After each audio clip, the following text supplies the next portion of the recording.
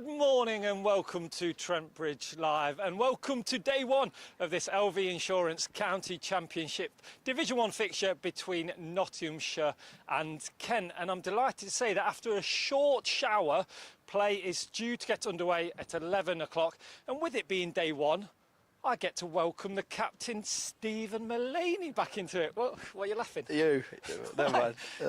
Nothing. Anyway, very nice to see you. Thank you. Back in the team. Now, I've known you for a long time now, and I know you're not a very good watcher. So how have you found these last two games where, unfortunately, you've had a little bit of an injury? Yeah, frustrating, but we took a bit of a risk in the quarter-final of the T20 and nicked my side again, but fully fit now. Yeah, obviously I went to Surrey and watched the lads put in a great performance. I was running a lot to the ground and during the game, so my legs were a bit like jelly. But no, obviously disappointing result last week, but obviously hopefully looking to bounce back this week. Like you say, we've not had long really between the last game against Hampshire and this game against Kent. Is it a perfect kind of opportunity to end this sort of part of the season really, because we've got a gap coming up with something positive? Yeah, I think what it is, it's really exciting to, we've spoke about, we get, we split up essentially after this game for a month. Some lads going off to the 100, some lads playing the Royal London. So yeah, we know how important this game is for the club really. We know how tight the league is. Kent come here off the back of a couple of poor results, but we know that we're going to have to play well because they've got, they've given opportunity to a lot of guys who are going to want to prove a point. So we're going to have to be on our game from ball one till the end. Now, you've just given some free advertising to Royal London because it's actually the Metro Bank One Day Cup. Right. Just to, Okay. It's a bit of a smack on the wrist there. Sorry. All right, we'll let you off. Let's just look ahead to this fixture in the 11 players that are out there. A couple of changes, yourself one, and also Luke Fletcher back into the team as well. Just one word for Toby Petman that misses out there. Came in and obviously made his debut against Hampshire, but Fletcher's back. That must be exciting. Really exciting. I thought Toby did well last week, but we have to pick 11, and Fletcher's been a proven performer over the last 12 years for the club, 14 years I think, something like that. So obviously great to have him back. He brings just much more than just his bowling, his character, his humour. So great to have him back, and looking forward to seeing what he can do later on in the game. To be fair, I spoke to Fletch yesterday, and he kind of had that bit between his teeth, a little bit like a crocodile, and was ready for the game today. But the toss has taken place. Obviously, you didn't win that toss. Kent won it, and they've chosen to bowl.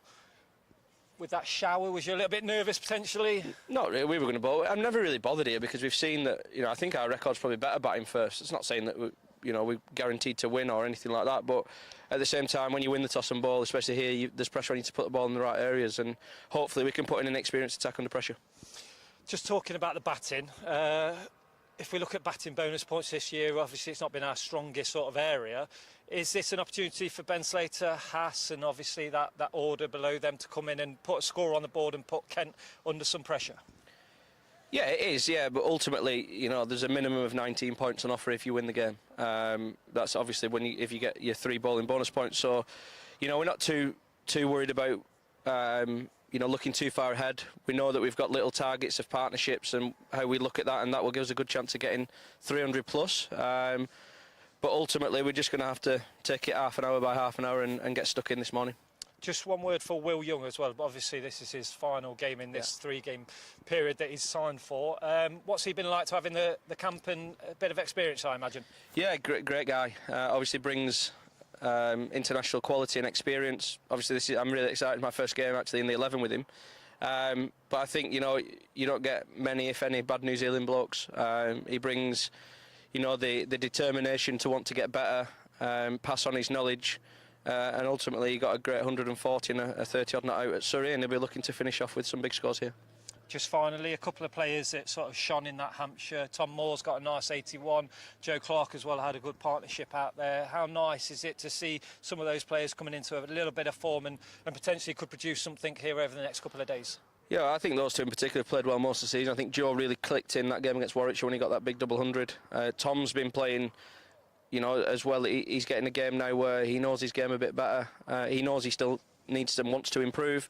But yeah, great to see them go out there last week. I thought Haas played really well. I actually thought second innings, I watched it more on the stream, but we actually got bowled out second innings. I think both sides would be disappointed with how they batted in the first innings, but ultimately, they batted well second innings. We batted well, but they bowled a bit better and deserved the points. It's good to know that you're a watcher of Trent Bridge Live, mate. That. Absolutely. Well, thank you very much for your time as always, and Anytime. wish you well for the coming days. Thanks, mate. Thank you very much. Okay, the captain Steve Mullaney there. So let's just remind you and inform you of the Nottinghamshire selected 11 for this fixture.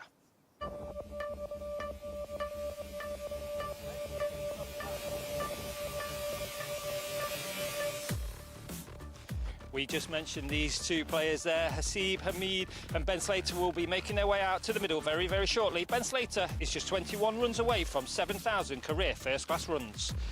Will Young, Joe Clark and the captain Stephen Mullaney. As we mentioned there, Joe Clark has been in very good form in these last few games. And also, as I say, Will Young's last game as a Nottinghamshire player at the moment.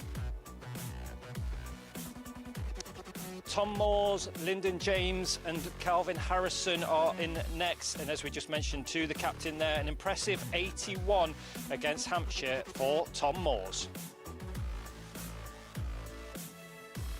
Brett Hutton, Luke Fletcher and Dane Patterson make up the final 11, with Brett Hutton the current leading wicket taker in the county championship this season with 45 wickets. They are your Nottinghamshire selected 11 for this fixture against Kent, and your head coach is Peter Moores.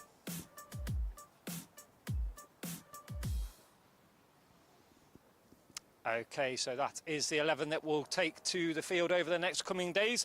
And let's just look at the fixtures and results at this season. Obviously, there's a couple of victories in there for Notts, one at home and one away.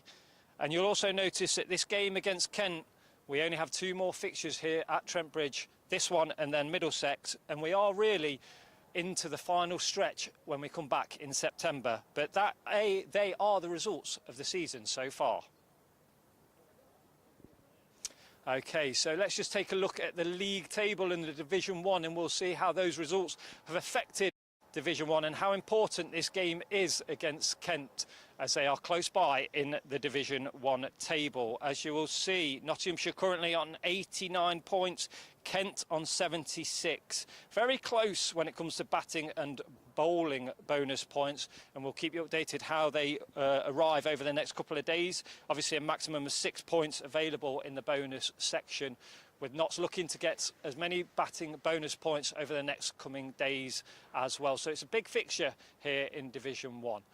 As I say, Haseeb Hameed and Ben Slater will be making their way out into the middle just before 11 o'clock. But if we remind you of who's scored the runs for Notts in Division 1 so far, you will see that Joe Clark is top of the table for 663 runs for Joe Clark there. As the captain Stephen Mullaney said, he had a massive double 100 against Warwickshire, and since then he has looked in some good form with the bat, and hopefully he can continue that over the next coming days. Haseeb Hameed second, Ben Slater, as I say, he's very shy of 7,000 first class career runs, and he'll be looking to pick them up this morning, so we wish him well with that. And Ben Duckett as well, we wish him well for the final game in the Ashes in the next couple of days. So there are your top run scorers for Notts.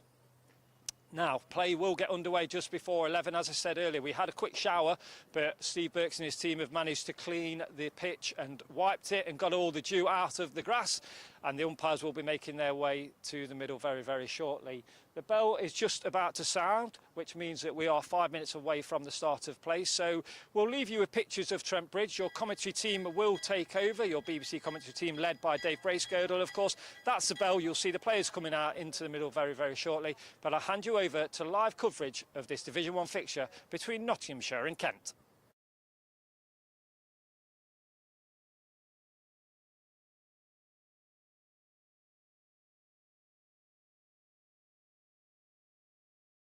Following this morning on Trent Bridge Live, we'll have heard Aaron setting the day up in magnificent fashion, because it's all been a little bit of a rush. The toss was slightly delayed after a shower sent the players scuttling from the ground, from the practice area. The covers came on around about 10 past, quarter past 10. We wondered if we would get a prompt start, but thankfully the weather here in the East Midlands has relented.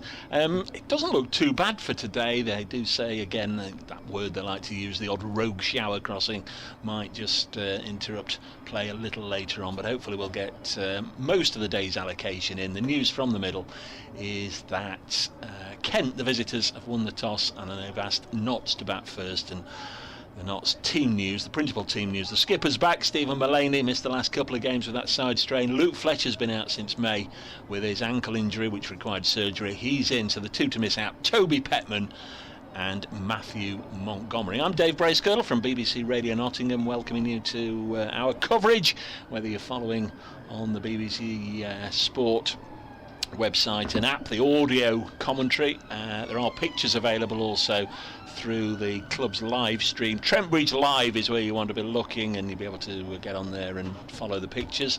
Our commentary team, Nasser Hanif is with us from BBC Sport as a mysterious lady just pops in here, in and out. It was like one of those things that you see in pantomime, entering stage left, bringing me a letter. No idea what that is. We'll hear from Nasser a little later on as our umpires Malinder and Hartley make their way out to the middle. And without further ado, I can also bid a very good morning to my chum from the Garden of England, looking after matters. And with regards to Kent this week, very good welcome back to Trent Bridge to Ben Watts. Thank you very much. Lovely to be here. It's a bit of a job recognising some of the Kent players that are in the 11 for this one, because I think there's as many players missing that could be playing out there today. So I think we're going to be learning a thing or two about even the visiting team from a Kent point of view today. But yeah, I'll quickly run you through the 11, but it may take longer to tell you who's not playing.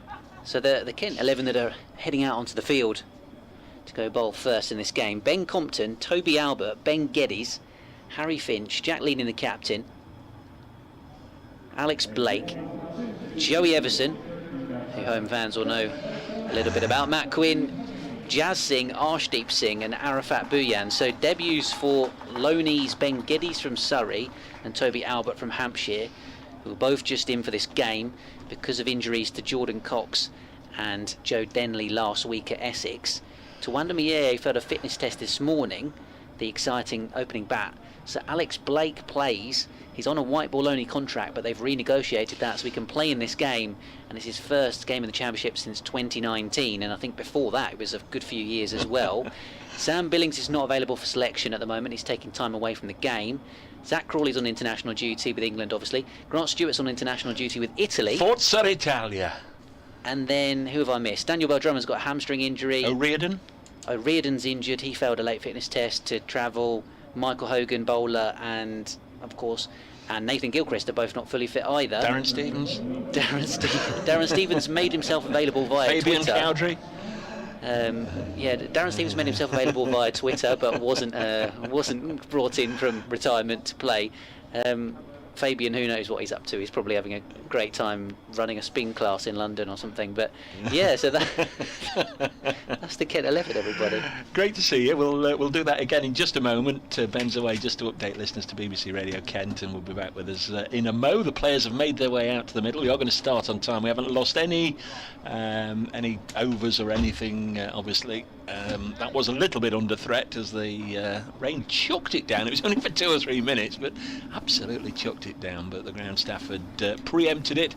They'd managed to get out there and pop the hover cover on and the tarpaulins quickly, so the strip and the square wasn't affected, and they were able just to get everything off just as quickly. So we can start in a moment. Ben will be back in a minute or two. Ben Slater and Asib Hamid are out there. The Nottinghamshire team news to recap: Luke Fletcher and Stephen Mullaney in, Matthew Montgomery and Toby Petman are out. So it is Slater, Hamid, Young, Clark. And then we'll have to have a see after then as Matt Quinn gets us underway. And Ben Slater pushes this to point. I'm sure Young will go 3, Clark 4. May well be Lyndon James back to his more accustomed position of 5. The last couple of matches he's gone down to 7 and 8 in the order. Stephen Mullaney 6, Tom Moore 7, Calvin Harrison, Brett Hutton, Luke Fletcher and Dane Patterson, as some sawdust is now deposited on the latter part of Matt Quinn's approach. Clearly he felt it was a little squelchy, his first delivery to Slater. And we'll be resuming in just a second. Slater, 410 runs this year at just over 21.5. He'll look to increase that, pushes this to point. And there's no run. An update for Radio Nottingham in just a second. I'm pleased to say we've got a little bit of sunshine that'll just dry up the extremities in the fullness of time. First time since September 2019 that Kent have been here in the Championship.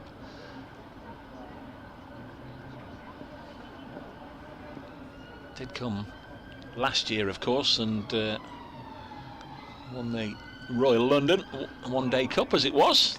This one past the outside edge and goes through to Harry Finch, the keeper.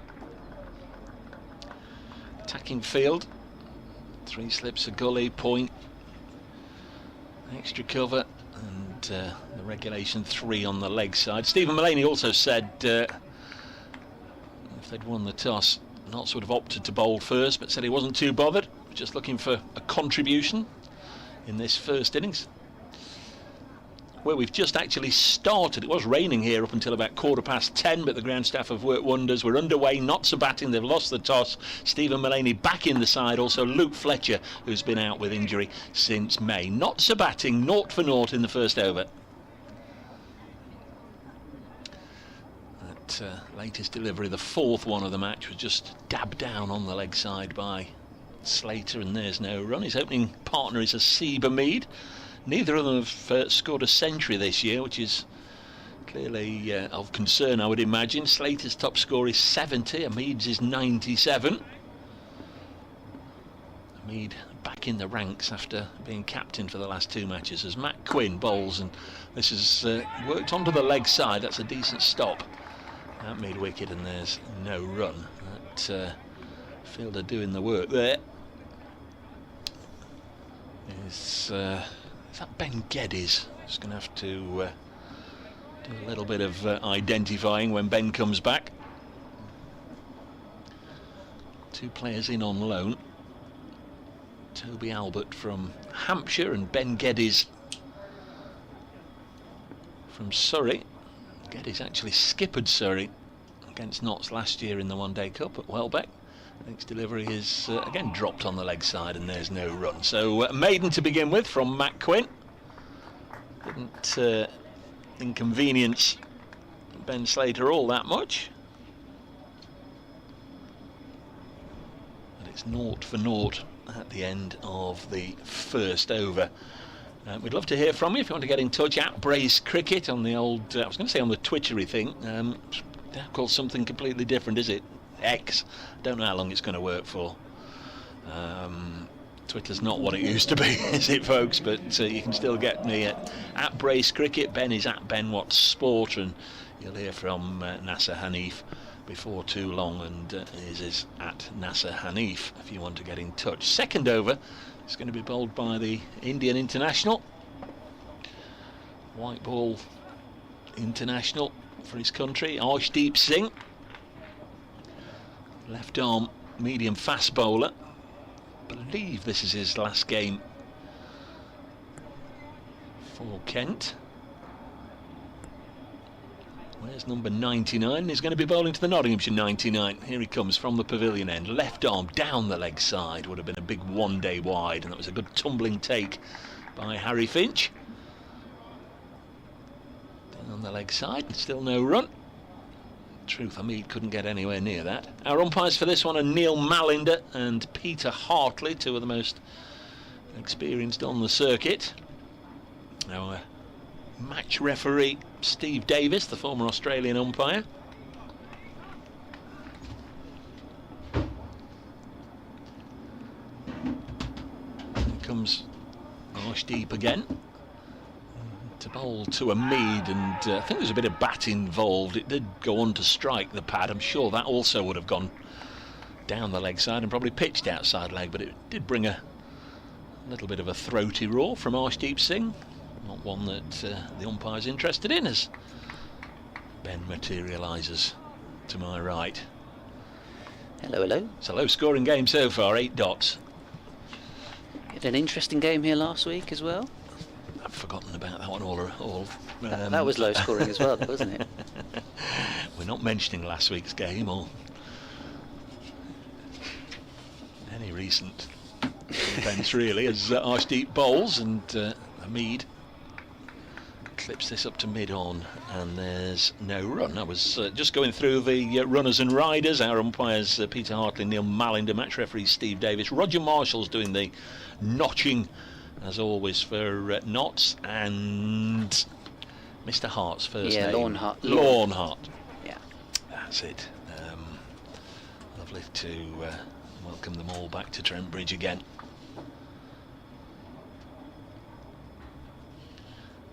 Comes Arshdeep Singh, bowls, and Hamid's certainly been inconvenienced in this over. Arshdeep struggling to drop on a consistent line and length, but there's a couple of deliveries there that Hamid has found a little tricky to get away. Thanks to the official scorecards, the first meeting between these two sides way back in 1837. There's been 183 first-class matches. Notts just ahead, 65 wins to 54 by Kent, 64 draws. And here at Trent Bridge, Notts have won 32 and lost 26.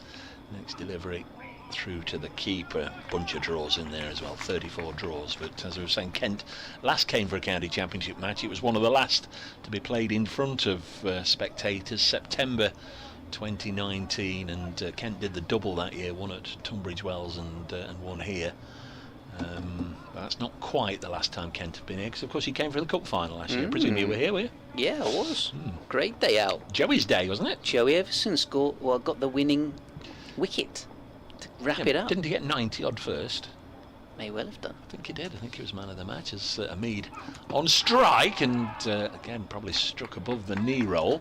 Tricky little over this, which now comes to an end. Notts 0 for 0 to maidens, and I think he got better as that over went on. Arshdeep Singh, what's he been like for you? Excellent, to be honest. He's been, I think, a breath of fresh air in the change room. He's a lively character, and he's given everything. He's just run in hard, whether he's gone over the wicket, round the wicket, new ball, old ball, pitched it up, trying to swing it, banged it in. Probably deserves a few more wickets than he's got, actually, to be honest. Team selections have made a right old mess of our scorecards here, with lots of changes. We need to be looking out for Toby Albert and Ben Geddes, and I've not got a number for Arafat Boyan. He's another one that I've not come across before, I don't think. Yeah, so at the minute, Toby Albert's at third. Slip with number 5 on his back. As Quinn is in and bowling, defended away by Slater into the onside. Ben Geddes has got 32 on it, mid-wicket / square leg.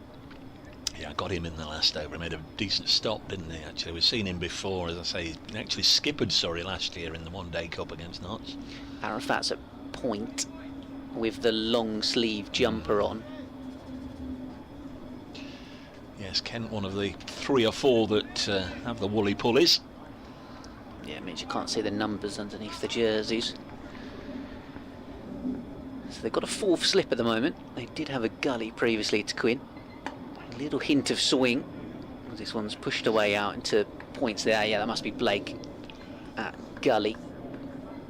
It's unusual in that the toss was taken with the ground completely covered. Yeah. The hover cover on the strip, and the covers was still on. They're in the process of being moved, and they just sort of caught me out a little bit. Only just made it out there for the toss. Because I presumed they'd wait and see the strip, but of course they were warming up before that little shower of rain came 10 past 10:15 as Quinn bowls again, defended away into the covers.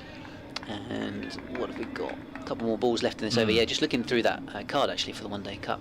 Dave, you're right. Joey Everson was man of the match. 97 he made.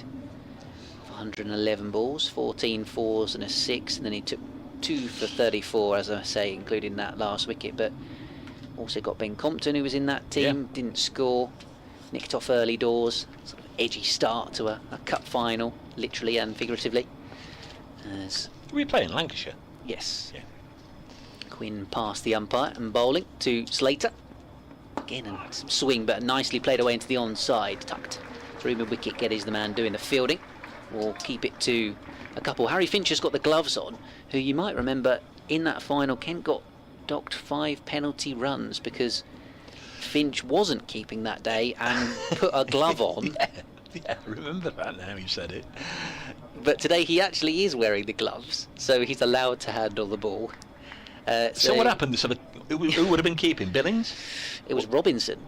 Yeah, Ollie of course, yeah. Billings. So he went chasing after the ball, dropped his gloves, and Finch put them on so he could take the return. I think Finch put one on, to sort of jokingly take the return, and then got docked 5 penalty runs. This one defended away into the offside. Alex Blake played that day as well, got 38. So Blake, Finch, Compton, Everson were all in that team. Kadri was as well, but he's seemingly been left out of the team in favour of Jazz Singh because the fact the pitch is a little bit green tinged.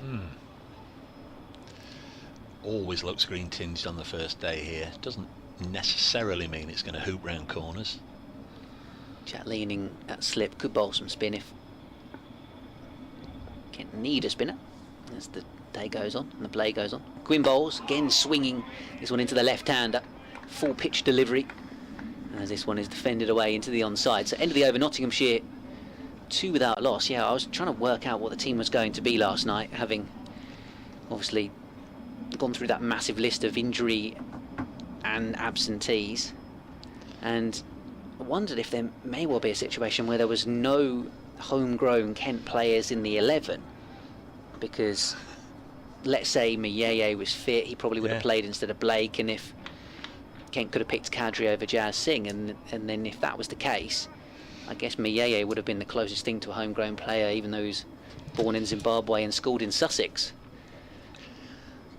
Singh in again to the right hand of the Mead, and he blocks it. Just purely for interest's sake, Ben, I've just brought up the card of your last visit here in September 2019. Yeah. This was the Kent 11. Zach Crawley, we know he's on England duty. Daniel Bell-Drummond, hamstring injury. Jordan Cox, Calf injury. Sam Billings, Unavailable for selection at the moment. Heino Kuhn. He's I think he's retired now. I think he is. Or playing certainly in South Africa. He's not playing over here. So that was the first 5 as Singh bowls wide of the pegs, goes through to Finch. 6 was Ollie Robinson. Yes, he's at Durham. Darren Stevens. He again has officially retired, but like I say, tweeted. Is he playing minor counties? He's playing for, I think he played in the Cornwall T20 competition. He's been playing for club cricket in Kent and has got 300s and a bunch of wickets this season. Marcus O'Riordan. He again is injured. Ollie Rayner. He definitely has retired. Harry Podmore as Arshdeep comes in again from the pavilion end. That's finding it very tricky to get him away, and he lets it go through to the keeper. Podmore, I think he bowled very well at Tunbridge Wells against Notts, got a bunch of wickets. Yeah, so he's at Glamorgan now. And Matt Milnes, who is obviously at Yorkshire but is injured with a stress fracture of the back. So that's the Kent 11. Last time they came for a championship match 4 years ago. All change. If you're interested, the Nottinghamshire side that played that day that are playing in this one. Stephen Mullaney, Tom Moores, Ben Slater and Luke Fletcher, 4 of them. So this goes through to the keeper. So that, you'd say that's quite a hefty change around for Notts, but there's 4 constants from 4 years ago. That match, actually, prior to it, would you have been here or Matt? I can't remember. I think you were maybe here, I don't know, but 4 years ago, that was the week that Kent announced that, or they'd announced just before that that would be it for Darren Stevens, and then that was me. Yeah, then he came here. Let's have a look. 88 in the first innings as Arshdeep Bowles and Hamid happy to block. Nott's first innings, Darren Stevens 5 for 39 as Notts were bundled out for 124. Kent's second innings, alright, Darren didn't hang about for too long, but in Nott's second innings to win the match, Darren Stevens 5 for 53. So he got 88 and not very many, and a couple of fifers, and all the questions were then being asked to Matt Walker. Has the club been a little bit premature? And I think the week after, then he did even better. Did he get a couple of hundreds at Canterbury, and they did have a rethink. So he got a double hundred at Headingley against Yorkshire, yeah. Next delivery on its way, wide of the pegs, and Archdeep Singh has begun with 2 maidens. Notts 2 without loss here on BBC Radio Nottingham, BBC Radio Kent. And a reminder, there are pictures available via Trent Bridge Live. I'm sure both county websites have got links to it, and that other well-known site that people go to for having a look at the live streams will also be running Nottinghamshire versus Kent Day 1, if you want to have a look out for that. Yeah, so after that game, chatted to Matt Walker and said, Darren Stevens, he's taken 10 for in this game, he's got a few runs, and he even turned around and said, yeah, maybe we have got it wrong, maybe we might need to rethink things. And then, like you say, he went to Yorkshire the week after, got a double hundred, and that contract got extended, and then again and again, and then last season, did he bow out with the Royal London final? Yeah, probably did. Yeah, that's a way to go. I mean, it is a way to go, but at the same time, he didn't want to go, if you will. What so was it, 45, 46? Yeah, 46. He might be 47 now. So this one's defended away into the offside. I might be wrong. I've probably added a year wrong. No, if he is 47 now, Darren Stevens. Yeah. And as I say, I tweeted the sort of long list of Kent absentees. And Darren quote tweeted this saying hashtag Stevens been made available. So although he has officially retired and Kent sort of gave him that send off last year, would have been nice, wouldn't it? he still wants to be playing in this team. Would have been nice. So here comes Quinn. Ian Bowles left alone outside the off stump, and yeah, as I say, he's had a very good season at sort of club level and has been taking wickets for not very many runs and has got more hundreds than anyone in the Kent League so far this season. So. And ironically, you and I were chatting just before we went on air. It's a long time since Notts have been down to Canterbury. The last time Notts played away at Kent. They've not been in the same division for much of the last decade, but even that was at Tunbridge Wells. We'll go to Canterbury, but it's the next game for both these sides in September, early September. Yeah, back to back effectively as Quinn Bowles turned away into the onside. Heineken, by the way, is still playing in South Africa. It's 39 now, or certainly was. Thanks to Stump, who's tweeted me with that one. Thanks to everyone that's actually been in touch. I've had a lot of correspondence, as you might imagine, with the team news and injury list, etc. over the last couple of days. I think he got a ton here, or certainly the match-winning innings in the Royal London quarter-final. Yeah, something like that. 2017, 18, something like that. Well, Notts won in 2017, yeah, so it's probably 2018. 18, yeah, correct. Yeah, Kent lost to Hampshire in the final. There's Matt Quinn. Again, Bowles wide of the off stump to the left-handed Slater. Shoulders, arms, lets it go through to Finch. Fond memories of Tunbridge Wells 2019 because Kent very kindly asked if I fancied ringing the bell because obviously you remember our commentary position was right by the bell. it was a bit of a clang clang clang in our ears on the first day, and I think on the second day they kindly invited me. I think Matt Coles did it the third day. Yeah, it did. Still got that photo. Yeah, got hidden away somewhere of the two of you doing it. There's Quinn Bowles. Defended away, down towards third man. Might go for four. This is the shortest boundary on show this week. And Arafat can't stop it, so all you need to do is just get bat on ball and guide it through the gully to is it the Smith Cooper stand? Yes, mate, yes. It's the Bridgeford Road side of the ground, but yes, it is with sponsorship. Look all the way along the back, the Smith Cooper stand. That's the Bridgeford Road leading down to West Bridgeford. Yeah, because we're playing quite a long way across on the square, that's the shortest boundary of the week. Well, you say that. Those that were with us last week, you will see two to the right of the one we're playing on. So you played even further. Is the one that we played on last week against Hampshire. Here comes Quinn and bowling. Again, a swinging delivery which has been defended away, full delivery, but this time out towards mid-off. That's really short, that. pitch he played on last week to that side of the ground. And yet, it didn't become a factor. I think there was only 1-6 in the game, and it wasn't. It wasn't a result of anything. I mean, Notts were bowled out for 100, so they certainly weren't targeting the small boundary. I mean, here at Trent Bridge, we've had a bit of rain this morning, but normally the outfield is like lightning anyway. You beat the ring and you've got 4, and it doesn't matter if it's a 55 or 60 yard boundary or 120 yard boundary. If you beat the ring here, it's gone. It's like ice. Might just slow up a little bit till the extremities dry out as Arshdeep comes in and bowls to a Mead who hasn't been able to get him away yet or get off the mark. 13 dot balls. On the way in this morning, if you want a little bit of something, listeners, to stretch the grey matter, on the way in this morning I was flicking through the various radio stations, or it had been set on another one, and as I turned it on, the presenter was saying, we've no longer got Twitter, of course, it's now called something else. X, is it? X? We've now got X, 6 without loss, as the next delivery wide of the pegs goes through to Finch. And they haven't officially rebranded it yet, have they? I know it might be happening, but... Well, yeah. Is it officially called X Yes, now? yes. And as such, the presenter was playing, for the demise of Twitter, was playing songs by groups with bird names in. The House Martins was one, Flock of Seagulls was another, etc, etc. I just wonder out there, folks, if you want to just stretch your grey matter this morning, you know where I'm going with this, as a Mead comes in, and I said him on the pad again. There might have been some bat involved because Arshdeep wasn't interested. They were momentarily behind the stumps, and that's not out. 6 without loss. Any cricketers with bird name connections? Did Jackson Bird actually play a little bit for Kent? He's another one that's represented both counties. So we'll throw that one out there. But there's lots of bird names. If you want to have a little bit of fun, we'll read them out later on. Bird names. You can, we can all think of one or two. I'm sure you're pointing at the Sussex wicketkeeper. So Ben's got one as well. There are lots and lots of bird names. You want to have a little bit of fun out there.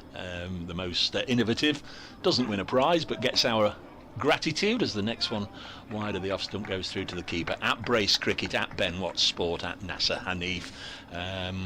Bird names. I'd forgotten until that moment about Jackson Bird, but I was just looking at the number of players that have represented both these sides over the last few years. We've got Everson and Compton in this game, Matt Milnes, Toby Petman, he had a brief loan spell with Kent last year, Will Gidman, where am I going? Just going back a few years, Charlie Schreck played for both sides, Vernon Philander, and so on and so on. There's been quite a few. Ben Phillips has this one again off the pad. And Mead is playing with his pads at the moment. Mark Elam, of course, 6 without loss. So there you are. There's a number of players that's represented both. But Jackson Bird is my birdie contribution, and well, mine's Harry Finch for then easy. Yeah. But there's lots out there. Think of the old Redbreast and all the others, and maybe a New Zealand captain. I don't know. 6 without loss, but you can have a bit of fun with that if you want. Mark the Mod has been in touch. Morning, gents, from a sunny Sevenoaks. First of 2 relegation 6-pointers against Kent. Mrs. Mod is a Kentish girl. Tense morning over the coffee. I was going to say Sevenoaks. It's just moved. Mark the Mod has just moved down to Sevenoaks. Mrs. Mark the Mod. She's had her way, a bouncer, and Arshdeep has bowled 18 deliveries without a run coming off his bowling. Yeah, it's a lovely part of the world, Sevenoaks. Nice move, that. Dave Noble says, "Can I have Dickie Bird?" Very good, Dave. You're in first. That's tremendous. Harold Bird. Yes, he's of course a player. By the way, yes. Before we have more fun with bird names, Warwickshire are 17 for 5 against Middlesex, which is not actually good. No, it's not. Not actually good news for Kent, but Toby Rowland-Jones has got 3, Bamber's got a couple, and nobody's got any runs. Still funny though. It is funny. I mean, that's impressive, isn't it? 17 for 5. What time is it? It's not even 5 overs in. 11:25. Yates 10, Davies 4, Rhodes 0, Hayne 1, Mosley 0. At Edgbaston as well. Quinn bowls then, full delivery, slightly over pitch but driven out square towards Arafat Bouyan at point. I think they're playing everywhere they are. There's only 2 games at the moment starting in Division 2. There's another one starts tomorrow. Gloucestershire and Worcestershire. Worcestershire have been in the news recently, haven't they? Worcestershire are playing at Cheltenham. Yeah. It's my fault. It's completely my fault, and I've done all these. I saw your tweet. I've done all these signings. I saw your Worcestershire sauce rebranded as Nottinghamshire sauce tweet. This one's defended away into the onside. So who have you nabbed off them for next season? Jack Haynes, who I think is a very good bat. I really like him. I do. I'd heard the whisper about Josh Tong, and then it became buy one get one free. Well, they went for Josh Tong and got Dylan Pennington for. I think everyone's found out how good Josh Tong is this summer. Yeah. Richard Dawson says, "Can I have the big bird?" Joel Garner, thank you, Richard. Rod George, Ben Duck It, and Graham Swan. Well done, Rod. Easy. Good hits, those. Very Queen good. Bowls. This one out into the gully area.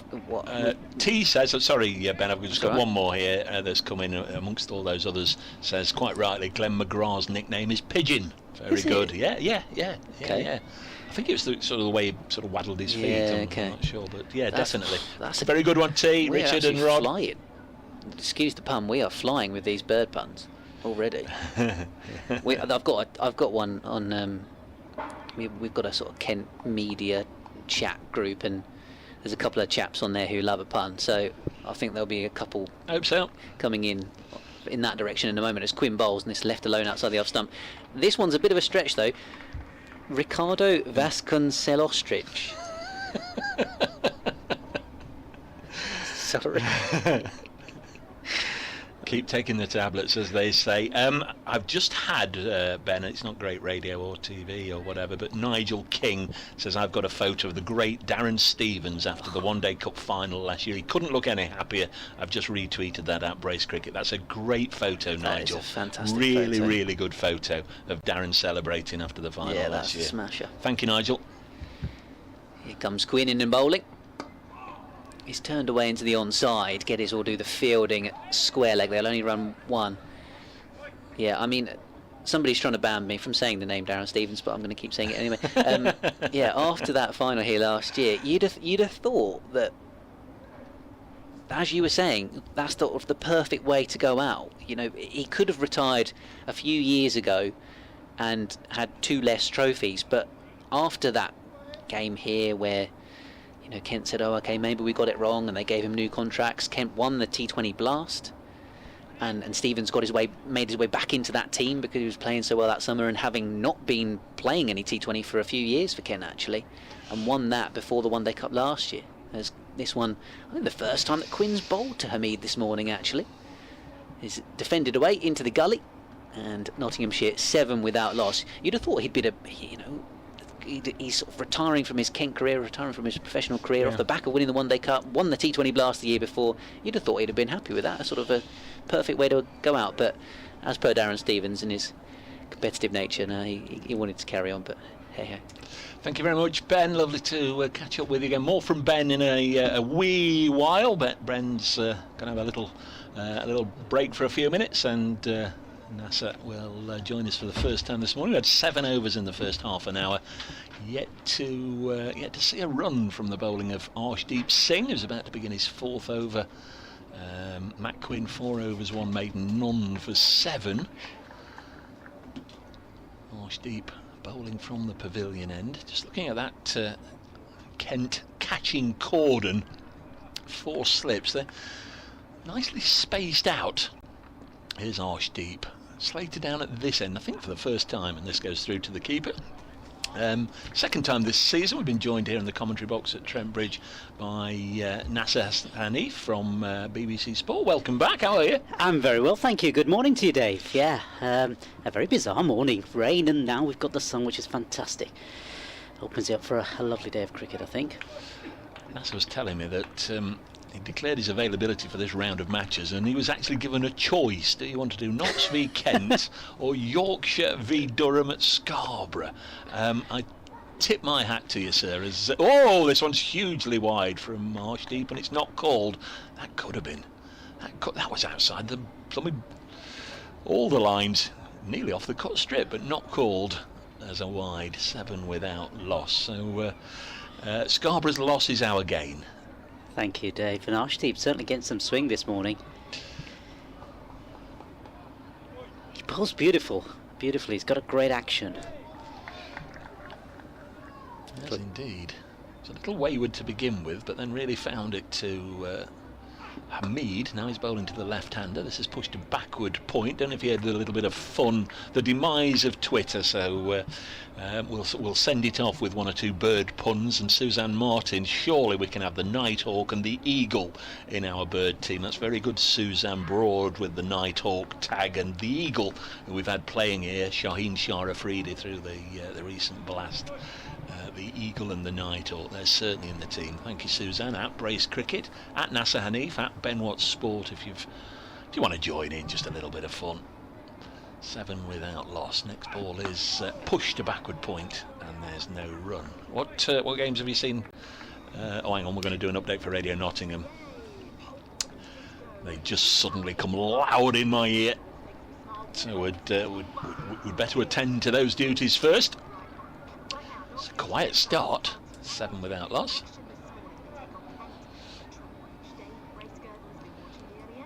Yes, good morning, Kelly. It's a bit of a stuttered, stagnated start to the morning here. We've only had 7 runs in half an hour, but the good news for Nottinghamshire supporters, not a single wicket has gone down yet, and I say that with fingers crossed because the next delivery has just gone through to the wicketkeeper. Notts made a couple of changes. They welcome back skipper Stephen Mullaney and medium fast bowler Luke Fletcher. Both have been out for a while with injury. Notts put into bat. They're 7 without loss. Latest delivery again through to Harry Finch, and there's no run. It's only the first ball of the over, so if you want to pick up the reins. Yeah, of course. Yeah. Arshdeep coming in to bowl this new over. Also halfway through, aren't we? And he comes in to bowl this next delivery, left arm, of course, bowling, and that's a hit. The batsman hit Slater sort of in the midriff area, doesn't he? He's sort of crouching now. He's crouching towards the floor, bat in front of him.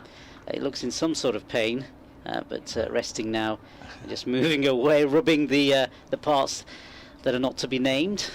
Sorry, I thought there was 5 balls gone.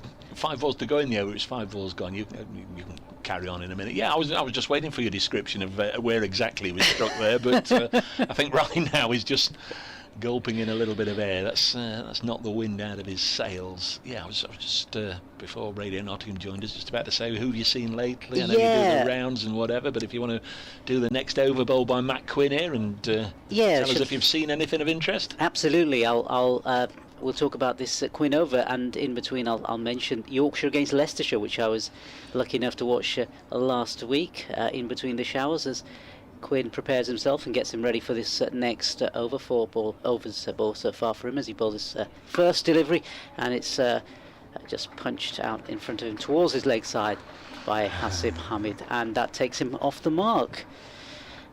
So he's on 1. Slater on the other side has made 7, and Nottinghamshire are 8 without loss so far. Steady opening start for them. And I saw Yorkshire against Leicestershire, 2 teams who could desperately have done with points in Division 2, and neither of them really coming out on top. Rain, of course, affecting things there, proceedings, and it was a sort of equal of a game that the 2 played earlier in the season, so a damp squib in the end for both of them. That was at Leicester? That was at Headingley. Yes, at Headingley. Dare I say it, my home ground, a Yorkshire boy and all that, so yeah. But Nottinghamshire here really back with Quinn now, and prepares himself to bowl this second ball. In he comes, bowls, and that's punched out in front of him, and yells from the other side. Hasib Hamid, no run there, and the score remains the same.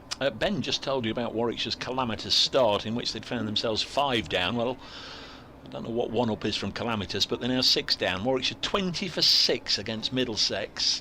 3 wickets for Toby Rowland-Jones and 3 wickets for La La La Bamba. 20 for 6. Wow. As this next ball comes in from Quinn. And he balls, and again punched out in front of him, and they're going for a quick single, and they take it quite comfortably in the end. Moving that score steadily up to 9 now. Elsewhere, the batting sides: Hampshire 20 for 2 against Essex, Northants 22 without loss against Lancashire, Somerset 22 for 1 against Surrey. We've given you Warwickshire. In Division 2, Glamorgan 33 for 1 at Derby, and Yorkshire 34 without loss at Scarbados against Durham. The match that NASA didn't want to see. Yeah, it's much nicer down here, isn't it? As we see this next delivery coming in from Quinn, and it's left alone outside. Here's off stump by Hamid. Ben DeVos, who can forget the great Robin Smith? All the Finches out there, of course, and there must be a parrot or two as well, Dave, he says. But yeah, Robin Smith. Been a few Robins, hasn't there? Is it Robin Das, the Essex player, and of course Robin Martin Jenkins? I'm sure there's been lots of Robins about, but yeah, we'll stick the judge in. Robin Smith. It's a good shout. Thank you very much there to Ben. As Quinn comes in, bowls this next delivery, and Hamid again pushes out in front of him, and there's no run.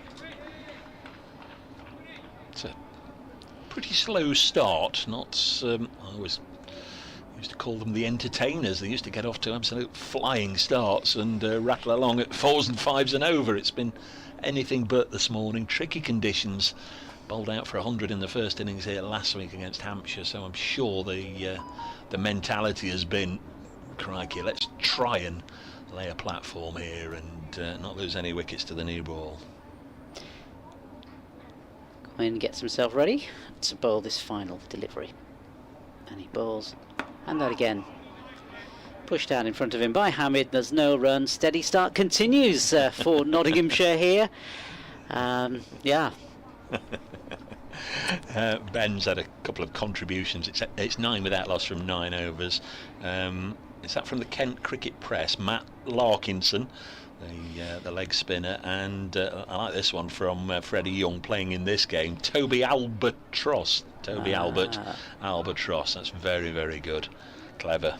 I like that. Might be one or two more. Heino Kun Tiki Fried Chicken, and Brian Duckhurst, the former Kent opener, Kent and England opener, of course, fine player. Brian Duckhurst, like that. There's Arshdeep, 4 overs, 4 maidens. He bowls to Slater, short, and now he's gone for runs, 4 of them. Pulled away by Slater.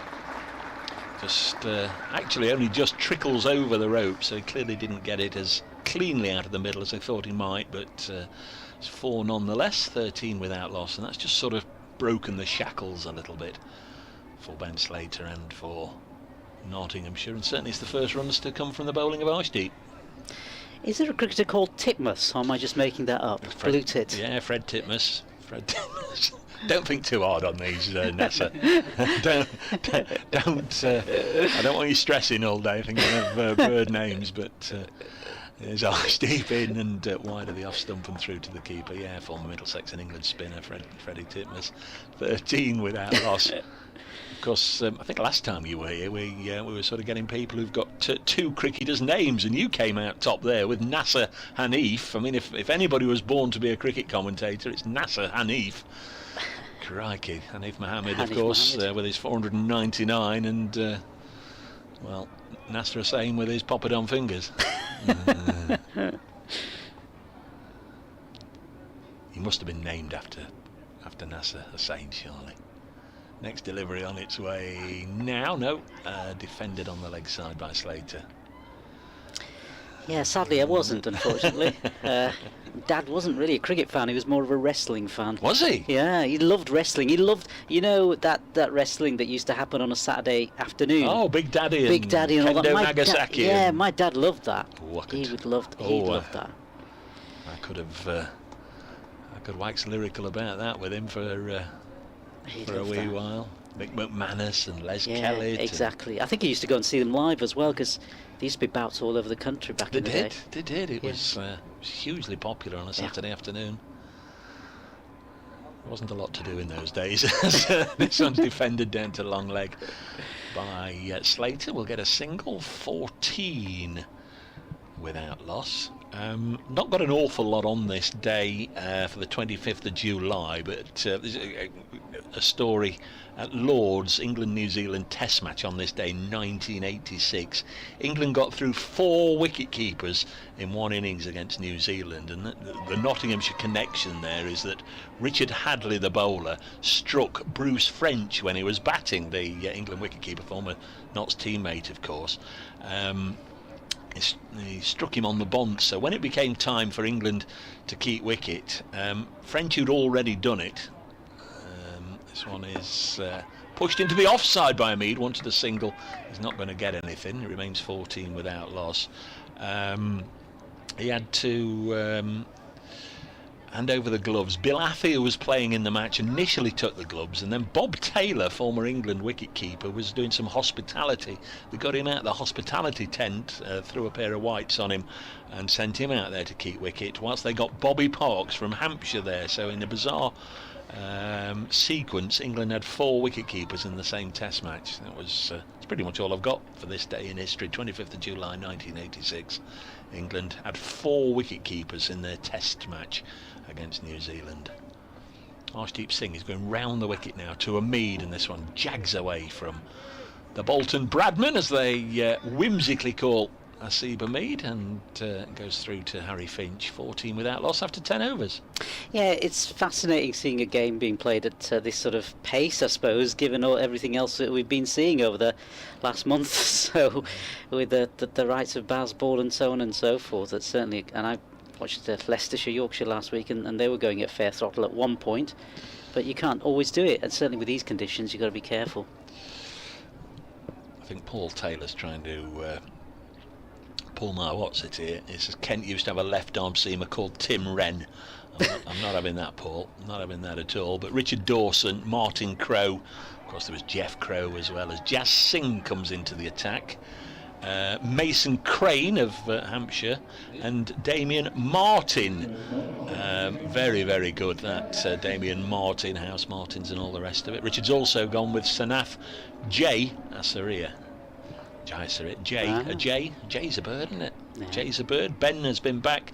Ben DeVos, the late Bob the Goose Willis. Thank you very much. The demise of Twitter, but not the end of our cricketing bird puns. Jazz Singh comes in to bowl the first delivery. Full toss, aimed at his body, I think. It's one of those, I think he must have slipped out of his fingers, surely. Dipped at the last minute, sort of heading towards this sort of thigh region. I'm not entirely sure there was any aiming going on. No. But yeah, so nothing doing there, no run. It's a young man. Appears, looks very young and fresh-faced on the live stream. 20 years old by the looks of things. Tall man. As he comes in to bowl this next delivery, second ball. And that's left outside, it's off stump by Slater, no run. Adam says, have you mentioned Wayne Larkins? Wayne Larkins, of course, former Northants Durham and England opener. We have now, Adam, thank you very much.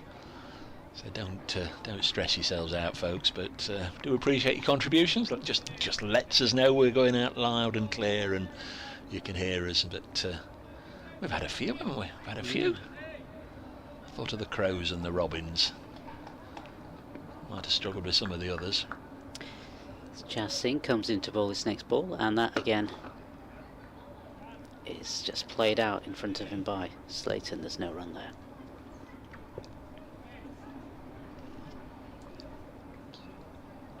Are you a weather watcher? What do you make of it? Yeah, it's a bit of cloud in front of us, and a dark cloud in front of us. Not too dark. It's difficult to tell at this stage. I mean, seems to be clearing to the right and the left-hand side. Flags aren't moving, are they? We've got both county flags above the pavilion. Jazz Singh comes in, bowls his next delivery, and that again played out in front of him by Slater, no run. Graham Rowley, morning Dave. We've got an obscure one here for you. The Aussie batter Hunter Hendry was always nicknamed Stork. That's brilliant. We love. We bow to your superior knowledge, Graham. We love the obscure ones. Hunter Hendry was nicknamed the Stork. What about that?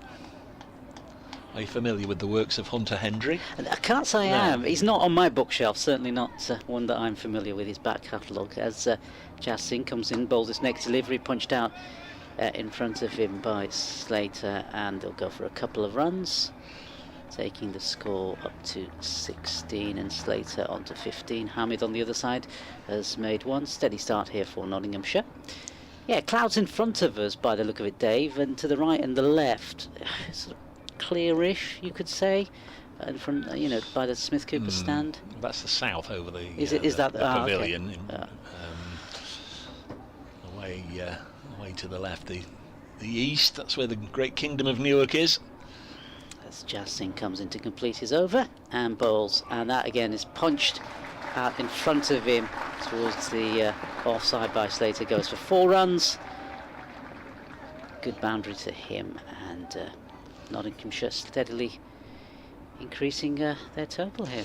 If you're just joining us, you're very, very welcome. Kent won the toss and opted to stick knots in. We wondered if we'd get underway on time, but we did. And since then, Nottinghamshire have made pedestrian progress, but they are still 10 wickets intact. Slater and Hamid have put 20 on. Nasib Hamid's only got 1 of them. Ben Slater's got the others. Notts with 2 changes to their lineup. Stephen Mullaney and Luke Fletcher both back from injury. Matthew Montgomery and Toby Petman, who played in the last game, miss out. When Ben comes back, I'm sure from time to time he'll run through all the Kent changes. There's about 11 of them. As Arshdeep Singh round the wicket bowls, and this is cut away to backward point. It's not quite that many, but they've got a couple of debutants, Toby Albert and Ben Geddes, only signed over the last day or 2 on loan. Both make their debuts, and Alex Blake, a rare appearance for him. Arafat Boyan is another one I've not seen before. So an inexperienced Kent lineup in terms certainly of playing together. And a couple of former Notts boys, of course, Joey Everson and Ben Compton. This one is driven away by Hamid, and he'll get a boundary. Well, I said that and it's pulled up. Well, blow me down. They're only going to get 2 runs. 99 days out of 100 here. That would go for 4 all day, every day. You belt it through the offside, beat the ring, and it'll go away for 4. But that one just pulled up. It must be a bit of a soggy patch out there. Certainly, Hasib showing some intent in that last shot, maybe trying to see if they can up the scoring a little bit. Yeah, Singh into his 6th over. He's going to go back over the wicket to bowl to Nasib Hamid.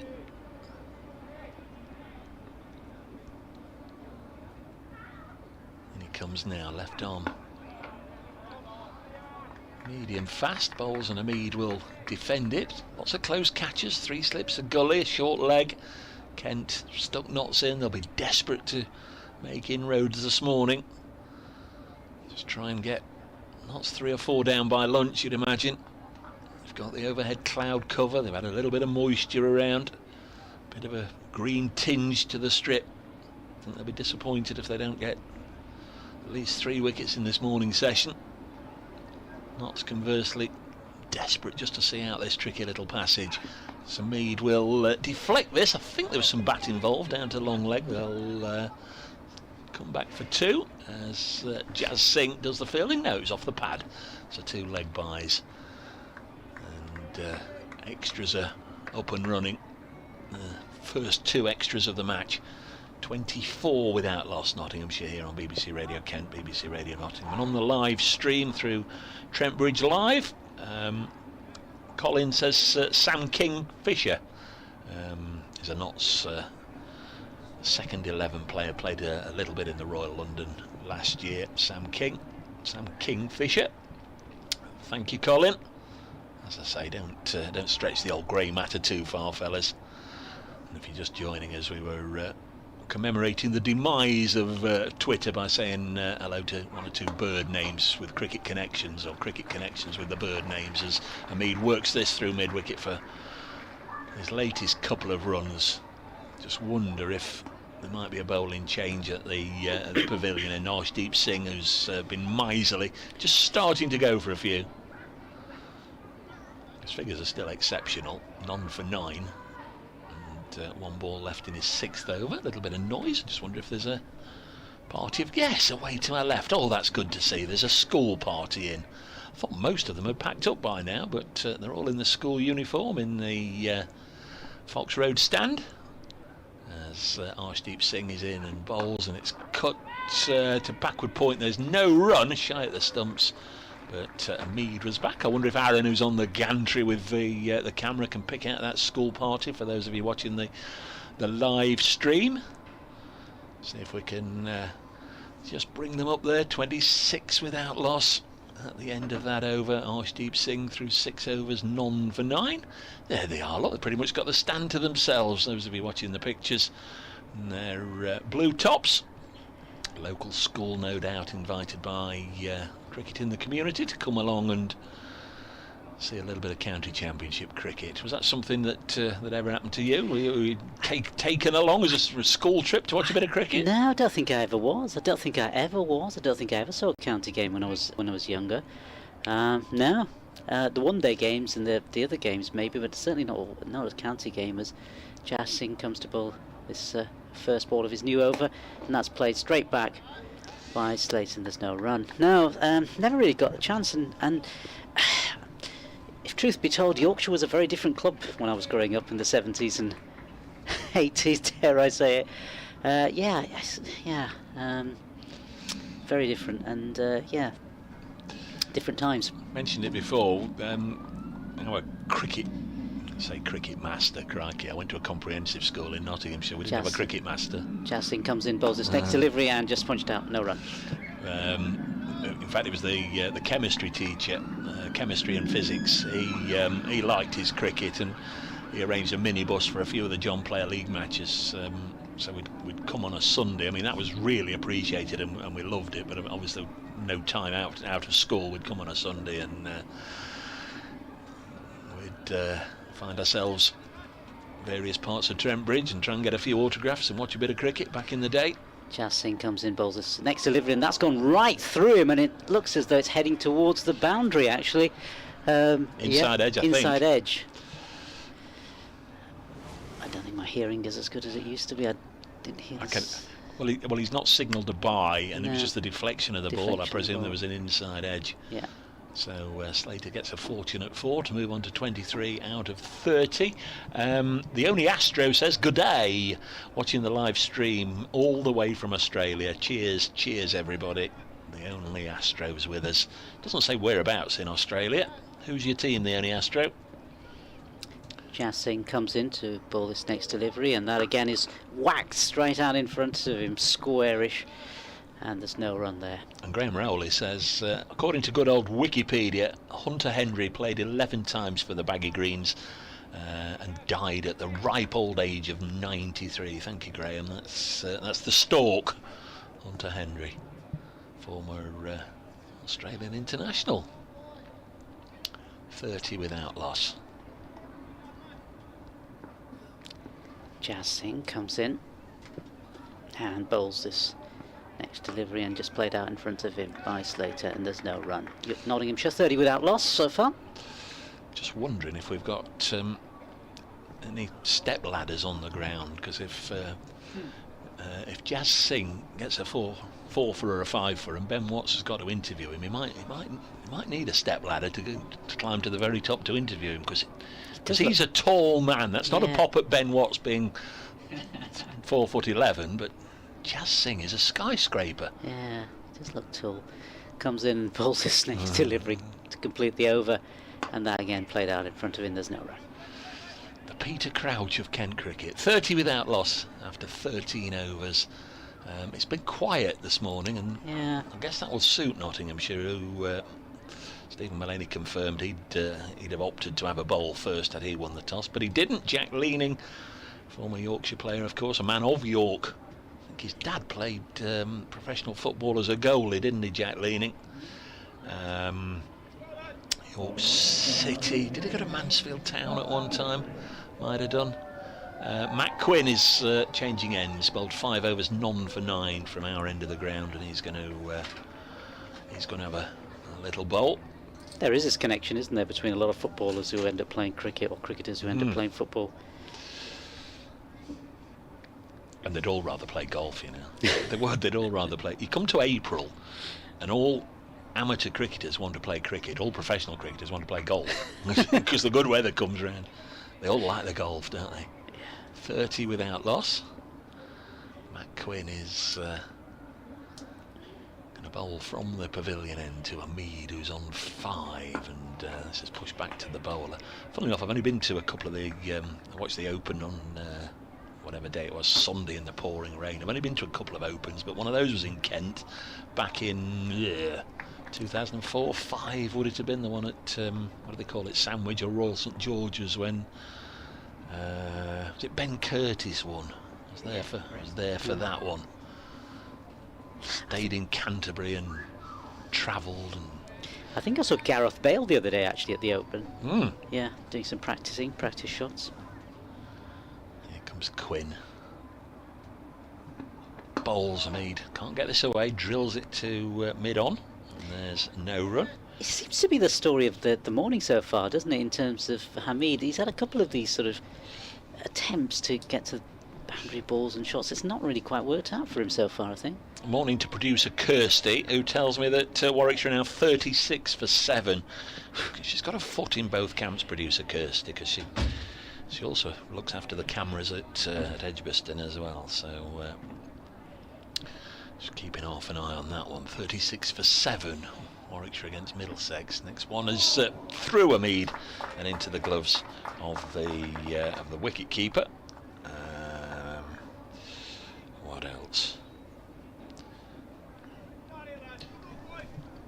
Just having a little look. Nothing significant happening elsewhere.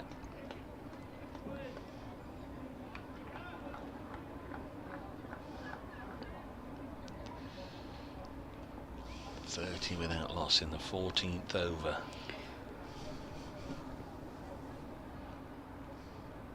Bowls and Hamid leaves his crease. What on earth is this I've got? Mike Watkinson. Diddle-dee-dee. Forwarded to me from Kent Cricket. Mike Watkinson. Reginald Bass? Harry Bass? Oh, no, you said birds, not fish. Stephen Capon played for Kent in 1950. Oh, God. People are really... Stephen Capon. Oh, God. And you have those at Christmas, don't you? It's that ridiculous sounding, but it works. Bird inside a bird inside a bird thing, don't they, at Christmas? As Hamid works this through the leg side, we'll get runs here, and maybe he will get... full reward. He will. That goes for full through mid-wicket. Hamid working Quinn away. 34 without loss. Was it a capon inside a goose, inside a chicken, inside a turkey, or whatever it is? Stephen Capon. We had a Fred Finch. This is Kent Cricket again. Say hello to Peter Guys. We had a Fred Finch back in 1862 who played one game for us. He was actually a vet, thank you for that. We did indeed have a Tim Wren, played 30 first-class matches for us, so apologies to Paul Taylor, who went early on that one. Thought he was pulling my leg as Hamid defends. Surprisingly, few other bird names amongst the cricketers who have played for Kent, unless you resort to name elements. Ollie Robinson, yeah, that works. If it's bad puns you're after, Adam Grouse, presumably. And one or two more. I like that. Adam Grouse, very good indeed. 34 without loss. Thank you very much. I think Peter's forwarded that from Mike.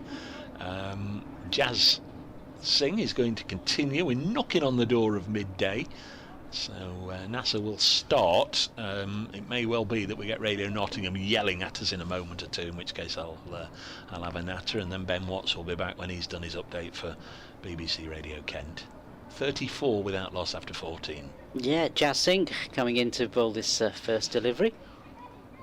And he bowls, and it's pushed out, towards the boundary actually, squarish. And 4 runs there for Slater, taking him on to 27. Nottinghamshire on to 38 without loss. Hamid on the other side has made 9. Just the one boundary in that 9. A couple of twos for him too. I can't remember watching an hour's cricket where I've not made a single note or comment or mark or anything in that hour of cricket. As Jazz Singh comes in and bowls, and that's whacked straight in front for a boundary by Slater.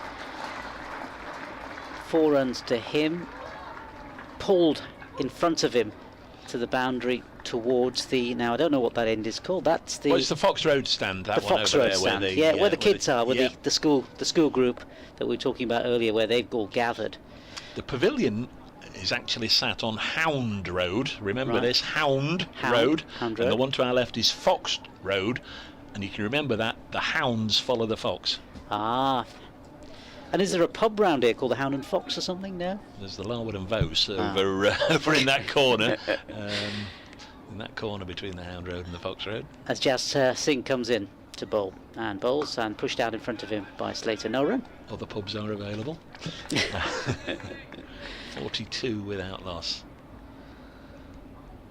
Yes, there was, I was going to write, but didn't. Asiba Me took 20 deliveries to get off the mark. I suppose that's the other noteworthy thing this morning. Been very, very watchful. But this is a little bit of an issue for Kent, maybe, in that Arshdeep Singh and Matt Quinn didn't give anything away in the first half an hour, and they've just got to be careful here with Jazz Singh because he's already gone for 18.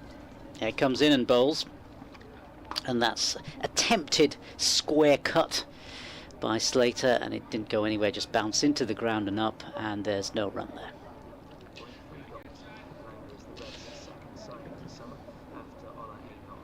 There's 7 wickets at Edgbaston, 4 for Bamber now, 3 to Roland Jones. Here is that update. Yes, one of the quietest hours cricket I can remember here on this ground. That suits Notts because in tricky conditions they've been put into bat first. Remember, they were bowled out for just 100 in the first innings of their match against Hampshire last week, and Slater and Hamid determined just to see out this opening session if they can. They've added 43 in 15 overs here. Ben Slater has just been let off the leash. He's hit a couple of boundaries, moved on to 32. Asiba Me took 20 deliveries before he got off the mark. He's on 9. Nottinghamshire 43 without loss.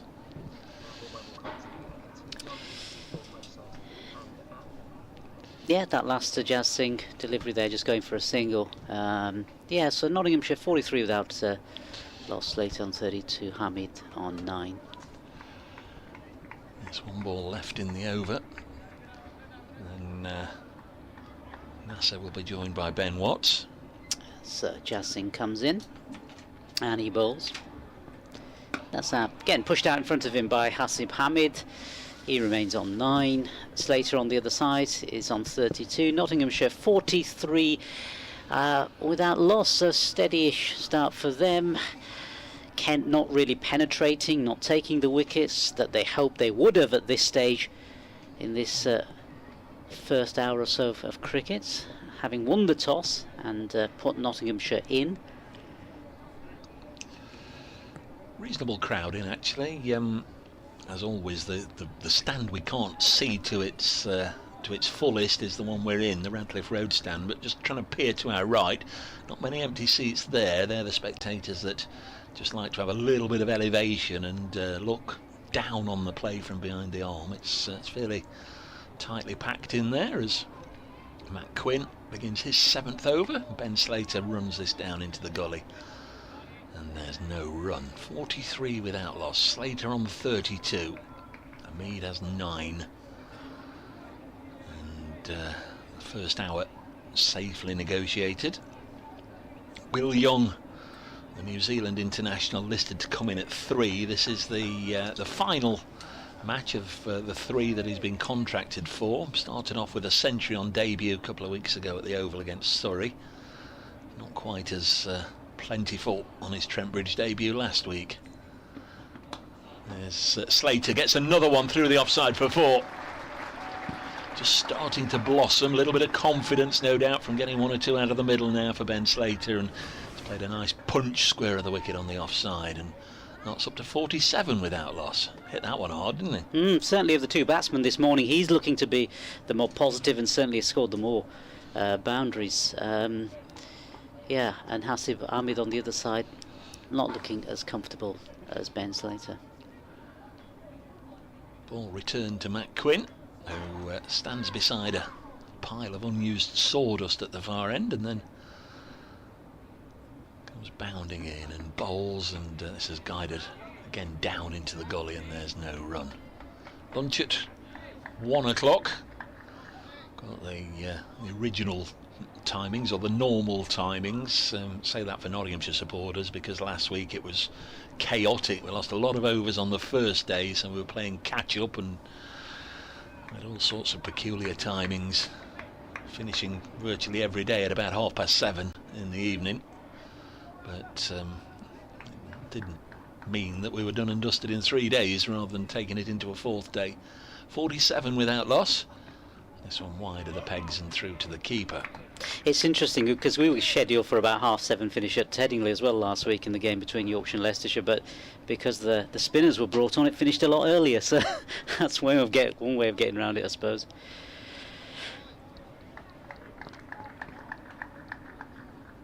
Ben Slater has 36. Been a tricky little season this for Slater. Started off batting at 3 when Ben Duckett was available for Notts. Duckett and Hamid in the opening. Quinn bowls, and this one may have just come off the inside edge through to the keeper. Kent has won. Go up to celebrate. Umpire shakes his head. Ben Slater hasn't gone anywhere, and that was a genuine confident appeal from bowler, keeper and all the slips, but the umpire says not out. Might have brushed the pad. There was certainly a hint of a little bit of deviation. Yeah, might have been the pad. Yeah. Just having a look on the replay.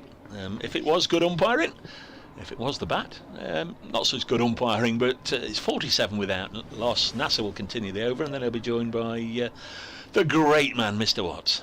Yeah, as we complete this over, and that delivery pushed out in front of him, and Slater not adding to his score of 36. Quinn completing the over. His 7 overs have gone for 17. Jas Singh 3 overs for 19, and Nottinghamshire are 47 without loss. Good morning, Ben. Good afternoon. Oh, good afternoon even. Yes, 12:08 technically afternoon. Yeah. I think it's still it's the morning session. We can still count it. So Jas Singh continuing then. A little bit expensive so far from him, which slightly typical of what we've seen from him so far in the first team. Struggles for consistency seemingly, or maybe a bit of nerves from him so far. Full delivery, which is off an inside edge from Hamid, trying to drive. And I don't think he particularly was aiming it down towards long leg, but he gets a single. So 48 without loss. Did take 6 wickets in the most recent second 11 game, Jas Singh against Gloucestershire, and I believe him and Arafat Bhuyan have each taken 16 second 11 championship wickets so far this season. I guess he is young, isn't he? He's only 20, is that right? 20? Yeah, 20 years of age. In fact, it's a pretty young Kent team in total, really. As Jas Singh bowls, and this one's smashed away off the back foot by Slater, brings up the Nottinghamshire 50 as he goes to 40 not out on a score of 52. Half-century opening stand between him and Hasib Hamid. And it's one of those where, as you mentioned a moment ago, Nasser Hamid so far has been a little bit slow out of the trap so far, and has struggled a little bit for runs, but when your mate at the other end is scoring as well as Ben Slater is, it kind of gives you that confidence that, okay, I might be scratching around a bit here, but I don't need to be scoring because my mate is. This one is just pushed away out towards deep point, kind of stuck a fielder out on the boundary. It's fascinating as well, isn't it, seeing Hasib, how his career over the the last 5-6 years has gone from one point playing for England, and then obviously Lancashire, where he was born and brought up, and then moving to Nottinghamshire now, with Peter Moores here and everything. Yeah, it seems to have lost that edge from the early days a little bit. Jazz Singh past the umpire. Half shout for LBW. I guess the It's good, Hamid. yeah, the good thing for Hamid though, he's got a good family network. Good, his father obviously very active in supporting him. Took his son in the early days to India. I remember reading and getting him, you know, facing spinners and all sorts of pitches out in India just to get him equipped to play in all sorts of conditions to help his career. He's on strike at the moment, 10 off 40. Jazz Singh bowling to him in behind this one, solidly defending. Like you say, I mean, it is a roller coaster, his career. Obviously, starting out at Lancashire and getting that early call up for the England team, then going back to Lancashire having been dropped and just completely struggling. Obviously, moving on, coming here to Notts, revitalising his career, getting back in the England team again, and then dropped again. And it's a lot for a young man to go through. And he's on strike here and playing this very nicely through square leg for 4. Jazz Singh continues to be expensive. He's just not really finding a consistent spot.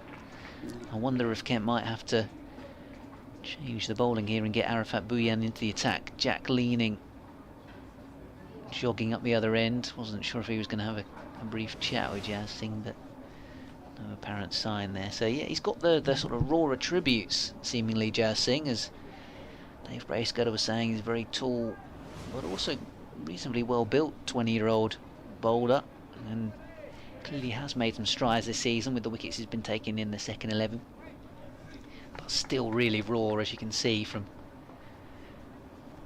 the fact that Matt Quinn and Arshdeep Singh have been so miserly so far today. As Matt Quinn comes in to bowl this first delivery of the next over, that's pushed out in front of him by Slater, and there's no run there. Yeah, the fact that he hasn't, in comparison, the 7 overs, none for 17 from Matt Quinn, and what did Arshdeep bowl? His overs just for 9, was it? Yeah, that's the experience that you get, don't you, with an international player, with Arshdeep Singh, who's, you know, I guess only being kept out of some of the formats in the India setup because they're so experienced. They've got such strength in depth, haven't they, India, at the moment, of course, playing out in the West Indies. Yeah, 6 overs for 9 from him. As Quinn comes in and bowls, and again pushed out in front of him, and there's no run there.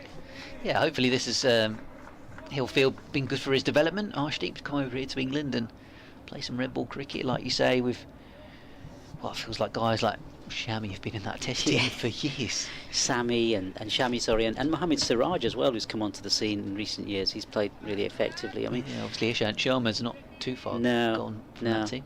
I mean, they miss Bumrah as well. I mean, Bumrah's been injured for such a long time in terms of the Indian setup, so that's an interesting one as well. As we return here to Trent Bridge's next delivery comes in from Quinn, and that's just gone through past the off stump, and there's no run there.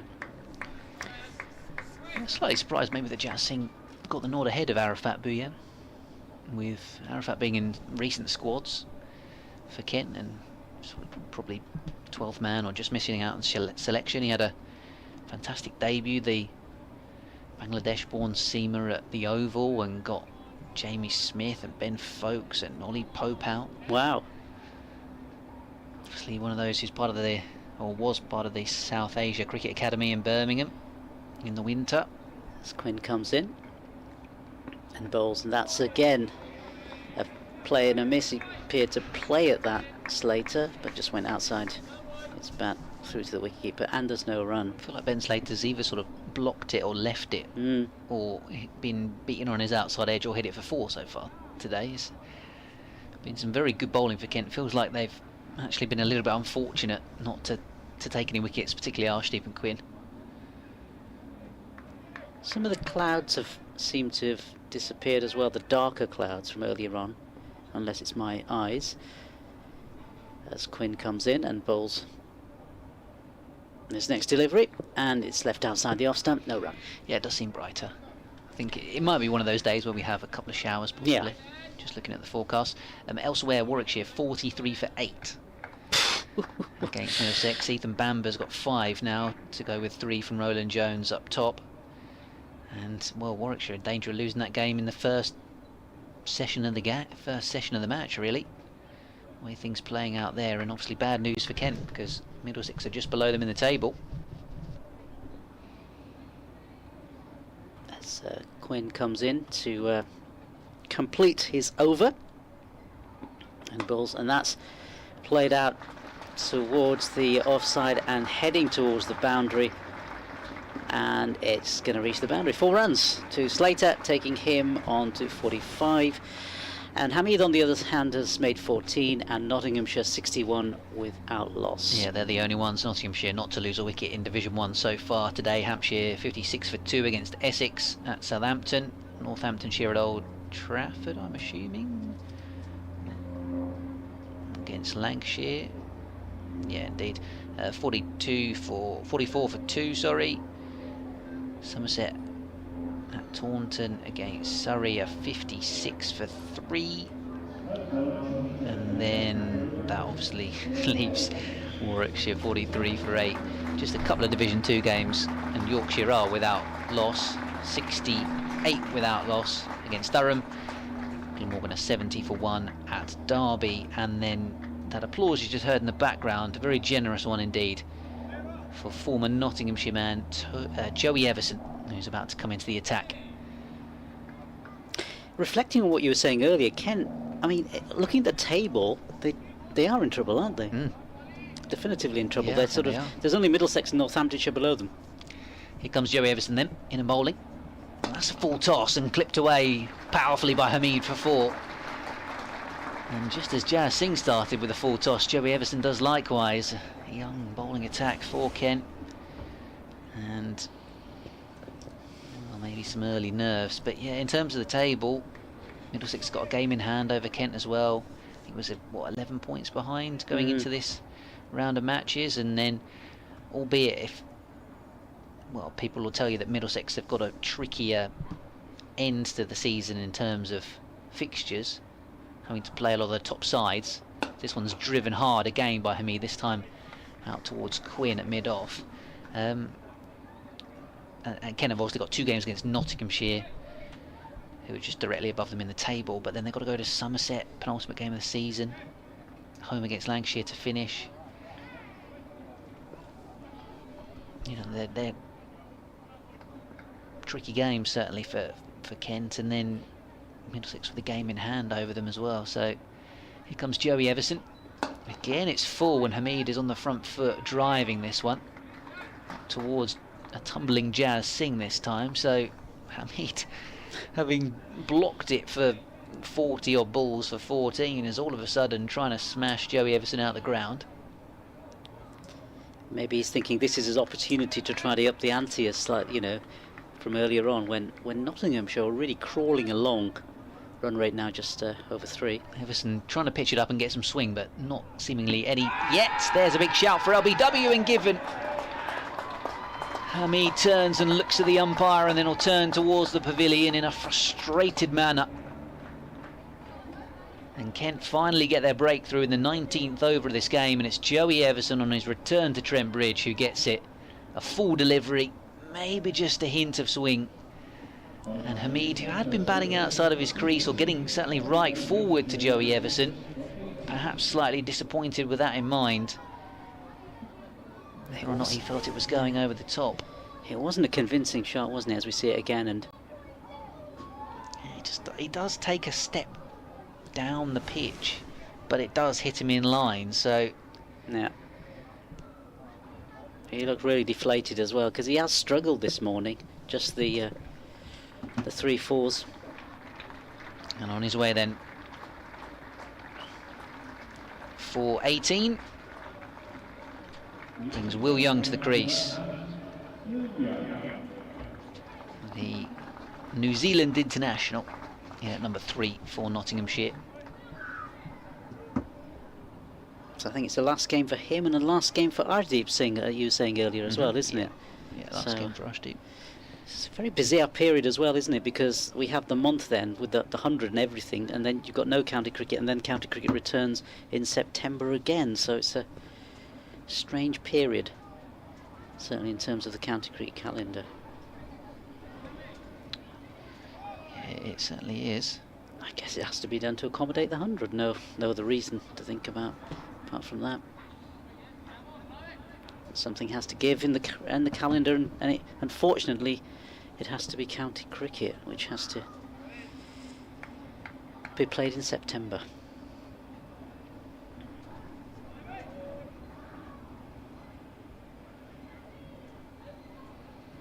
So 65 for 1 then, Nottinghamshire, as Young marks out his guard. And I was saying to this earlier on, actually off air to Dave Bracegirdle, about Joey Everson, as he's got 3 slips in a gully and he's in and bowling to Young. Very full delivery Yorker, which has been dug out into the gully area, that he's batted very well so far for Kent in county championship cricket this season. He's averaging,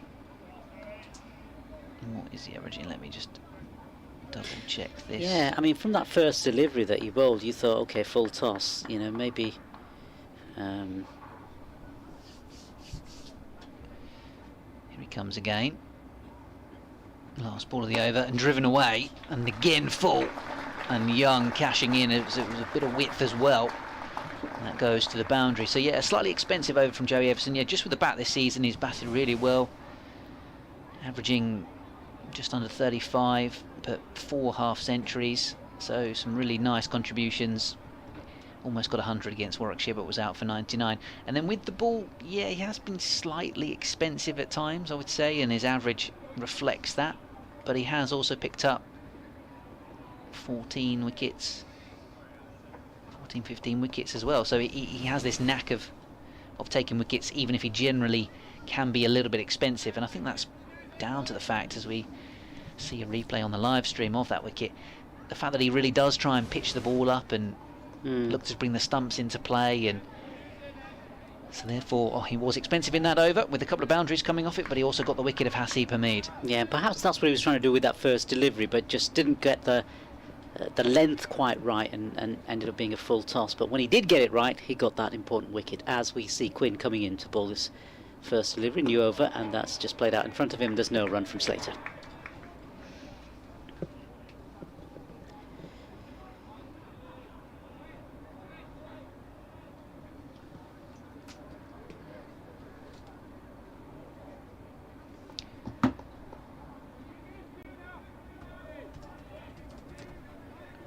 Yeah, I guess from a Kent's point of view, they'll be looking to get a few more wickets. Certainly, if they can get one or two more before lunch, that'd be great. As Quinn comes in, bowls next delivery, played out in front of him, no run. Because that's the onus when you decide to put the opposition into bat, as they've done this morning. Kent winning the toss, putting Nottinghamshire into bat. Slater looking the better of the 2 opening batsmen. He's on 45. Yeah, it's a fair point, actually, when you win the toss and choose to field first, albeit I think both captains would have done on a day like today. You've got to make hay, get early breakthroughs. Quinn comes in and he bowls, and that's played out in front of him, and a diving fielder couldn't stop it as it went square-ish to the boundary there. 4 runs to Slater as he approaches his half centuries on 49. One more run. And of the 2 batsmen, he certainly looked the more comfortable this morning. Certainly shot-wise as well. I think he's sort of played the perfect innings for an opener so far, Ben Slater. Early doors against Arshdeep and Quinn, when it was moving around a bit, he was just playing very sensibly, soft hands, getting in behind it, defending, leaving, and then he's very quickly got going and cashed in on anything slightly full. 10 boundaries in his 49 not out. So yeah, really clear decision making and shot selection from him. As Quinn comes in, bowls this next ball, that's played out in front of him, and that again is heading towards the boundary on the offsides. But it's going to be pulled in fact, certainly, and that will take Slater on to 50. 52 to him. 10 falls in that. Healthy strike rate, 74, 52 not out. And certainly, as the game has evolved this morning, he's certainly been playing some really good shots and certainly keeping things together at the top of the order for Nottinghamshire. Yeah, perfect start for the home side after the difficulties they had with the bat last week. Scored a half century against Somerset at Taunton a month ago. Ben Slater, and playing himself back into form nicely with a really convincing innings so far. 70 balls and those 10 boundaries, as I mentioned. Quinn comes in, bowls, and that's left outside. His off stump by Young, who remains on 4. Yeah, a bit of Kiwi off between Will Young and Matt Quinn. It's interesting this morning as well, seeing Arshdeep exerting a lot of control over the Nottinghamshire batsman, and the run rate was relatively low at that point, wasn't it? Certainly for the first half hour or so. But then when he was taken out of the attack, or not so much taken out of the attack, rested perhaps, and the first bowling changes came along, that's when Nottinghamshire, certainly through Slater, have started scoring runs, as we see this next delivery from Quinn, and that's played out in front of him. There's no run there from Young. Yeah, Matt Quinn was an Auckland born and bred, growing up, playing for Auckland under-19s, New Zealand under-19s, before he came over to play county cricket for Essex. And then Will Young is born in New Plymouth, but Central Districts man. So yeah, both 30 years of age, so probably would have played a bit of cricket against one another, maybe together for New Zealand youth sides over the years, perhaps. Have to ask Matt Quinn when I see him, but yeah, so the overseas player in to join Ben Slater, who's batted beautifully so far today for Nottinghamshire. Joey Everson to continue. So still no sign of Arafat Bhuyan into the attack, but it is an all-seam attack for Kent, with no Hamid Kadri in the lineup.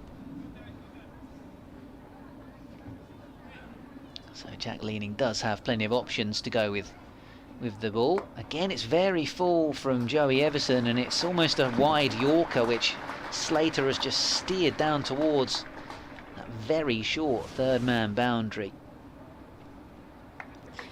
It's certainly not helping Kent's cause here, because in amongst the good deliveries and the wicket of Hamid, there have been bowling these deliveries which have been dispatched to the boundary by these Nottinghamshire batsmen, and certainly Slater has looked very comfortable when he's batting. Next delivery from Everson is worked to backward point, says he, disguising his voice as Ben Watts. We just had a little swap over here because Radio Nottingham are going to come to me in a second, and Ben's got to do an update for BBC Radio Kent. 81 for 1. So we're around about half an hour or so away from lunch. As Nasser was just saying, it was a very quiet first half an hour or so. 7 from the first 7 overs. I think it was 9 from 9, and then 1 or 2 boundaries started to come once the change bowlers were introduced. Joey Everson with the only wicket, that of a Seba Mead. Runs away from us. Bowls to the right-handed Young, who drops it on the leg side. It's a no ball, so 2 more to the total there. Unusual to see, well, not unusual, of course it's not unusual, because all Kent supporters will have seen an awful lot of Joey Everson this season, but for me it's unusual to see Joey Everson without the 90 on his back. He was always Joe 90 when he was here, his squad number, but he's now happily ensconced in the number 33 down at Canterbury. No ball there, so he's gone for 15. He's only bowled 8 balls, or 8 legal deliveries, but he's got that wicket as Will Young, the evergreen Will Young, pushes this up to mid-off. Favourite Will Young song?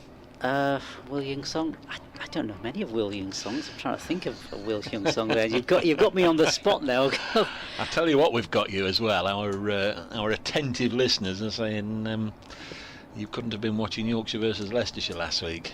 Oh, Sussex it was. It wasn't Leicestershire. Everson bowls. Nice shape to this It's ball Sussex. from Joey Everson. Swings away from the ball through to the keeper. Memory like a sieve these days, Dave. Memory like a sieve. 83 for 1, yes. That's why I asked if it was at Leicester, because I thought in the first round of matches this Sussex. year, Leicestershire chased nearly 400 on the last day at Headingley. But anyhow, these matches come thick and fast as Everson bowls to Young. Little push to covers. 83 for 1.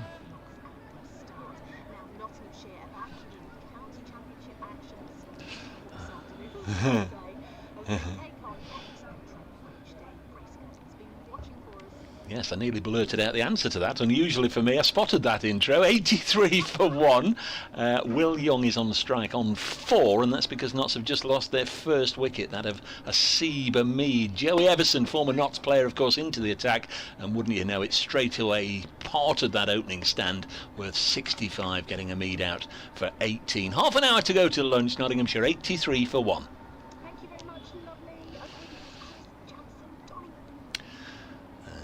That is the end of the 21st over. Joey Everson 2 overs 1 for 15.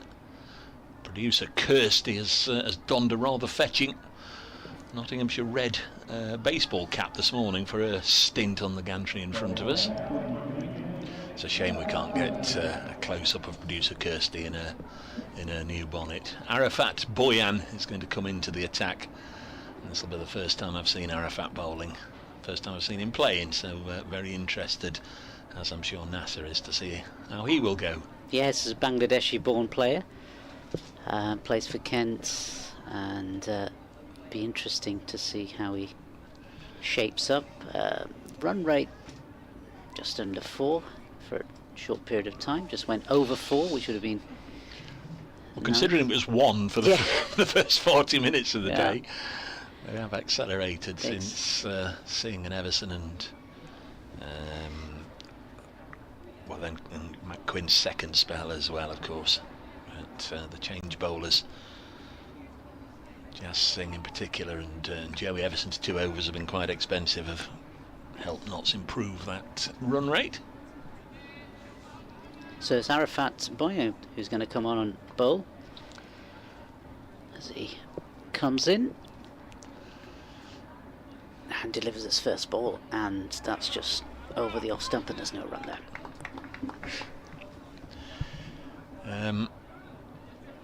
One or two people have been in touch and been tardy with my stats, as Nigel King has reminded me, because Ben Slater has gone past 7,000 first-class runs in this innings. Thanks, Nigel. I did have that on my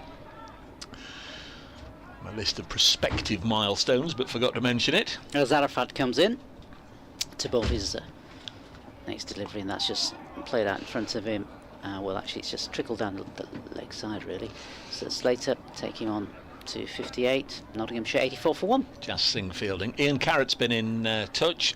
Dave, I've missed the last half an hour, but if you're still on birds, how about the Aussie Neil Hawke? And in brackets he's put, yes, he was Fred Truman's 309th Test wicket. He was indeed. I can remember, I can't remember seeing that, but I can remember back in the 60s, I can remember seeing Neil Hawke, who was part of that Australian side. 1968, I can remember seeing on the telly that series. A lot of rain, that series. Neil Hawke, 84 for 1. As Arafat comes in to bowl his next delivery, and that again played out in front of him. There's no run. Mark the Mod asked how many times Notts have put on a 50 partnership for the first wicket this season, and just replied to Mark, surprisingly it's 8. And I say surprisingly because it just seems, witnessing it, that another poor start. Oh crikey, today they've put 65 on, but there has been 8 stands beyond 50 for the first wicket this season now. As Arafat comes in, and that's left outside his off stump by Will Young, no run.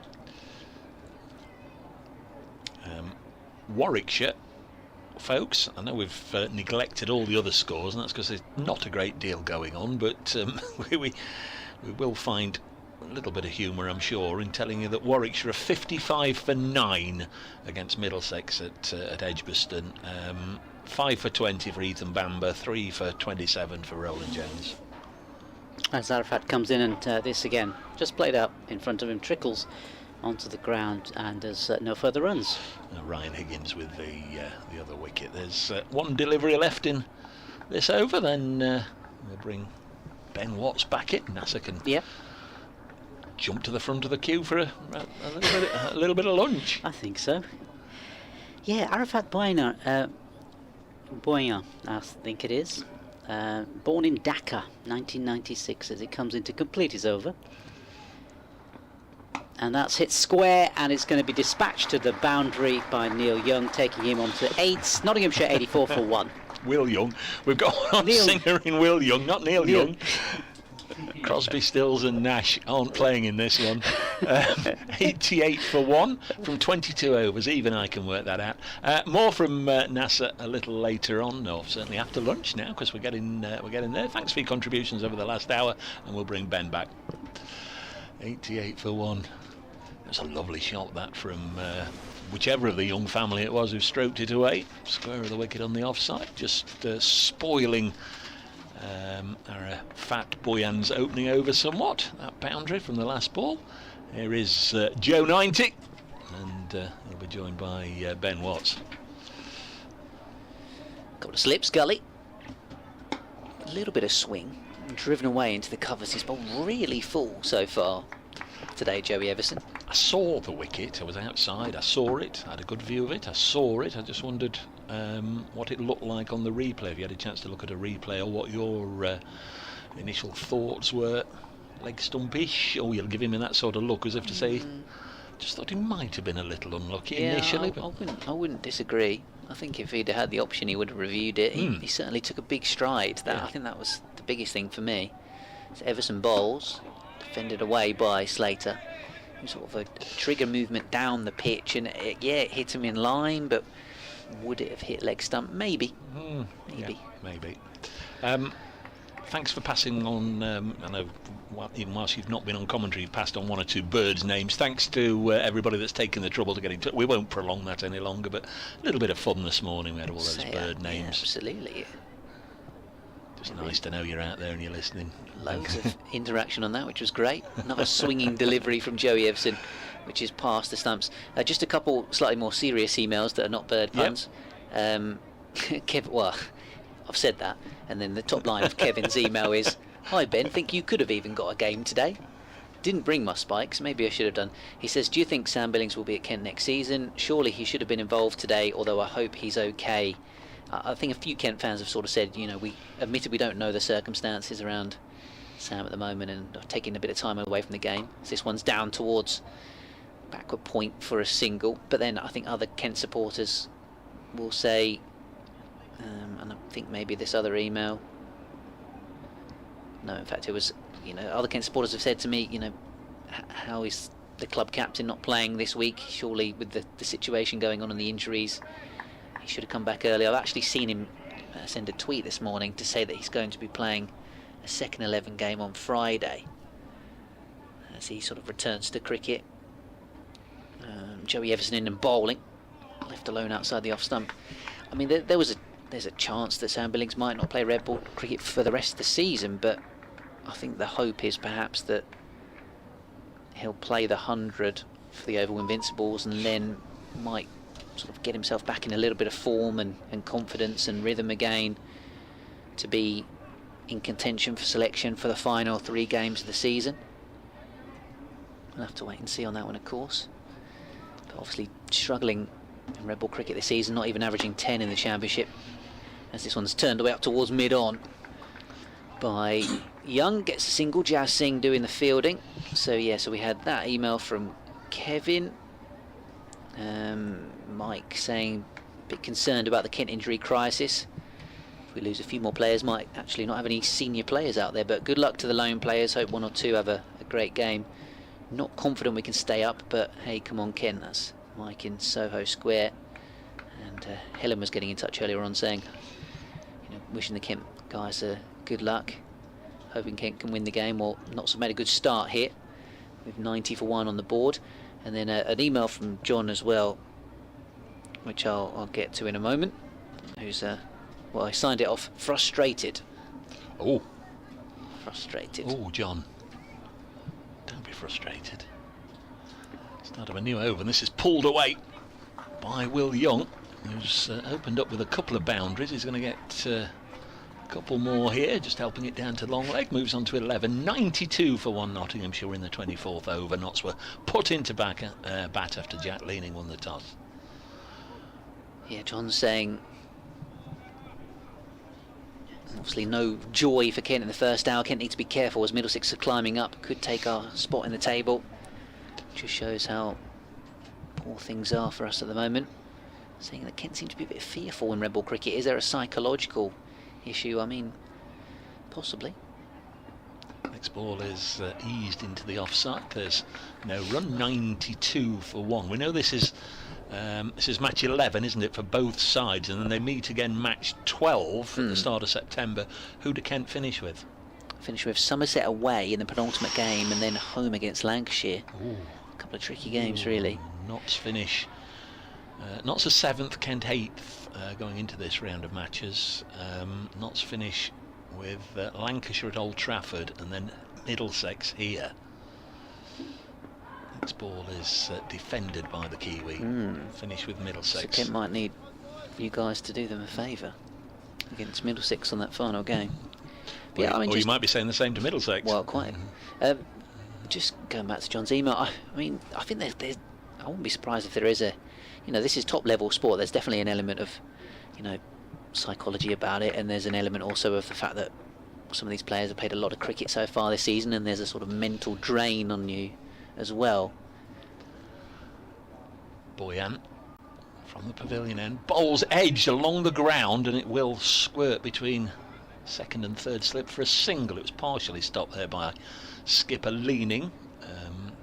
Jazz Singh comes round to do the fielding. They take a single. Young goes down to the other end. 93 for 1. I'll make a comment, and it's nothing to do with Sam Billing's circumstances, because I don't know about circumstances, but you can pretty much apply this to most of the 18 counties. I've seen a lot of tweets and updates and articles. I'll come back in a second as Boyan quickly into his stride, wide of the off stump. So and so out injured, hoping to be fit for the 100, and I think that grates a little bit with county cricket supporters up and down the country. They want to see the players playing for their county sides, not getting themselves ready through June and July to be ready for the 100 when they're of no practical use whatsoever to their counties. 93 for 1. Boyan. Decent pace, bowls, and he's cut away, but there's protection out there on the point boundary. And Ben Slater moves on to 60. 94 for 1. Yeah, I think if you look at Kent's season really in a nutshell in the county championship, aside from those 2 wins against Northamptonshire, which are their only 2 wins, and quite resounding wins actually, particularly the one at Wantage Road, but generally they've struggled for first innings runs, and they've lost wickets in clusters, and I think that has been a problem for them, and I think some of that then becomes psychological, because the talk in the dressing room is about first innings runs. Why can't we do it in the first innings? We're not getting the batting bonus points. Yeah. We're putting ourselves behind in games by not starting well with the bat. Yes, I think those comments can equally be applied to Nottinghamshire as well, who didn't have the luxury of being paired with Northants for 2 games this season. Only played them once. Okay. Joey Everson then in and bowling. Yeah, Kent only played Middlesex once and got pretty well beaten at Lords, and that's a very poor piece of fielding. Down at fine leg by Arafat, and slightly sums up Kent's morning in a way. 98 for 1. Bit of sloppiness. Oh dear, down there. oh dear. And just deflected down to long leg for a single. It went straight through his legs. Yeah, that's. I mean, if you Powell did that in the village game on Saturday, you'd be disappointed, wouldn't you? No hiding place when you're only just in from the road. Here comes Everson in the bowling. Yorker length, which has been defended out. Yeah, so Kent don't get the opportunity to play Middlesex twice, but yeah, having beaten Northampton twice. You look at the Division 1 table, and actually what you're saying there about Nottinghamshire, 11 batting bonus points, Kent 10, Middlesex 2, Northants 1. So those are the bottom two at the moment. And you've got Lancashire and Hampshire have got 14, and then the other teams are up and around 20, having had a few more decent starts. This one is shorter from Everson, cut away out towards cover. I was looking last week. It just suddenly dawned on me that I've not been able to commentate on too many centuries for Notts this year, and I wondered if they were down there amongst the lowest with just 4 centuries in the first 10 matches, which is pretty low. But then it was pointed out to me that Sam Robson, I think in the last round of matches of the week before, got a century for Middlesex, and that was their first of the season. So Middlesex shorter runs. Everson bowls. They've batted well so far today. Ben Slater in particular has more runs here, tucked away into the onside for just 2 in the end. Slightly awry throw coming in from the boundary, but a run rate of just over 4 and over, and now 100 on the board for Nottinghamshire. A perfect start to this game, aside from the 1 wicket of Hamid. But when you've been inserted on a slightly green tinged pitch with a little bit of cloud cover, a bit of swing early doors, that's a pretty good outcome for the home side. As Everson is in and bowling, once again back of length delivery. Slater trying to steer it away, but almost too early on the shot. Yes, of this Nottinghamshire 11, there's only Will Young and Joe Clark that have scored centuries this year. The other two, Ben Duckett and Matthew Montgomery, neither of whom, of course, for different reasons, are playing in this match. Duckett on international duty, Montgomery was in the 13, but he's made way for the returning Mullaney. Everson bowling. Left alone outside the off stump. He's actually thrown himself to the ground, Mark Wood style there, Joey Everson. The effort that he put in with that delivery. Into the over, Nottinghamshire 100 for 1. Yeah, Kent actually have had a few centurions, and the only thing would be is that generally people have only scored 1, so obviously Beau Drummond got the massive triple 100 against Northamptonshire, but you've got Finch, Mayeye, Crawley, Compton, Cox, and then Everson got a 99. But nobody's got 2 centuries so far this season, or scored, and particularly, just thinking about some of those. Obviously, Finch's last week was in the second innings, and generally the others might have been first innings. But yeah, it's first innings runs that have cost them. Here's Boyan to bowl his 3rd over, wide of the pegs, goes through to the keeper. Yeah, you don't get many triple hundreds to enjoy, do you? Daniel Bell Drummond with 300 not out this season? Yeah, he only just got there with the number 11 Arshdeep Singh. He was on about 292 when Arshdeep came to the crease and smacked his first ball straight up in the air, but got lucky. Where was that at? Canterbury? It was at Wantage Road. Oh right. Next delivery is pushed to mid-on. Yes, Notts only played Northants once, and they beat them at Wantage Road lunchtime on the 3rd day. And their other win was here against Somerset early season. Somerset have picked up since then. Beat Notts in the return match 2 or 3 weeks ago, but yes, early season Notts defeating Somerset here. Went to Northants with a win, and we're up inside the top 4 in those early weeks of the season. Now down to 7th as Boyan bowls to Will Young, and he's flirted with danger there outside the off stump. That one deviated away from Harry Finch, who dives down to his right, takes it in front of Toby Albert, who's gone in at 3rd slip. Good take actually, that one. Harry Finch. I was having a chat with him last week, and he was saying about taking up wicket keeping pretty late on, and it's helped him get a second bite at professional cricket with Kent, formerly of Sussex. His partnership already worth 35 for the 2nd wicket, now 36 as this is dropped on the leg side. Single taken. Umpire Malinder at our end of the ground strides from square leg to the right-hander over to the other side of the wicket. Yeah, Arshdeep was so tight early on and unlucky perhaps not to get a breakthrough. Quinn bowled well with the new ball, but since it's just got that little bit softer, not been swinging around as much. Umpire Malinder having to get a bit of a rush on there. Big Leeds fan. Umpire Malinder, as this is pushed into the offside, so he won't have been too thrilled at their relegation at the end of the season. If you're ever in the same hotel as the umpires, and there's an evening footy match and Leeds United are playing, you'll find umpire Malinder. He'll have managed to get it on his laptop. He'll be there in the lounge somewhere. I've seen him many times cheering on his Leeds. 101 for 1. Boyan bowls, and a little push and run from Ben Slater. It's going to take him to 67. His highest score of the season is 70, so that's within one hit now. 102 for 1 at the end of the over. I can't talk about football this week, Dave. I'm in mourning. As a Crystal Palace fan, it's a tough time at the moment with certain players exit to Turkish club. Just wonder if they'll get as many free kicks this season as they have in recent times. Is that mischievous of me to suggest that? It does get fouled a lot.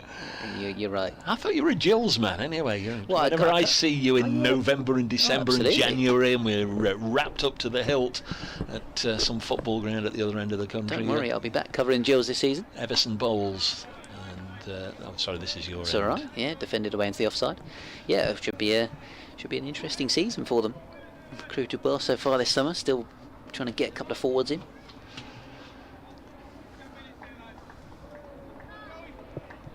We're close on lunch. 9 minutes away, maybe a couple of overs after this one.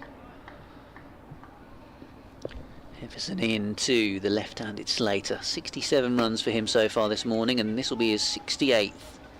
Tucked away to Matt Quinn, who's diving to field at mid-on. Somebody pointing out this morning that Matt Quinn is carded to come in at number 8, which is very high for Matt Quinn. I mean, I love watching Matt Quinn bat because he's entertaining, but he should definitely be down at 10, not 8. But there we go. Grant Stewart unavailable this week because he's playing for Italy. Yes, playing for the Azzurri. Got a pasting yesterday, didn't they, against Scotland? Everson bowls, edged, thick one, down towards third man by Will Young. He's going to probably get 3 for this as it's chased down towards the boundary. I don't think it was ever really quite catchable. Flashed well past gully. Yes, and Grant Stuarto has got a new teammate in Wayne Madsen now. Yes. Derbyshire player with the Italian grandmother. That's somewhat similar to my call-up for Italy all those years ago, when I'd lived in Italy for 5 years and I got selected. Over 30 years ago now. Here comes Everson, in and bowling. Defended away into the onside. Sorry, say that again. Didn't know I'd played for Italy. No. Yeah, 1992 European Cup. I played for Italy. What was your Italian connection? Just residency? It was residency, 5 years residency. It was either born in the country or Italian residency. See, I've known you all these years, Dave, and I didn't know that. I think you're probably the only commentator on the circuit that wouldn't know. That's amazing. Everson bowling. Defended away up the pitch. Of course, Gareth Berg is captain and head coach now, so he's been going into a... he's suddenly become very, very interested in family trees, and has got Grant Stewart and Wayne Madsen. Yeah, Grant, in fairness, has got that sort of Italian, rugged Italian look about him. His mum's from Italy, and he's lovely olive skin, dark hair. He's a very handsome man. He's Grant Stewart. Good cricketer too. And Kent missing him at the moment, as this one's tickled away down towards fine leg. And comes the throw from the boundary. And the end of another over, so 107 for 1 Nottinghamshire, as you say, Dave, with, well, now less than 10 minutes until lunch. Yes, it'll make a change to have a 1 o'clock lunchtime. We didn't have a single 1 o'clock lunchtime in the Hampshire game last week. It was an early lunch at 12:30 on the first day, and days 2 and 3 were both at 1:10. So making up time lost on the first day. So 1 o'clock lunch scheduled. Resume at 1:40. Nottinghamshire 107 for 1. Ben Slater's on 69. Let's just go through to the keeper. The ironical thing about that first European Cup for all the associate nations back in 1992, Ben, was that I was living in Italy, and the first competition could have been anywhere in Europe, couldn't it? Could have been absolutely anywhere. Could have been in one of the Greek islands, could have been in Cyprus, could have been in Berlin, could have been in Scandinavia, Malta, Spain, Portugal. As Boyan Bolesnik goes through to the keeper. Right. We were based at Worksop College in Nottinghamshire. It was played in all the leading club grounds in Nottinghamshire in England. They were the hosts for that first European Cup in 1992. It meant I could spend the week 10 days at home in Europe. That was easy. Yeah. How did you get on? Who won? I think we played at Germany. 107 for 1 as this goes through to the keeper. Their prize was, we all went down to Lords on the eve of the end of the competition. The final was played in, I don't know, either at Worksop or Retford. But then we all went down to Lords and had a dinner, which Christopher Martin Jenkins and Colin Cowdrey and one or two other dignitaries spoke at and presented the awards or whatever. And then the next day, Germany played an MCC 11 nice. At Lords. This one's cut away for 4, and it was perilously close to Toby Albert at the gully. And Slater's gone to his highest score of the season, but he got a little bit lucky there, just enough elevation to take it over gully and away for 4, and that takes the score on to Nelson with 2 balls to go before lunch. 111 for 1. I'd say Ben Slater's earned a bit of luck the way he's played so far today. He had one inside edge, didn't he, which just deflected the ball away from the diving Finch. But he's on to his highest score, 73 in the morning session. So that was it, 1992. Next delivery is wide of the off stump and through to the keeper. I was in the RAF at the time in Italy, and I think we played, I don't know if we played 7 matches or 8 matches, but we beat Greece and lost to everybody else. But there was a lot of expats, Cypriots, not, I didn't mean Cypriots, I think there was a Cypriot, but there was a few Sri Lankans and Indians who were living and playing cricket at the time in Italy, and yours truly. Next one cut away by Slater. He'll get a single. I was asked to go on a tour to Malta just after then, but I couldn't get the time off from the RAF, so I didn't go. Otherwise, that would have been nice. 112 for 1. Time for one more over before lunch here. 28 overs gone. Slater 74. Will Young 16. Yes, indeed, one more over before lunch. And well, for Kent supporters who are feeling a little bit down in the mouth at the moment, I can tease, I'm not sure if I should, but I can tease that there's a bit of news coming during the lunch break, so keep your eyes on social media. A little bit of positive news ahead of the one-day cup, so I won't say any more for now. What we will say is that there's 11 wickets gone down at Edgbaston in the morning session. Crikey. Here comes Everson, bit of swing, turned away into the onside, so first one down for Middlesex then. 3 for 1. Warwickshire 60 all out, Middlesex 3 for 1. Crikey. If you've got tickets for day 4. If you've got day tickets for day 2, you might be struggling at this rate. Crikey. Middlesex will be all up by tea. We'll be on second innings before the day's out at this rate. Nottinghamshire 112 for 1 here though, and Slater's batted brilliantly so far today. 100 balls he's faced for 74 not out, and he's defending this next one into the offside. Just quickly, the batting sides: Hampshire 72 for 6 against Essex, Northants 66 for 3 against Lancashire, Somerset 79 for 4 against Surrey. We've done Edgbaston. Glamorgan 105 for 1 against Derbyshire in Division 2, and the only other game, Yorkshire's openers 106 without loss at Scarborough against Durham. So those Division 2 scores similar to the situation here. some other Division 1 teams. This one's left alone by Slater, wide of the off stump from Everson. Have also struggled with the bat, likes Nottinghamshire. Essex, good start for them. Beating Kent inside it was just over 4 days in the end last week.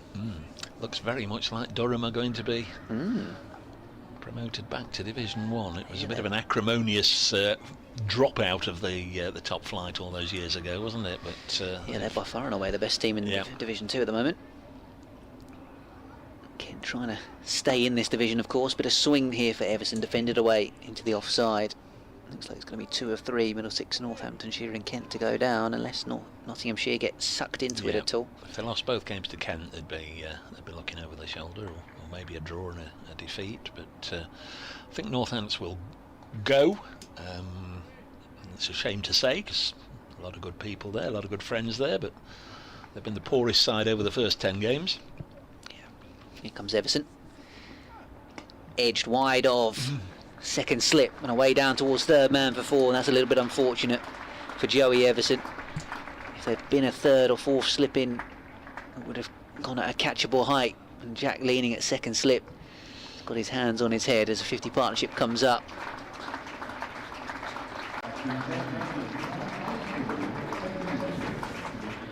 As I say, maybe Ben Slater has earned his luck this morning, just seeing the replay.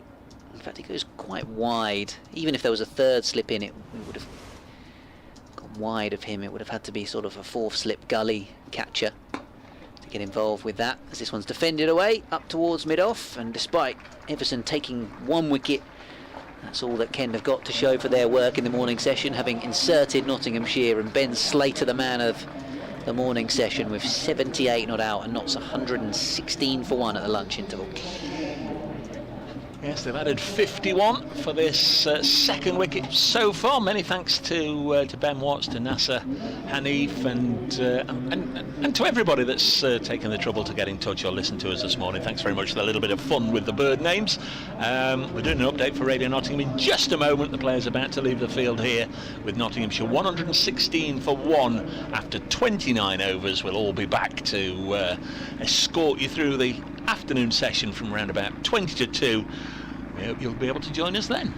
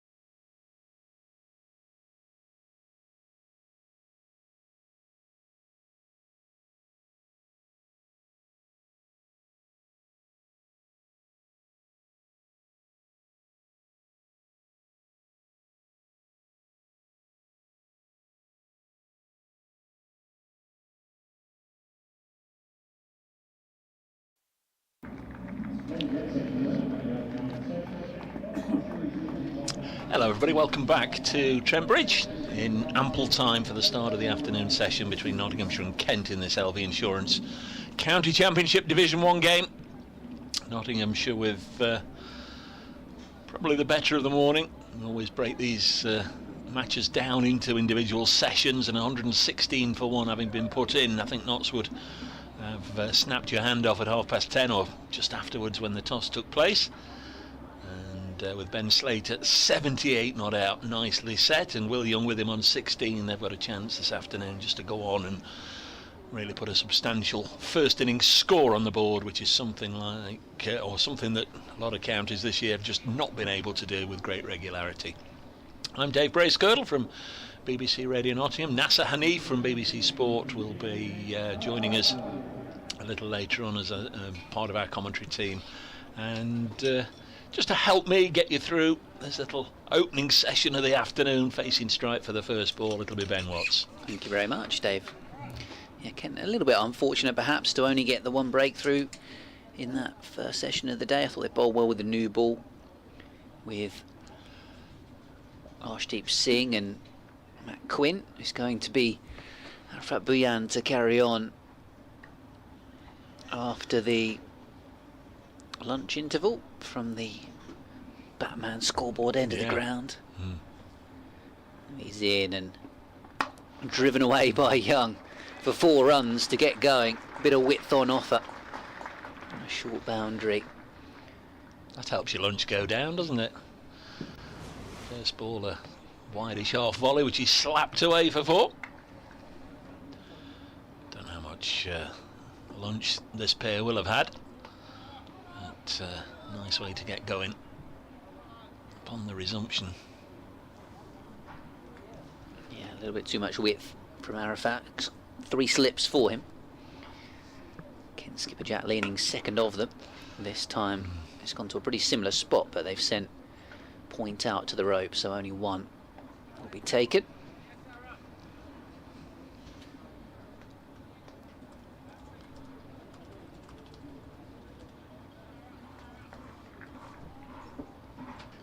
Little surprised they didn't start with Arshdeep Singh again. Very often after lunch you'll go with your new ball bowlers, won't you? Particularly if you're desperately in need of a wicket. I must admit, I did think he would have come on for a spell. Yeah. Post lunch. Arafat around the wicket, and a nice line that as well to Ben Slater, who's on 78, but just feeling outside the off stump for that one. Yes, I mean, in terms of the economy rate, his figures are the standout ones. Arshdeep, 6 overs, 4 maidens, none for 9. Quinn's bowled 9 overs, none for 28. Singh, 4 overs, none for 29. Everson, 6 overs, 1 for 32. And Bhuyan had been going along at 4 and over before this over. Here he is again. Slater down into the gully and missed actually by Albert, who sort of went to fall on top of the ball and squirmed underneath him. Slightly weird seeing Alex Blake out there in a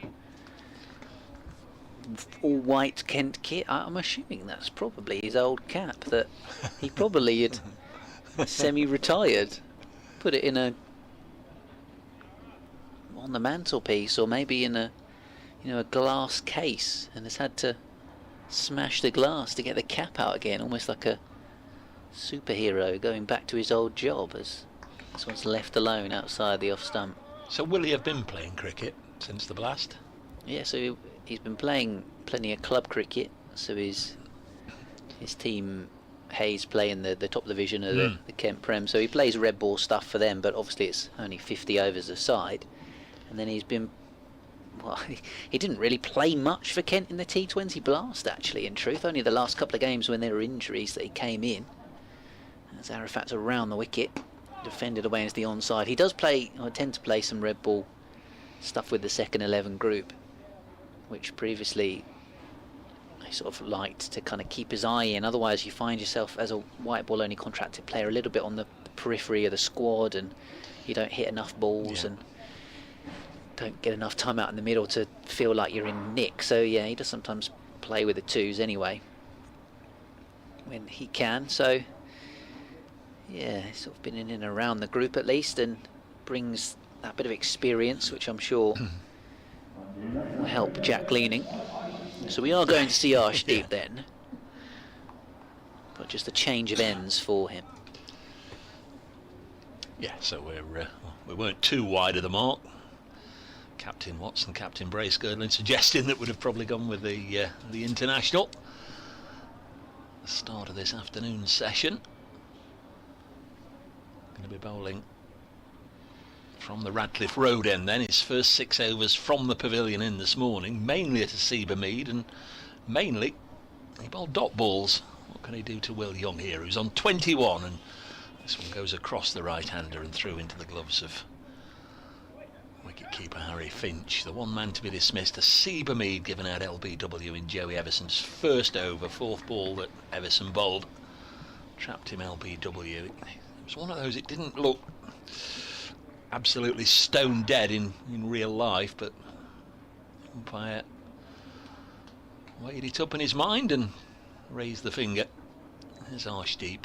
Smear of red from the ball down his left thigh.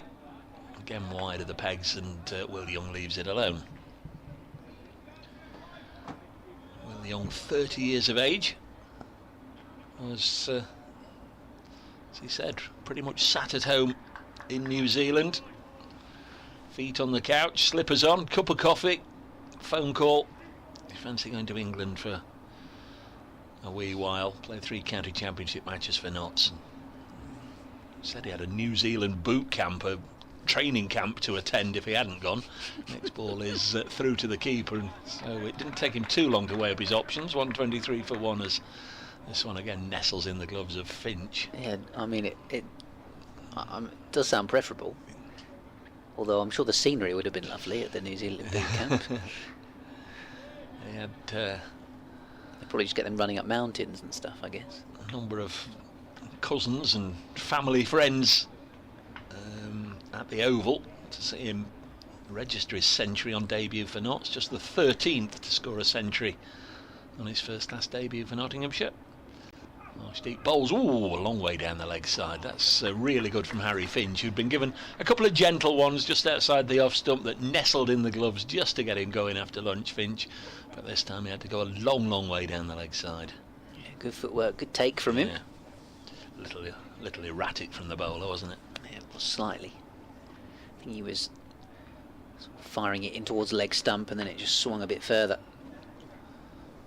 123 for 1.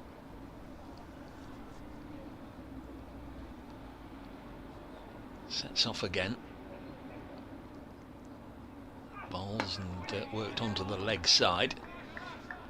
You often see with a fast bowler that their strides lengthen. I'll have a look at this again when Arshdeep runs in for this next ball, but it didn't seem, I had a look at the last couple of deliveries, it didn't necessarily seem as if he does lengthen his stride. It's almost like he just runs through the crease and throws his arm over in the middle. It's all very smooth. Just asking mid-wicket, who is Ben Geddes, the Surrey loanee, on his Kent debut, just to go out from mid-wicket, saving one out onto the fence. Here we go then. So this stride doesn't really lengthen at all, does it? In fact, it perhaps shortens as he gets to the crease, and that's a good delivery. Provokes a little bit of animation behind the stump, some oohs and ahs, and the end of the over a maiden, 123 for 1. Middlesex 10 for 2. And Dalby has got rid of Robson and Eskenazi. You never know, 60 might be a big first innings score. Warwickshire all out earlier on in the day. Middlesex are, well, on course to be 50 all out at the moment. Astonishing. Edgbaston favouring the bowlers today, seemingly. Likewise, Southampton, where Hampshire are 85 for 6 against Essex. So Arafat around the wicket, left alone by Slater. Yes, you'd say Surrey still probably favourites to go on and retain their county championship, and in hot pursuit Essex and Warwickshire and then Hampshire fourth. Yeah, I think there's a sort of quiet optimism quiet confidence at Chelmsford that they can contend come the final couple of games of the season. As Arafat bowls again, this one straighter, forcing Slater into a defensive shot. Yes, there's runs there with Cook and Brown and Westley and Lawrence in particular, and obviously then sides going to Chelmsford tend to get hammered. They do somewhat, although actually it was probably more the seamers last week. Yeah, Sam Cook and Jamie Porter. Cook's been a bit of a thorn in the side of Kent this season. And as around the wicket comes Arafat Bhuyan and turned away out towards mid-on, top ball.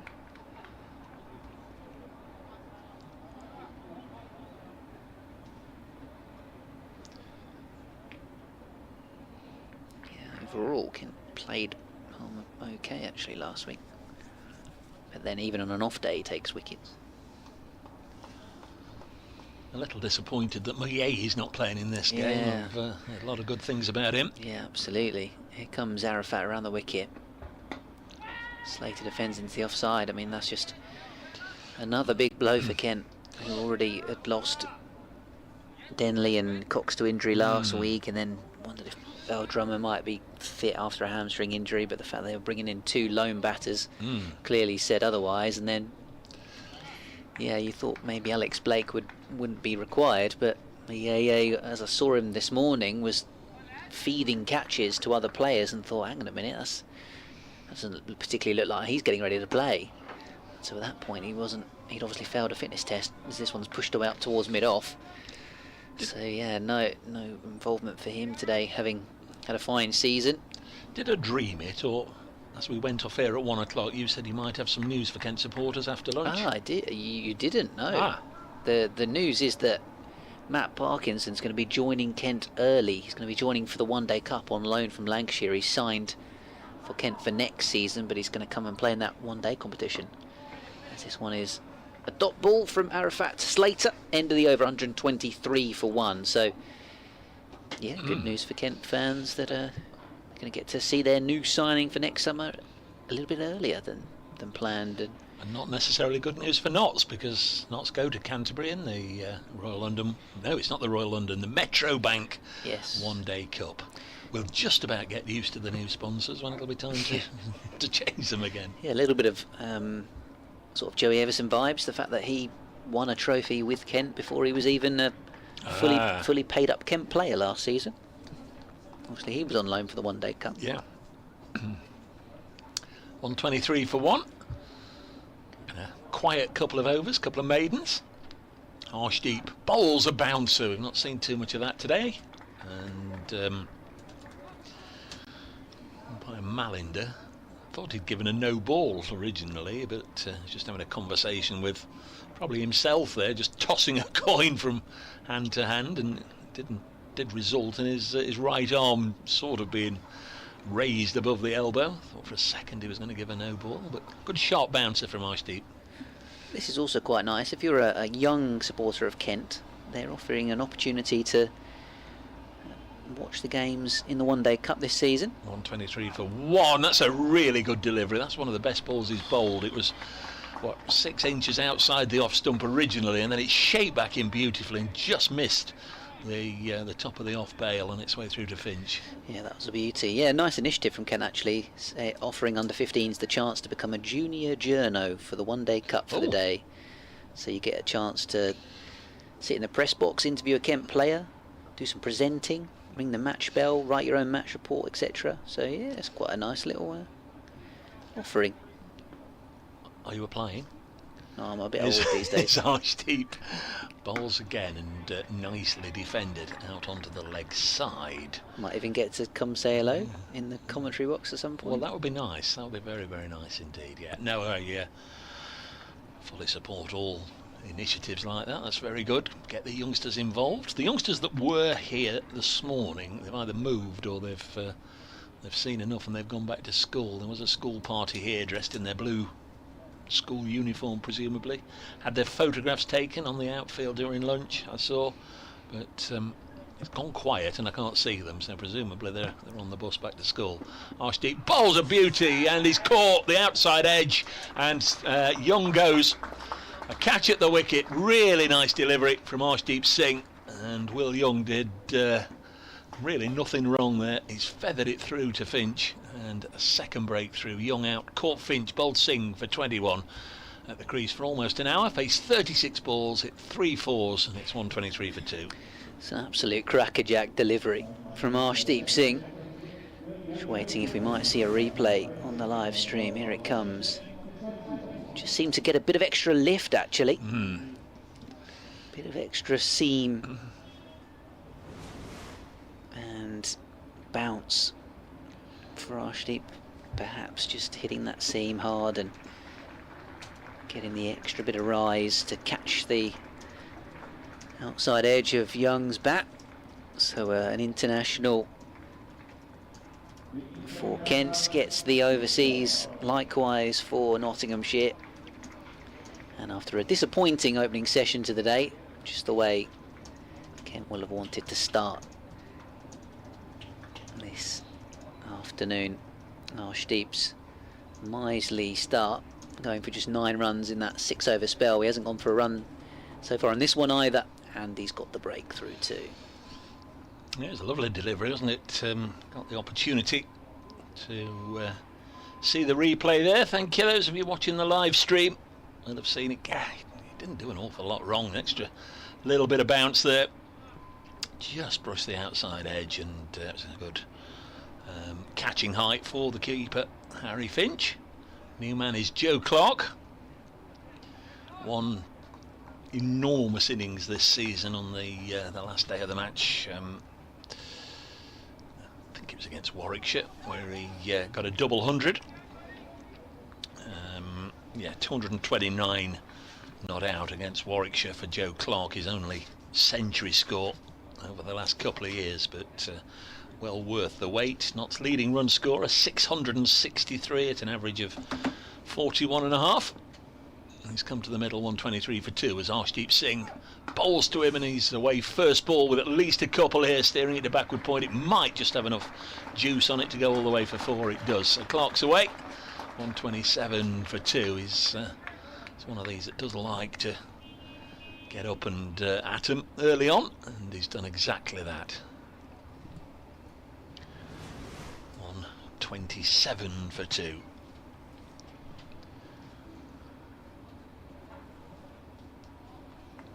So Young out for 21. That second wicket partnership was 58 following the first innings one of 65. There's Arshdeep again. Bowls, and that's a good delivery.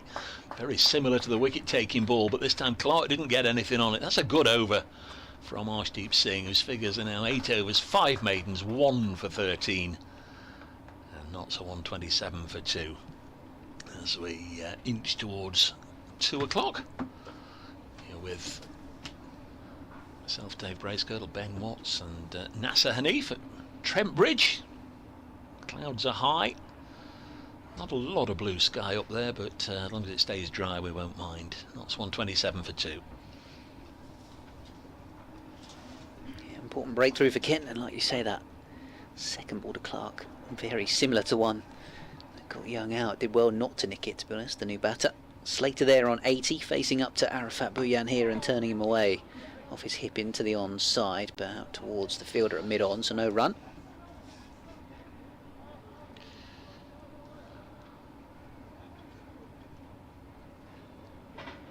Couple of slips here, Kent and a gully. Man out at deep point. Alex Blake, who Philip Bailey has just been in touch with me on kentcricket@gmail.com to say actually played some minor counties for Cornwall the other week and got 100. Oh, so around the wicket, Arafat down the leg side. Nice take by Finch. 2019 here, Joe Clark, his first season with Notts. He got centuries in both innings against Warwickshire. Second time in his career he's done that. The first time was at New Road in 2017, Worcestershire against Kent, 142 and 110 not out. See, I almost forgot he played for Worcestershire until you signed all the other ones from Worcestershire.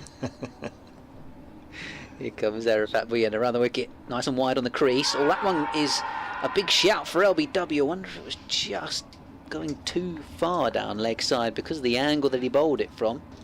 Big shout. Certainly had Ben Slater in a little bit of bother. Just looking, Clark against Kent. I'll watch the replay first. Yeah, just seeing that now. It's not a bad shout. Probably one that if a review was available, the away side might say, yeah, we'll take a look. It's difficult without it. We get used to the old ball tracker, don't we? Here he comes again and cut away out towards extra cover. Yeah, Clark against Kent. 3 previous matches. Averages 68.6, 2 centuries and a 50 as well. So that's not bad, is it? You know, you can look at stats any way you want. He's either the man for the occasion whenever he comes up against Kent, or he's due a failure. But 68.6 he averages against Kent. Arafat around the wicket, very full this time. And Slater running this out towards deep point for a single. 1 to go in the over then. Clark will get a chance to face Arafat Bhuyan, and I'll then pop to update BBC Radio Ken next door. Always a fabulous view from up here on the commentary box at Trent Bridge. Yeah, we can open the windows and get a bit of fresh air as well and watch the cricket. Almost feel we're part of it, right on top of it. Arafat tightest to the stumps for the right-hander, and Clark happy to just let this one go. Shouldering arms through it goes to the keeper. End of the over, and Nottinghamshire 128 for 2 here against Kent. Yeah, more from Ben in a moment or two when he's done his update, and we'll switch over 10 or 15 minutes time as well. Bring NASA back in. 128 for 2. I'll have an update to do in just a moment for BBC Radio Nottingham. Going to be Arshdeep Singh to continue. Hampshire looks so good for much of this season, and indeed beat Notts in 3 days last week. They're 89 for 8 at home to Essex down at the Ageas Bowl. 3rd wicket has gone down for Middlesex at Edgbaston. They're 17 for 3, and Somerset are now 98 for 5 against Surrey. Here's Arshdeep Singh. Slater's on 81. He's on strike. He'll push this into the covers, and there's no run as Ben Geddes moves round to field.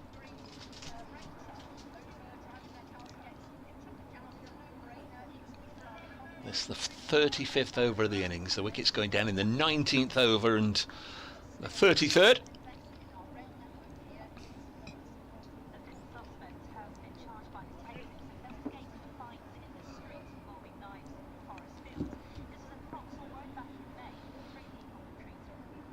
Slater, the left-hander, on strike, and again he'll just push it out as far as Geddes.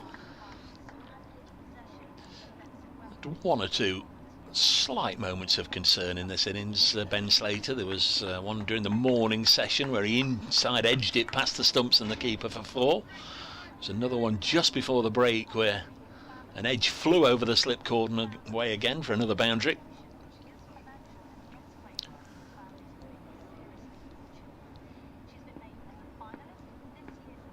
And now within 19 of a 3-figure score. Punches this into the offside, and for the 3rd time in a row Geddes fields, but this time has to dive a long way to his right. That's a good stop, really good stop from the Surrey man.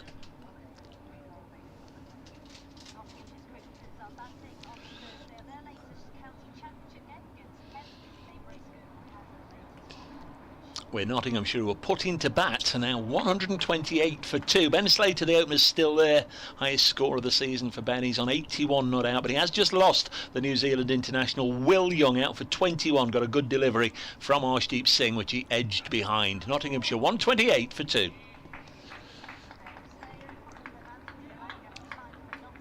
Latest delivery has beaten Slater outside the off stump. That was a good ball, and Ben Slater goes down, does a little bit of prodding of the surface. Ben, hugely impressive this from Arshdeep Singh. 2 deliveries left in his 9th over. got the wicket of Will Young in his last over. He's in again and bowls, and Slater happy with the width on offer here to let it go through to the keeper. And there's no run.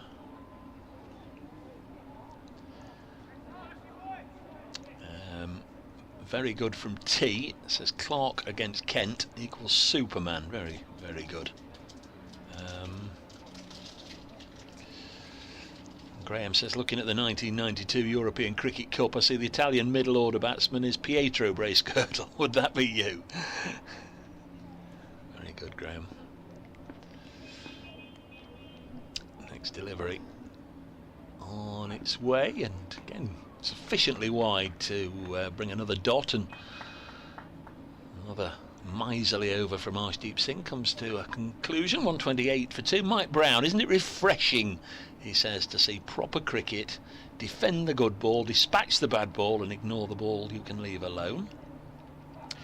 Kevin Tilston being mischievous, get the Worcestershire Cathedral signed up on a 3-year contract to make a picture behind that Batman scoreboard. Naughty, naughty Kevin.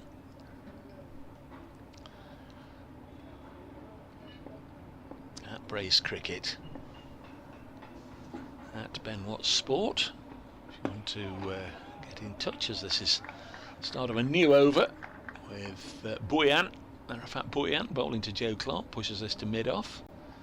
At Nasser Hanif as well, if you want to get in touch with Nas.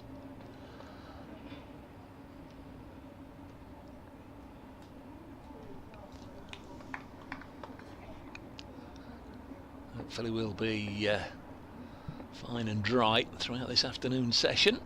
Bhuyan in again, and Clark just had a little bit of a fiddle at that one outside the off stump. Had he made contact, I'm sure he was trying to run it down towards deep third. Try and pick up a boundary there, but he did leave his bat out dangling a little bit. I think it's about the last hour of the day where they say there might be the odd shower crossing the East Midlands. Hopefully we escape any of the wet stuff. Joe Clark's on strike. Here's Bhuyan, bowls to him again, and once more width on offer as it goes through to Fitch. And he was there, then he wasn't there, and now he's back. Ben Watts is here. What have you got? Oh, I was just going to say we did pretty well in terms of the weather this morning. The fact that we had that shower while the players were out there warming up, and the ground staff did an excellent job to get the pitch covered up. And I sent out a tweet saying, oh, maybe we might get a delayed toss or a delayed start here, but no, none of it. The rain passed over and we cracked on. Bhuyan passed umpire Hartley, and again width on offer through to Finch, who's got Ben Compton stood alongside him at first. Well, he was stood alongside him, and just as I mention his name, he takes a step back, decides he's perhaps a little close there. Last year, which was his first full year with Kent, looking on from afar, it was a different Ben Compton to the very, very brief few opportunities he got for Notts, because suddenly he was being talked about as a potential England opener. His first year at Kent, he was reeling off century after century, as Clark will get this away for a run, for a single out to deep point. 129 for 2. Didn't he start with 3 or 4 centuries in a row? Something extraordinary at the start of last year. Yeah, he got centuries in both innings against Lancashire, and I think it was the second game of the season.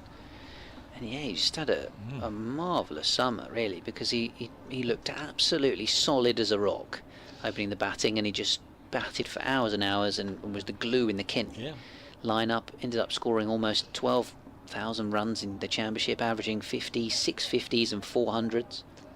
Slater's on strike now on 81, and deflects this to mid-wicket. No run. 129 for 2 after 36 overs here on BBC Radio Kent, BBC Radio Nottingham, and we're also available on the live stream, Trent Bridge Live, or you can find it on the old YouTube if you want to see the pictures and either listen to our commentary or even mute it if you want.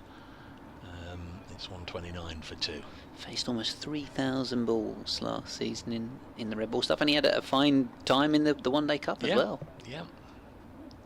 Missed out in the final, but he some very crucial knocks in the group stage to get Kent a couple of wins at Canterbury in particular.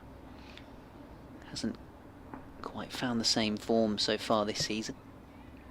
Harsh deep bowling to to Joe Clark. Lets this one go. So if they were all available, everybody's available down at Canterbury, the entire squad's available. Who opens? Compton and Bell Drummond? Compton and Crawley. Of course, yeah.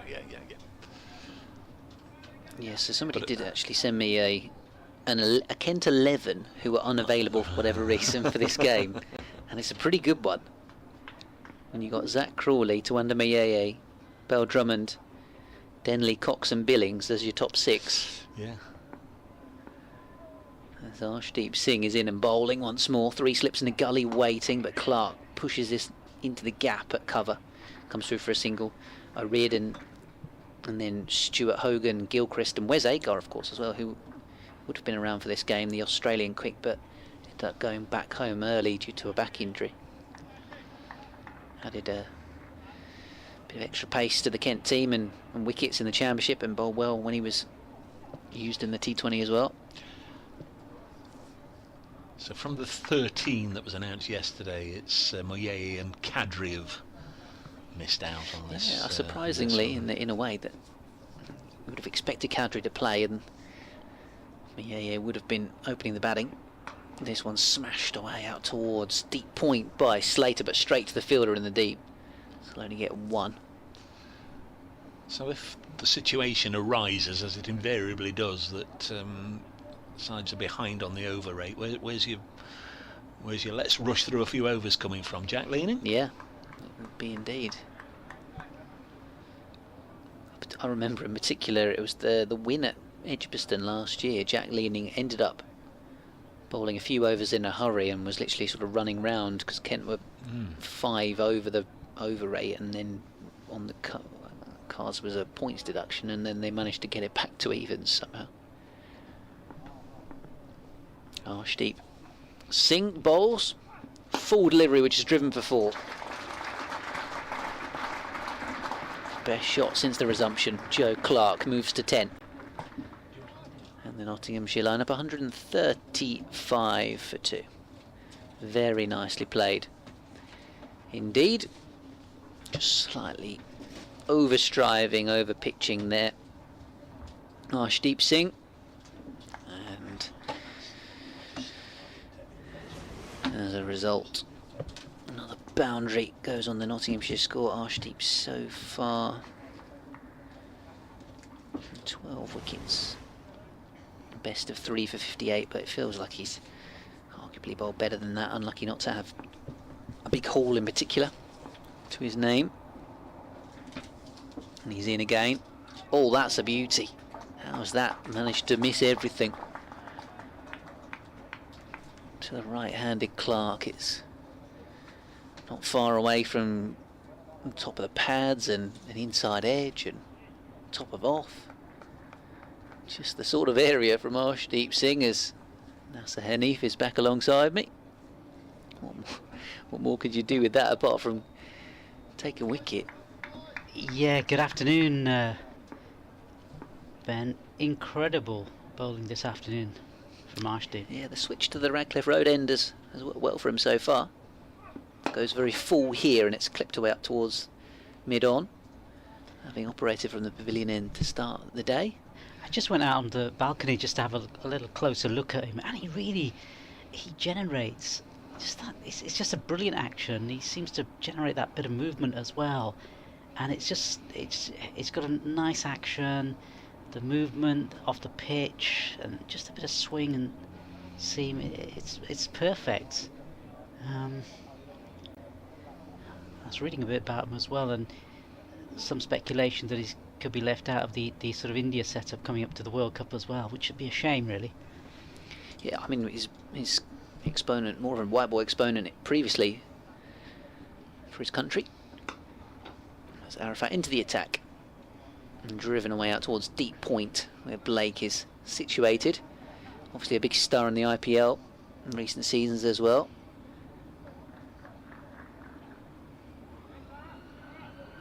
See how you would, well, says something about the other options India have, I guess. That's the thing. Strength in depth. They certainly cover a lot of bases, don't they? Arafat Bhuyan was born in Bangladesh, getting tight to the stumps, bowling here to Joe Clark. Got up to the Southeast Asia Cricket Academy in Birmingham. Played second 11 stuff for Kent at the start of the season and did well. And Kent needed another seamer to bolster their ranks, and they basically said, well, we went to the second 11, said who's the best bowler, and Arafat was that man, and got a contract. A little bit older than some of the younger players in the group. This one's pulled away nicely by Clark. No need to run for that, as that's gone all the way for 4 and then some, and the ball would have kept on travelling had it not been for the brick wall in front of the seating over on that side of the ground. The sound was so perfect off the bat as well, wasn't it?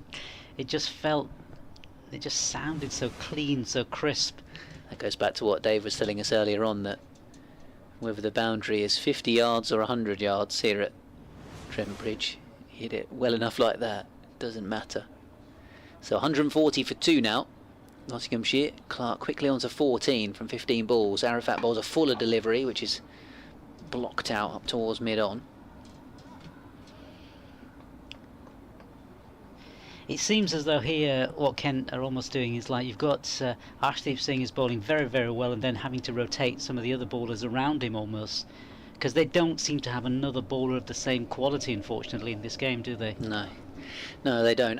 Matt Quinn is a different type of bowler and will run in and bowl very good areas for you and hit good length, but without perhaps that same level of skill as Arshdeep. This one's driven up towards mid-off, which is why they've, in previous games, obviously they had Agar as well. They had 2 overseas seam bowlers to bolster the team, and then suddenly you've got those 2 guys taking wickets. Quinn doesn't give you anything, doesn't let the pressure up when he comes into the attack either, and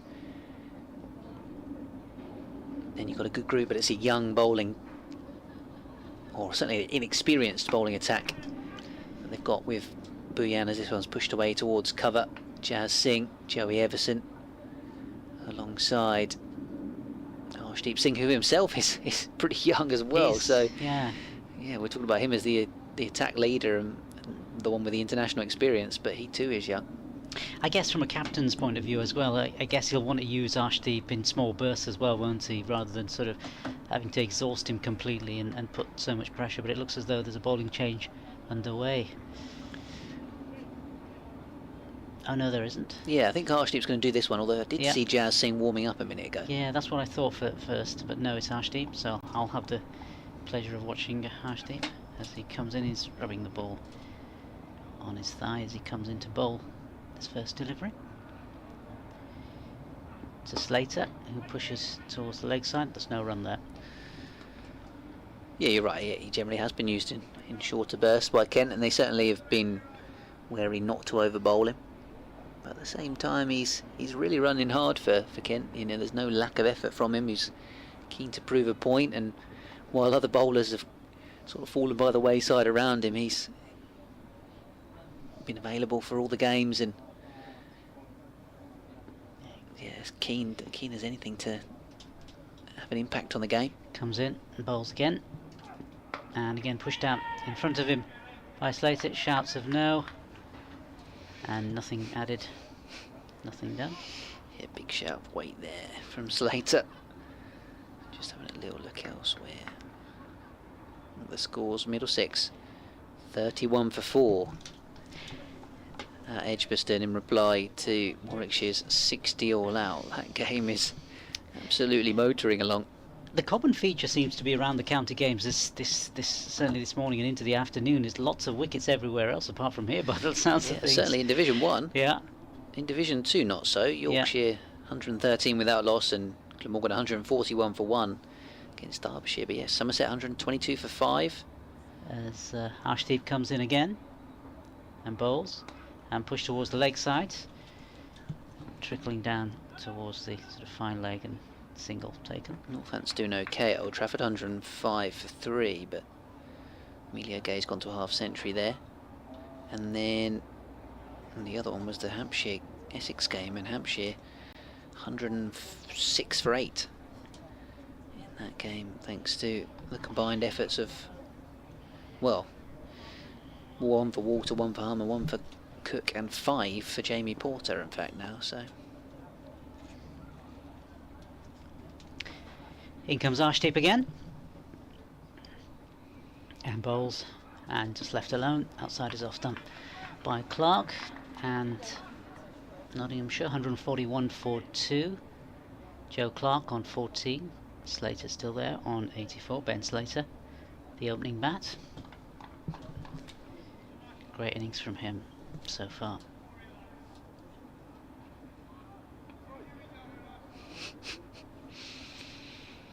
KentCricket@gmail.com if you want to get in touch with us, or with me particularly, by email. As our sheep comes in again and bowls, and this is pushed out for no run. Dave was saying about muting the stream. Mike says he's muted the vision. Who needs a video stream when the commentary is this good? You're too kind, Mike. He also says, P.S. I can't believe that Dave didn't read out the full Adam Grouse lives in the Underwood. Oh dear. Oh dear. The Underwood, I mean the Underwood, obviously there is a stand at Kent named after Derek Underwood and Ellen Knott. Adam Grouse, the former wicketkeeper Adam Rouse. Oh dear, the bird puns kept us all entertained this morning. As Arshdeep comes in again and bowls, and this left outside his off stump by Clark, and leaves him on 14 as the end of the over. Yeah, the Toby Albatross went down well, didn't it? You wonder if Arshdeep could be brought back in for September. I don't know how these contracts work. I don't know if there's some sort of agreement that maybe the club could do. Yeah, I've been told that Kent are trying to secure another overseas bowler, or have indeed maybe got one lined up for September. But I wasn't told a name. The name was being kept from my knowledge. So I don't know whether it is Arshdeep coming back or whether it's someone new. So Yeah. hopefully we'll find that out in due course. But feel free to tweet the club to try and get them to spill the beans on that one. So change of bowling then coming for Kent. Jazz Singh replacing Arafat Bhuyan. And a full delivery to start on leg stump, which has been tucked away by Slater for 2 in fact. And yeah, I mentioned this earlier on, and for Jazz Singh to make his mark in the first team, just feel like it needs to be a little bit more consistent in terms of his areas. He's got those wonderful raw attributes to be successful. Takes wickets, he's tall, well built for a 20-year-old as well.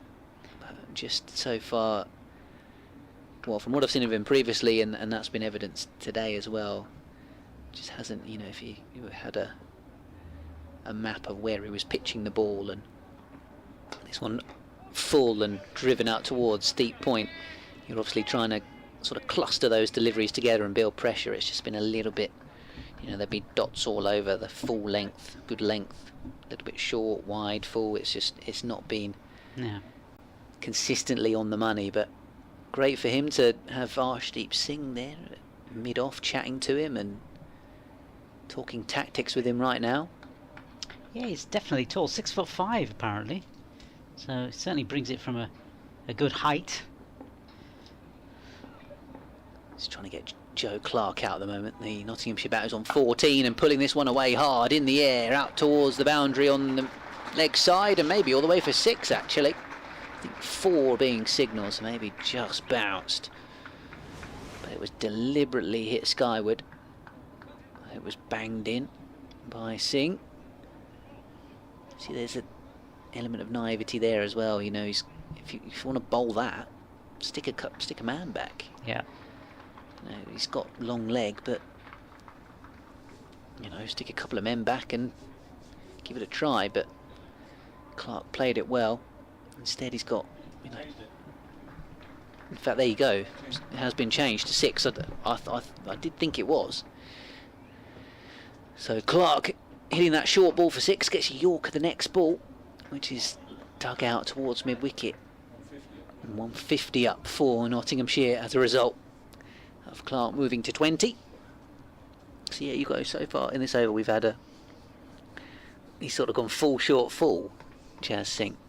Would like to just see him try and bowl to his field, and with that height he's got, if he can bowl length, maybe he gets a bit of extra bounce, try and get an outside edge, a couple of slips in a gully waiting. Clark also waiting and forward in defence. That's a better delivery from Jazz Singh. It's played away out towards mid-off.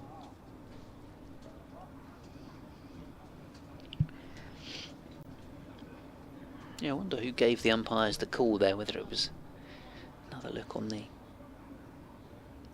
stream, the replay, match referee, or the fielder himself who said actually that's gone for 6. Sun trying to poke its way through the cloud here in the East Midlands. That's Jazz Singh. Again, that's a better delivery and better consistency from him.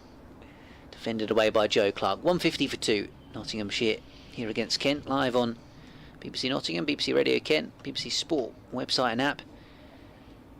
And that's a Henny from alongside myself, Ben Watson, Dave Bracegirdle for this one.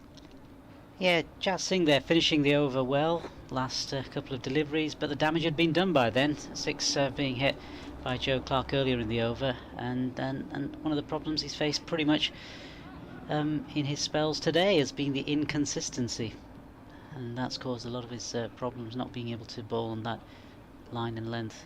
Something that the man who's about to bowl from the other side now, Arshdeep Singh, has certainly mastered in this game so far as he comes to run in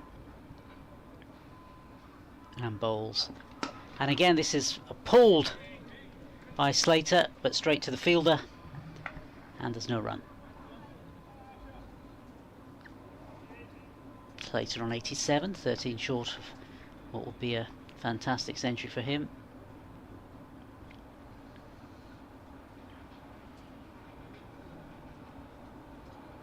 He's been there from the start, lost a couple of partners, Will Young of course and Hasib Hamid. Yeah, Hamid, LBW to Everson, perhaps a little bit unfortunate. Young got a snort up from Arshdeep. And Arshdeep comes in and bowls again, and that outside the off stump and left alone by Slater. One that just seemed to bounce that little bit more, off a good length. And this ball now 40 overs old, but Arshdeep still managing to get a little bit of joy from it. Yeah. Slater's innings are sort of mirrored the way it did in the first session actually. He started off fairly slowly, then managed to hit a few boundaries and sort of gone back into his shell a little bit at the moment with Arshdeep up against him.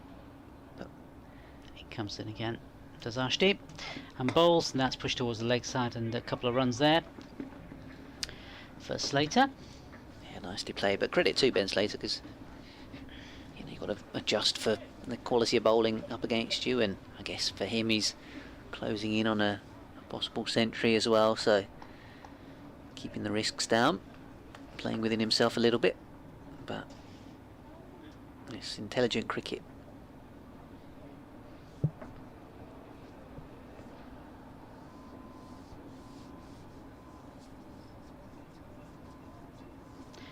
Arshdeep comes in to bowl again. He bowls, and this left alone by Slater outside his off stump.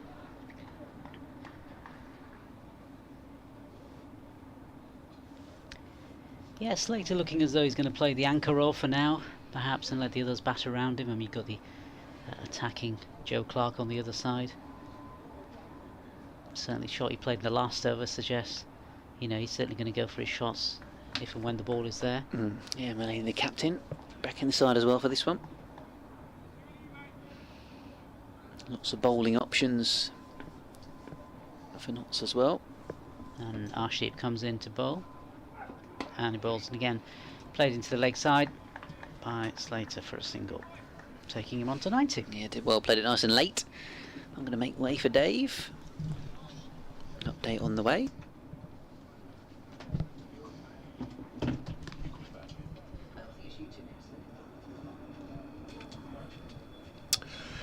On 53 for 2. We're just about the time of day where we have to do another update for our local radio stations. And Heading off down the corridor to speak to listeners in the southeast. Here in the East Midlands, the sun has come back. Arshdeep comes in to complete his over, and there's no run off the last delivery. Been hugely impressive, hasn't he, Arshdeep Singh? I'm just having a look out there just to see if this could be the end of his spell. Of course it could be. There's nobody gone up and patted him on the back and No. a nice arm on the shoulder from the skipper, but he's been going, what, 50 minutes now since lunch. Got figures of 12 overs, 1 for 23. He has been the standout performer today, there's no doubt about that. For Kent. Got the wicket of Will Young. It's going to be Jas Singh to bowl from the pavilion end. Now Ben Slater on 90. 2 slips in a gully. Slater drives away onto the offside and only get a single. Out to backward point, deep backward point.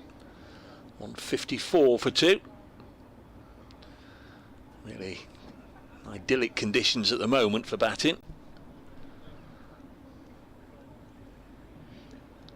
There's cloud cover, but it's very high indeed. Certainly of the square, the sun's definitely come out of the square, hasn't it? It's beautiful. Yeah.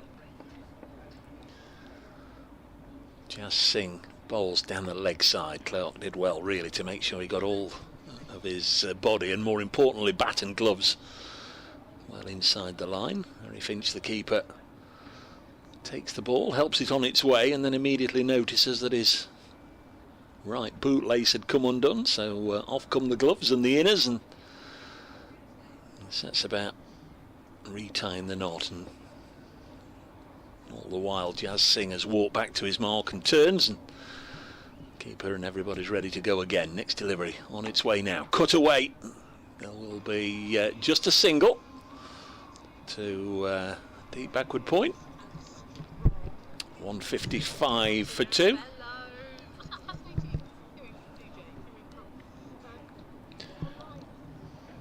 Clark on to 21.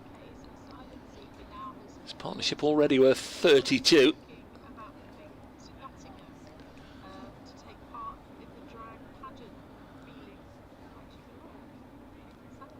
Singh going round the wicket. Slater's on 91. He'll get another one here. Move on to 92. Been good this today from Ben Slater.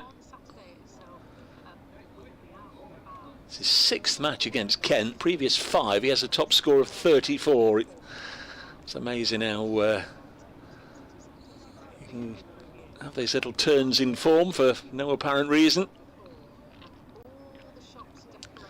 But he's played well today, timed it nicely. I think this sort of innings has been very much on the horizon.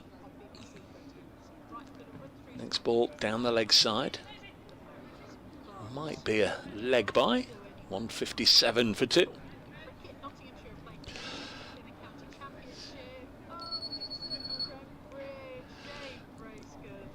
Akenall. It's glorious at the moment. We've had, as you'll know, we've had a sort of an in and out sort of day. We had a bit of rain, 10:15 this morning. Might have put the start in doubt, but it just went as quickly as it came. And we've played since 11 o'clock. Nottinghamshire 157 for 2, having been put into bat. Ben Slater certainly overdue some runs. He's had a lean time of it recently, but he's 92 not out. Hopefully he can go on and register his 11th first class 100. Hopefully we're not putting the mockers on that. Joe Clark's with him on 21. Couple of wickets have gone down today. Asiba Mead in the morning session for 18, and since lunch, Will Young, the evergreen Will Young, out for 21. It's 157 for 2.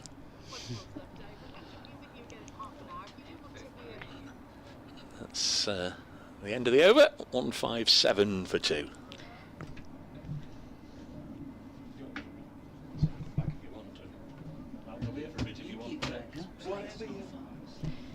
So it looks as though there is going to be a change of bowling.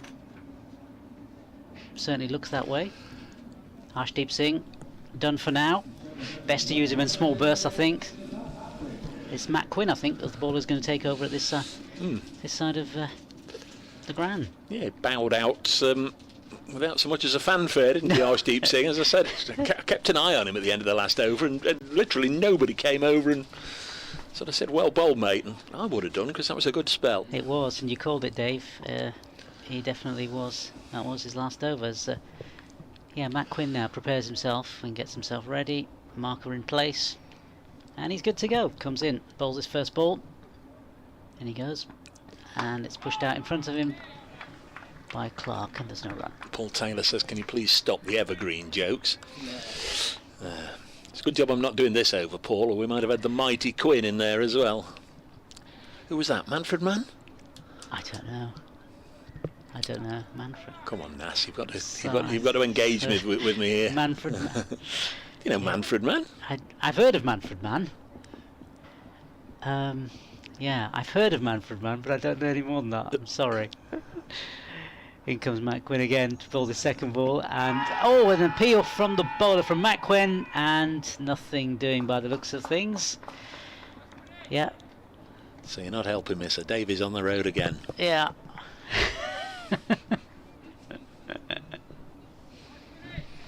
That was one of their hits as well. Was it? It okay. was, yeah. Tumbleweed. Yeah, it's I'm sorry, it's just I don't. I've heard of them, but that's about as far as I go. It's your homework for tonight. I better Google them, I suppose. Matt Quinn comes in, bowls his next delivery, and it's left outside his off stump by Clark.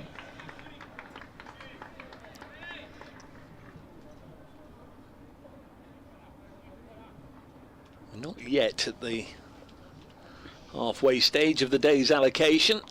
We're only in the 43rd over.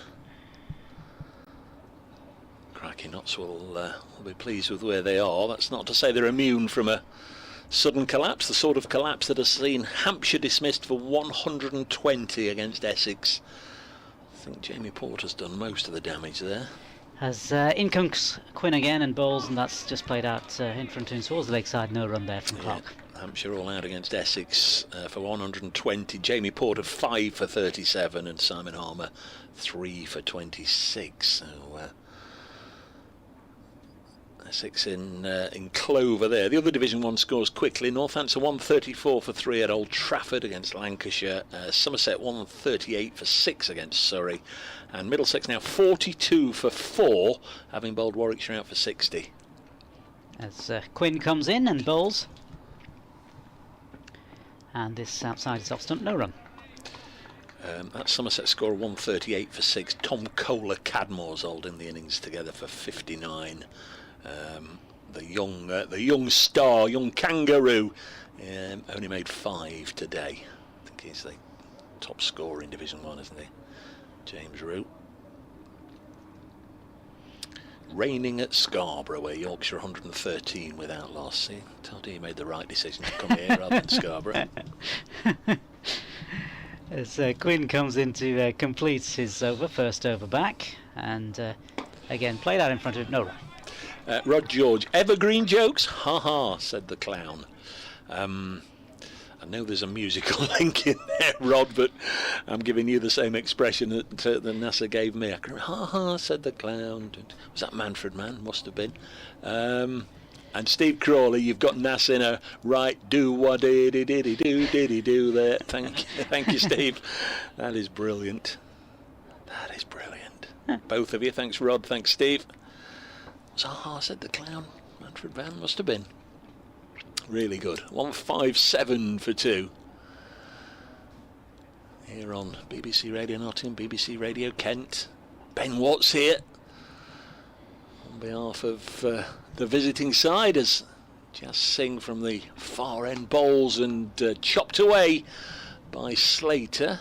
I think he's gone from 89 to 90, 90 to 91, 91 to 92 and 92 to 93 with that shot from the bowling of Jas Singh out to deep point over the last 5 overs. 158 for 2.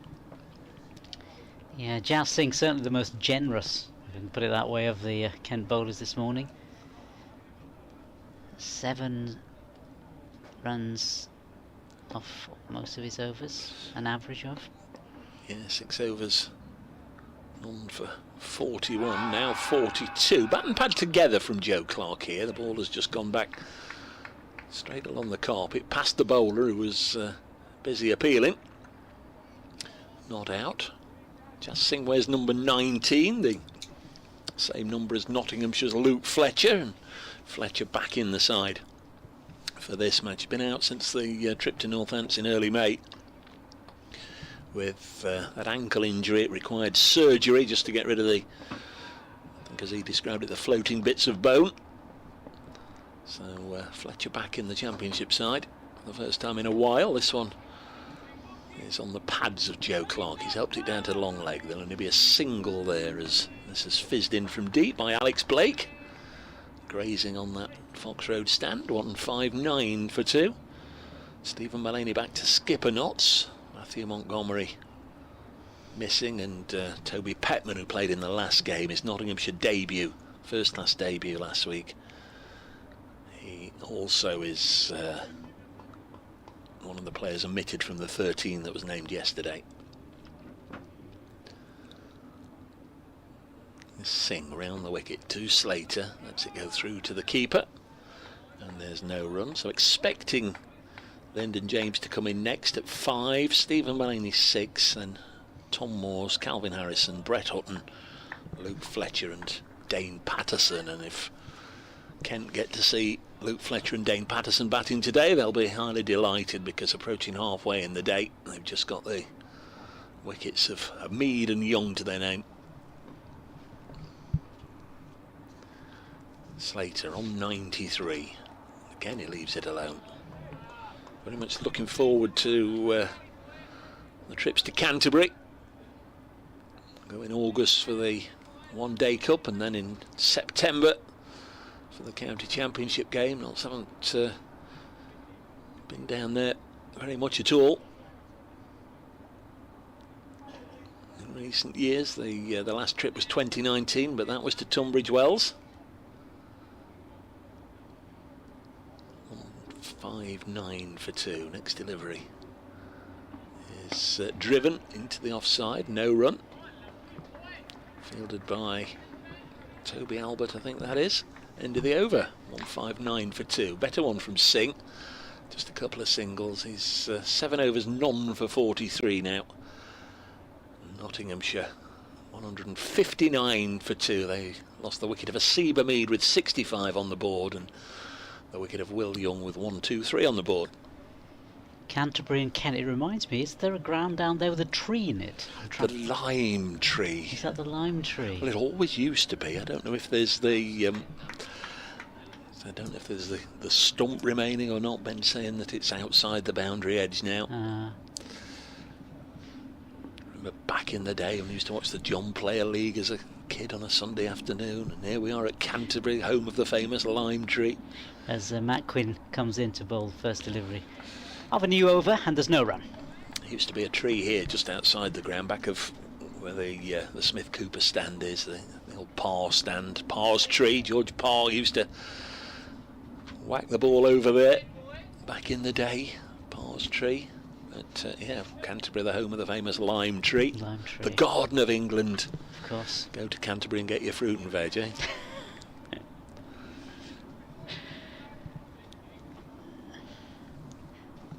Matt Quinn comes in for this next delivery and comes in and bowls, and that's played out in front of him by Clark, who's on 22. Slater on the other side is on 93. Nottinghamshire 159 for 2. There was a whisper, and I've heard nothing more than a whisper, and I don't want to be accused of tittle-tattle because it's nothing more than a whisper. But this week, and it may be tomorrow, there's the Notts former players do, and there was a whisper that Jimmy Adams was in the country, and they were hoping to get him up here. Of course, former Nottinghamshire player, former Kent head coach, director of cricket, head coach, director of cricket, head coach, confirms Ben. Matt Quinn comes in. Oh, and that's an appeal there from the bowler, and he's been given.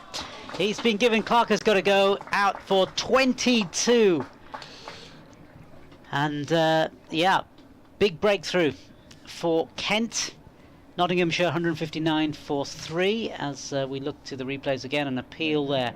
Yeah, Joe Clark, he was out there for 49 minutes. 3 falls in amongst that. and he is out in the end for 22. An LBW appeal in the end, and the umpire, no hesitation, finger was up, and Clark has got to go.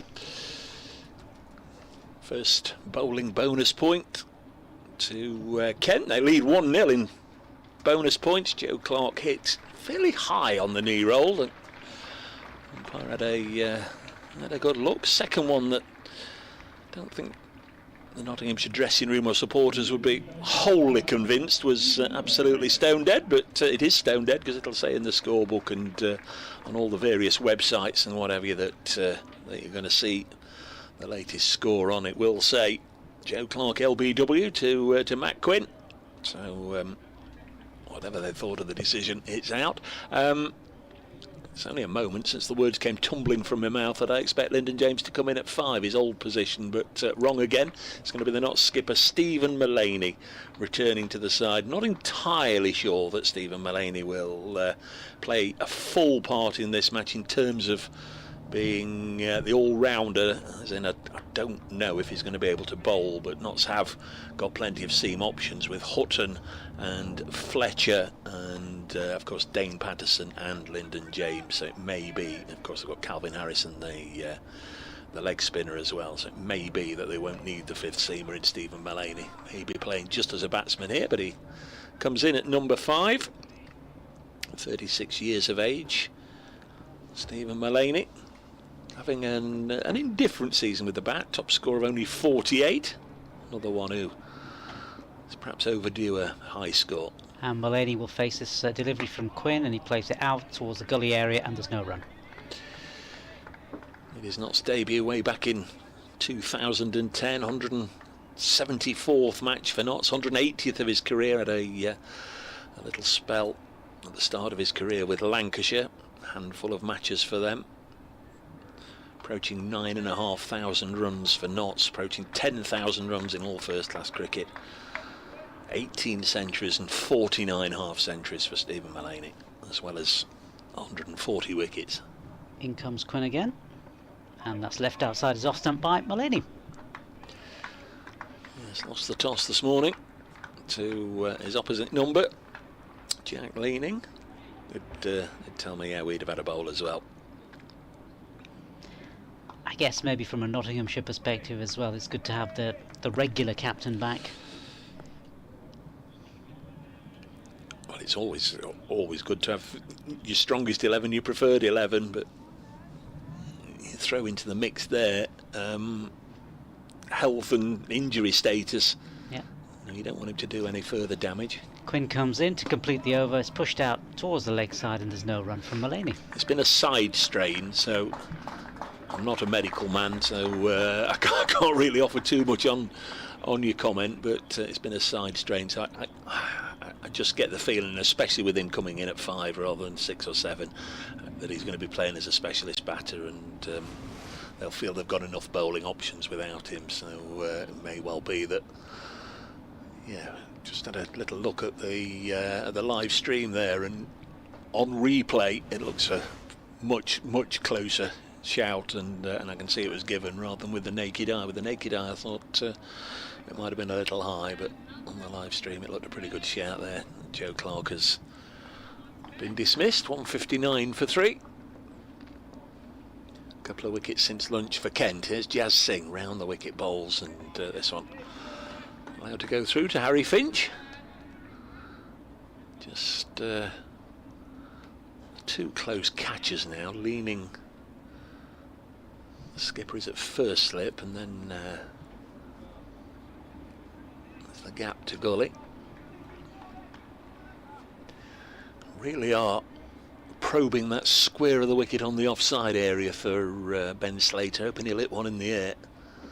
There's a gully, there's a point, there's a man just in front of point. This is driven through them all for 4. It's going to take Slater from 93 to 97. I was going to say strong in that area, but it was a half volley just outside off stump. So I think most top order batters up and down the country would fancy themselves to be strong in that area if you get one that you can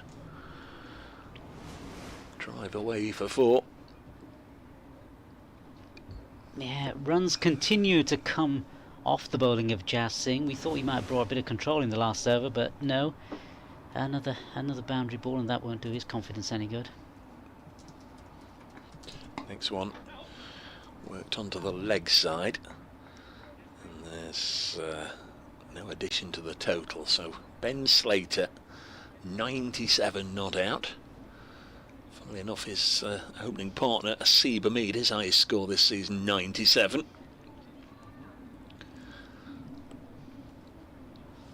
Aeroplane going over the ground.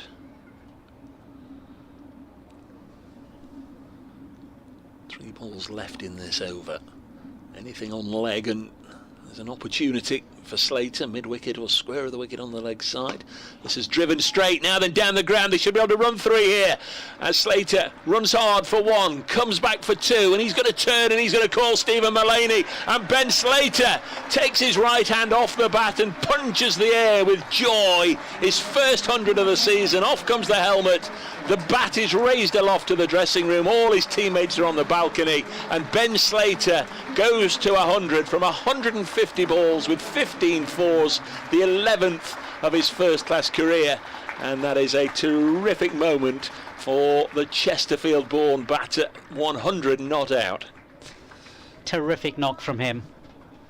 He's been holding this innings together at the start, whilst others have fallen to the side. Asib Hamid and Will Young. He was determined, wasn't he? He punched it past the bowler, and well, it was like Linford Christie out of the blocks. He was he was determined to run three there, and he nearly overtook Stephen Mullaney, it has to be said, in his determination to come back for that third. It's all always going to be safe. Jazz Singh into Mullaney. He was squared up a little bit. He's going to get off the mark with a push into the offside. But a nice moment in that over for, well, it's not finished, but a nice moment there for Ben Slater. Just the 5th 100 for a Nottinghamshire batter this season. 5 different players.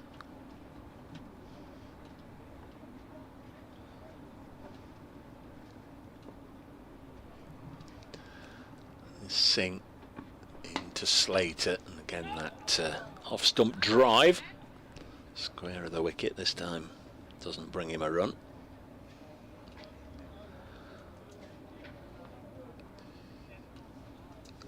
th first-class 100 of his career for Ben Slater, as I said, and 7 of them since moving from Derbyshire.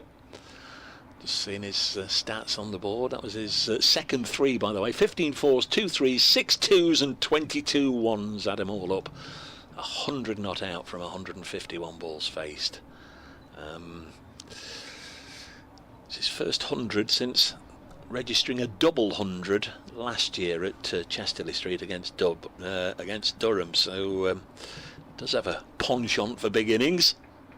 Wonder if he can go on and convert this into a big one. As Matt Quinn comes in to bowl this next over, the first delivery, and that passes the off stump, and there's no run. I do apologise for leaning across you, but our monitor in here is just saying, do you want me on or not? In technical language, rather than just being as blunt as that.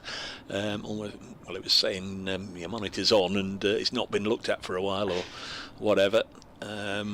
Press yes for no, or we'll turn it off. Televisions have a habit of doing that from time to time, don't they?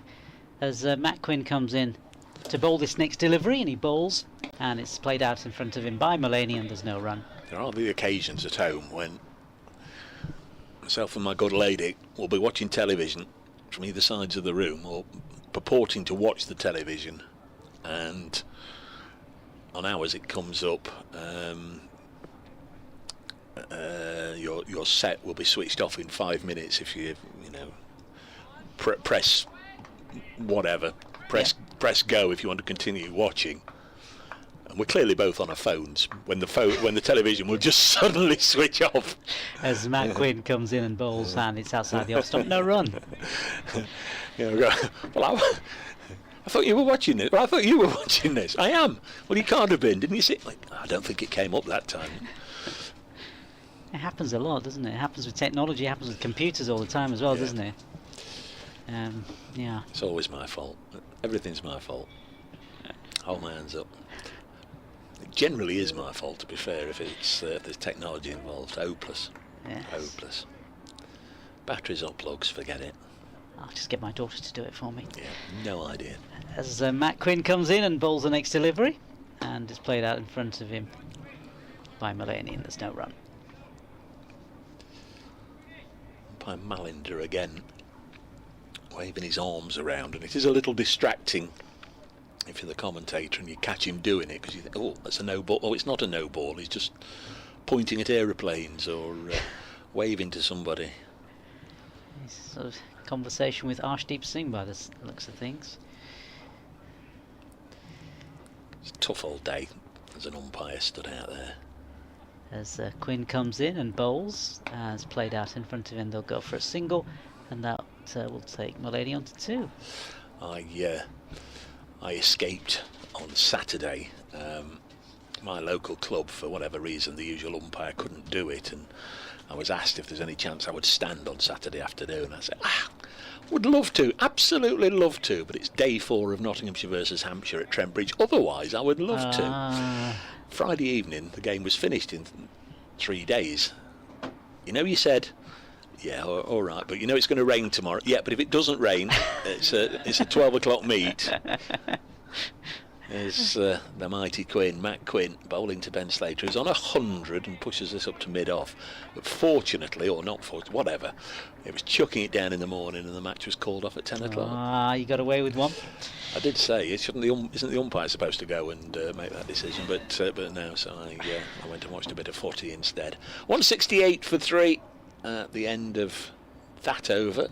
Don't know if that was your over or my over. It was mine, I think. Yeah, I think. But you kindly finished it for me, so that's. I'll take that. We're at the sort of the semi-snooze part of the afternoon when you sort of subconsciously see the umpires swapping over from side to side with a single, the right hander and the left hand, everybody moving. You just subconsciously think, oh, that's it. That's the end of the over. Stephen Mullany's had 2. He's gone under the radar a little bit since being out there in the middle, because obviously the last moment or two has been very much with the focus on Ben Slater. But Mullany has the strike now as Jazz Singh bowls to him, and he will just push it gently for a single. Ray Burge says very much hope that Dave that Ben Slater was quicker than Linford Christie, because he's now 63. You know what I mean, Ray, you know what I mean. Kevin Marriott says, I just can't get, said the clown, out of my head now. Thanks, Dave. Yeah, thank you very much. Steve Crawley says, Quinn's got it going a bit here. Not's got to be careful against him. Thank you, Steve. Next ball is driven into the offside for a single. At Brace Cricket, at Ben Watts Sport, at Nasser Hanif. I think Ben's got an email address as well. I don't know if it's... kentcricket@gmail.com. If I'm sure Ben won't mind if you're of a Nottinghamshire persuasion, or even just a neutral that's got something you want to get off your chest and share with us. kentcricket@gmail.com, and we'll be more than happy if we're allowed to read it out. So this is pushed on the offside. There's no run. Sometimes we're not allowed to, you know, naughty things. 169 for 3. Where are we in terms of time, Nath? Nearly 3 o'clock, so we're behind time, aren't we? We should be at 20 to 3 halfway through the day. Yeah. I guess with an all-pace attack or an all-bowling, fast bowling attack, medium paces. No spin on show so far. Ben Slater on 100. Next ball is through to the keeper. They're claiming, and he's got him. Slater has feathered it through to the keeper. Easy for me to say. Slater stands rock still and is sent on his way by the umpire's finger. And in the 5 minutes or so since reaching 3 figures, he has gone for exactly 100 there, Ben Slater. Caught by Finch from the bowling of Jazz Singh. And Not's a 169 for 4. Yeah, Jazz Singh's first victim. If there was one bowler in this match that you'd think was least likely to get that wicket, on the evidence of what we've seen so far, it's probably going to be Jazz Singh, but fair play to the young man. He's got this wicket. Feather through, and Ben Slater and exactly 100 off 155 balls, 15 falls in that. So that's just losing their way a little bit, as they, and indeed all sides, are prone to do from time to time. Good applause for Ben Slater. Takes off his helmet and raises his bat, not quite in the same celebratory manner as he did when he reached his 100. Been a fine knock. He'll be very, very pleased to have got that little monkey off his back.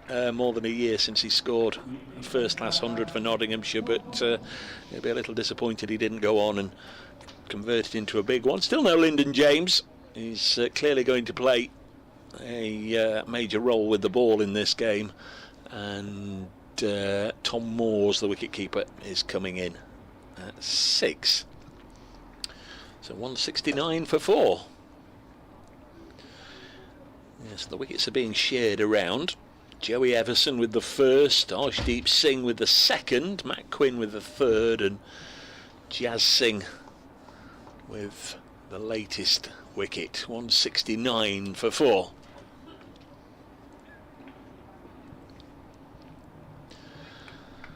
So left-hander replaces left-hander. Tom Moores with the highest score in the match for Nottinghamshire last week against Hampshire. Second innings 81.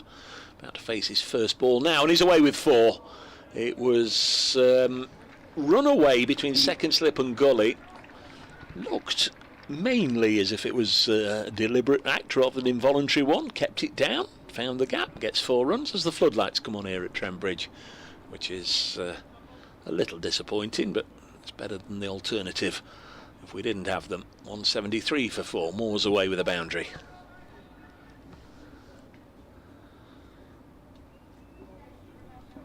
One ball left in this over, 48th of the innings.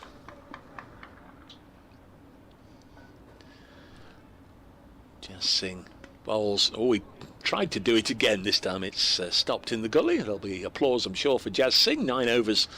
Been a little expensive. No maidens, 56 runs, but he has got the wicket. Ollie Waddingham. Dave, can you give a shout out to George Bland and his wife Charlie Rhodes at the game, waiting for some Kent wickets? Well, you've got one there, Ollie and George and Charlie. Thank you very much for that. 48 overs gone, 48 overs remain as we hit 3 o'clock. Notts 173 for 4. They've lost to Mead for 18, Young for 21, Clark for 22, and now Ben Slater for exactly 100. 173 for 4.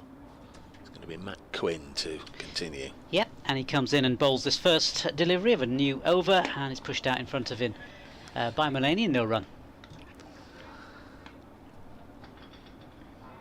Just got to be careful, Notts. There's still a bit left in the shed, as they say, with Lyndon James due in at 7, Calvin Harrison, Brett Hutton, Luke Fletcher and Dane Patterson, but they were 123 for 1. Yeah, whilst Ben Slater was there, some of the other batsmen could have batted round him. Perhaps he needed to be there for a bit longer. Really. As we see this next delivery from Quinn, no run there.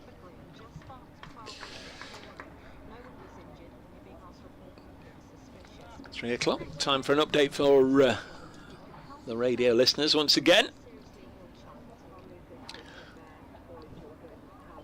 173 for 4. We'll have a flick around then, and Ben Watts will be back with us. There's Quinn. Balls to Stephen Mullaney again. Nice shape on it, but too far outside the off stump for Mullaney to be drawn into playing at it. Ben Slater faced 155 balls in a 200-minute stay at the crease, so 3 hours 20 minutes or so. 15 fours. Nottinghamshire's cricketers are batting on the first day of their latest county championship game against Kent as they brace Where Ben Slater has just been dismissed for exactly 100, the highs and the lows of professional sport. He really celebrated reaching 3 figures, and then shortly afterwards just nicked one behind from Jazz Singh and was caught by the wicketkeeper Finch. That means Nottinghamshire currently 173 for 4. So there's the update for BBC Radio Nottingham listeners. And Stephen Mullaney has just let the 4th ball of this over go past. Matt Quinn's putting it in good areas, but just half an inch too wide of the off stump, and he overcompensates, firing one down the leg side, taken by Matt Finch. I beg your pardon, Harry Finch. 73 for 4. And certainly it's noticeable the conditions have changed from earlier. Yeah. We had that bit of sun, didn't we? Now with these floodlights on, just gone that little bit grey. Not too grey, but certainly different. Well, lights on and cloud cover should aid the Kent seamers in an all-seam attack up to this point. As Quinn comes in to conclude this over, drops it on the leg side, and there's no run. End of the over, 173 for 4. There'll be more from NASA in the fullness of time, and we'll welcome back Ben Watts in just a moment.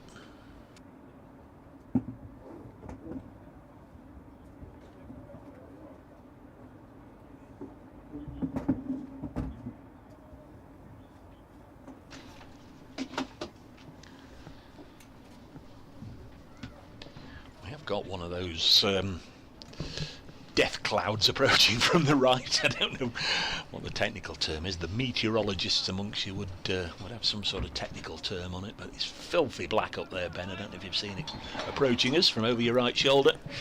Well, we did say there might be a bit of showers today. Jazz Singh is bowling here and driven away for 4. Lovely stuff from Tom Moores.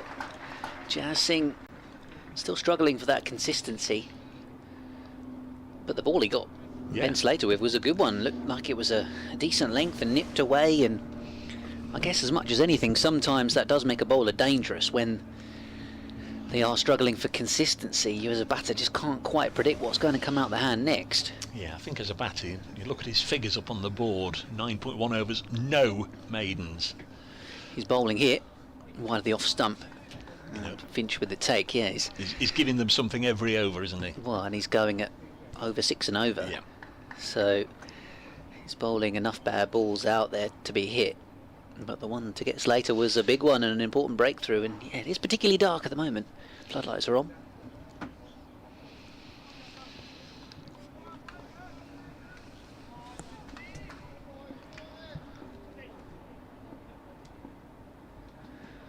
Couple of slips and a gully for Singh around the wicket. Back of length. And was just rehearsing a couple of shots there, thinking about what he might have done better, having just pushed it away into the gully. Don't mind that too much from Jazz Singh. I almost would prefer to see him bowl just slightly back of length with his height than too full, which he's perhaps been guilty of a little bit. Since lunch, 61 for 3. I think that's brought Kent right back into it. Here comes Jazz Singh once more. Drive attempted by Moores, back to him. Just one of the ground staff loitering across to the hover cover, wondering if he might need to switch it on in a moment. Get the things prepared, but no immediate rush of ground staff wandering out there. But yeah, definitely I think Kent will be pretty pleased with what they've produced so far in the session, and scope if they could get a couple more that it really would be themselves getting back in the game, as this one is just pushed out towards point by Moores. Who's in touch? Single taken. Steve Crawley, the meteorological term, Dave, for the position of any dark cloud is over Bill's mother's. Are you familiar with that one? It's very much an East Midlands term. Okay, It's no. black over Bill's mothers. Yeah, that's brilliant, Steve. Black over Bill's mothers. I like that. What would you say? How would you describe it? It's a dark cloud approaching. Jazz Singh bowls. Left alone outside the off stump. I think you might say something like, it's raining over whatever village that is. Oh, it's raining over in Sevenoaks.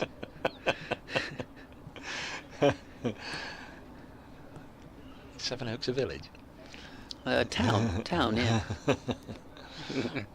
Is Lynette any relation?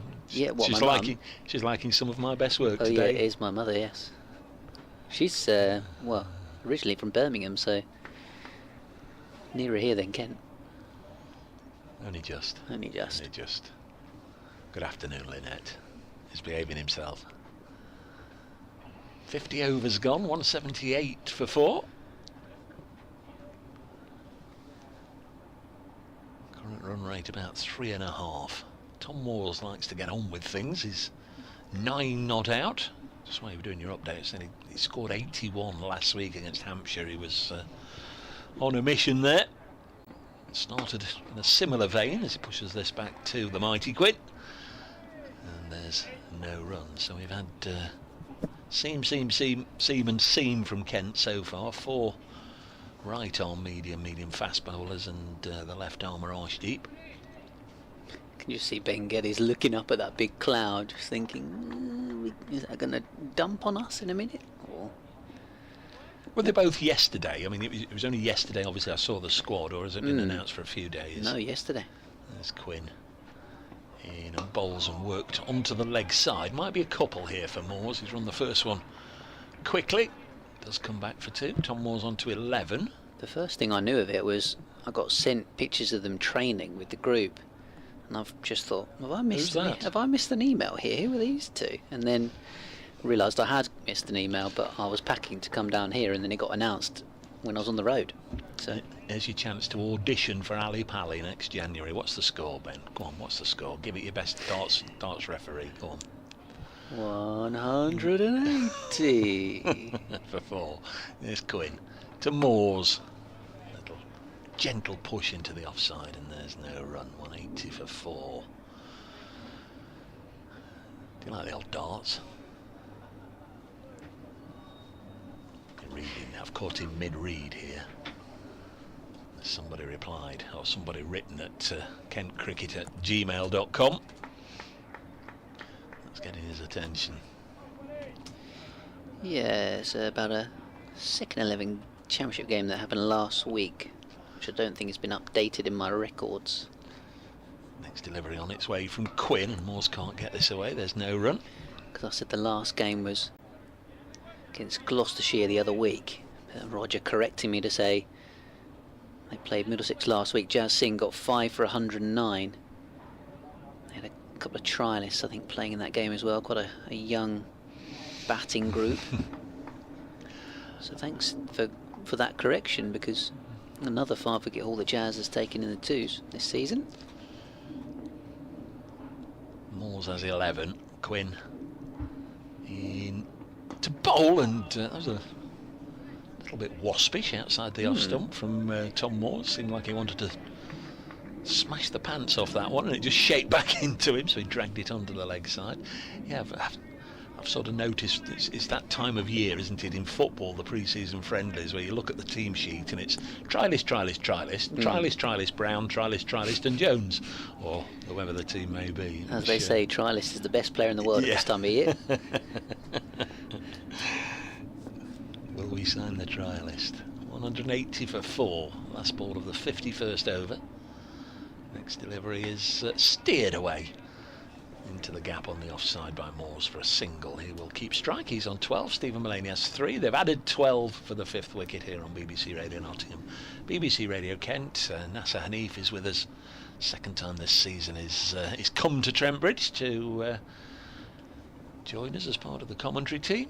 First time in 100 years since Ben Watts was here with us. Either these tinted windows, or it's quite dark out there. The windows are wide open, Not this one in front of me. Yours are. Joey Everson's about to come back on. It has got very gloomy here at Trent Bridge, but no imminent sign of rain. What do you call a bread roll in Nottingham? I would say that. You would say roll. Yeah. Oh, okay. But there's cobs, 'Cause there's cobs baps, as well, there's... yeah. What is it they say in Lancashire, which is very strange? There's a different name in Yeah. Manchester. Balm. They have balms somewhere, don't they? Bacon balm. Yeah, my other half says cob, and she's from her family from Leicester. So yeah. Anyway, Joey Everson into the attack. Driven off the back foot by Tom Moores up towards mid-off. Steve Crawley says for Bill's mother's substitute Wollerton, which is a suburb of Nottingham, is tipping down in Wollerton. Thank you very much, Steve.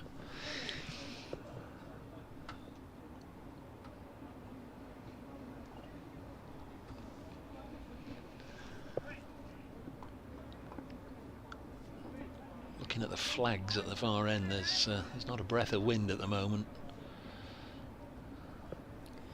One slip for Everson, left alone by Moores. Wasn't far away. No, moved a long way, didn't it? This is the 52nd over with this Duke's ball. I think they're all pretty pleased that the Kookaburra experiment, the two-match experiment, was over and done with. Chris Simpson, the amount of times this season the scores landed right on 180, Dave. Everson bowls. Moores defends away into the onside. I invariably ask the other commentator just to have a go at that. Don't think you've got the job, Ben. No, I don't think it's necessarily my forte. You need someone with a big, booming, authoritative voice. You do. Get the crowd going. Well, they generally are going, aren't they? The crowd. Just those on the Premier League nights. Oh, it'd be great fun to attend in person. I've never actually done it. This one's a bit of width and smashed away by Tom Moores with a whip of the wrist through the ball. And actually there was a fielder out a deep point, but he stood absolutely no chance of cutting that off. So 185 for 4. Yes, you've got a lot of wonderful things in Kent, a county I don't go to as often as I'd like, but you haven't got any big indoor arenas, have you? I guess the O2 would be the closest that they'd have the Premier League darts to, would it? Yeah, you're right. It's sort of Greenwich way, isn't it? It's pretty commutable from certainly West Kent or North Kent, where I'm not far from. Everson bowling, driven away towards mid-off. Here we go. I've started something now. You have. Nigel King says I'm wrong to start with. So there's a cob in Nottingham. There you go. Yeah. I did think, Nigel, whether I call it a roll or a cob, but he's sent a map now. Then the most popular terms, and he's sent a map of the UK, which I'll retweet it at Brace Cricket, then you can have a look at it for yourself. I haven't got to try and describe it all. Really feel like I've opened a can of worms as this one's left alone by Everson around the wicket. The parts of the country that call it either a bread roll or a roll or a bun or a cob or a balm, I think there are one or two others. Yeah, here we go. The survey options also included other terms like BAP, but none of these were the most popular in any county. Oh, okay. Well, there you go. There we are, and I've just retweeted that out. Brace Cricket, the areas of the country.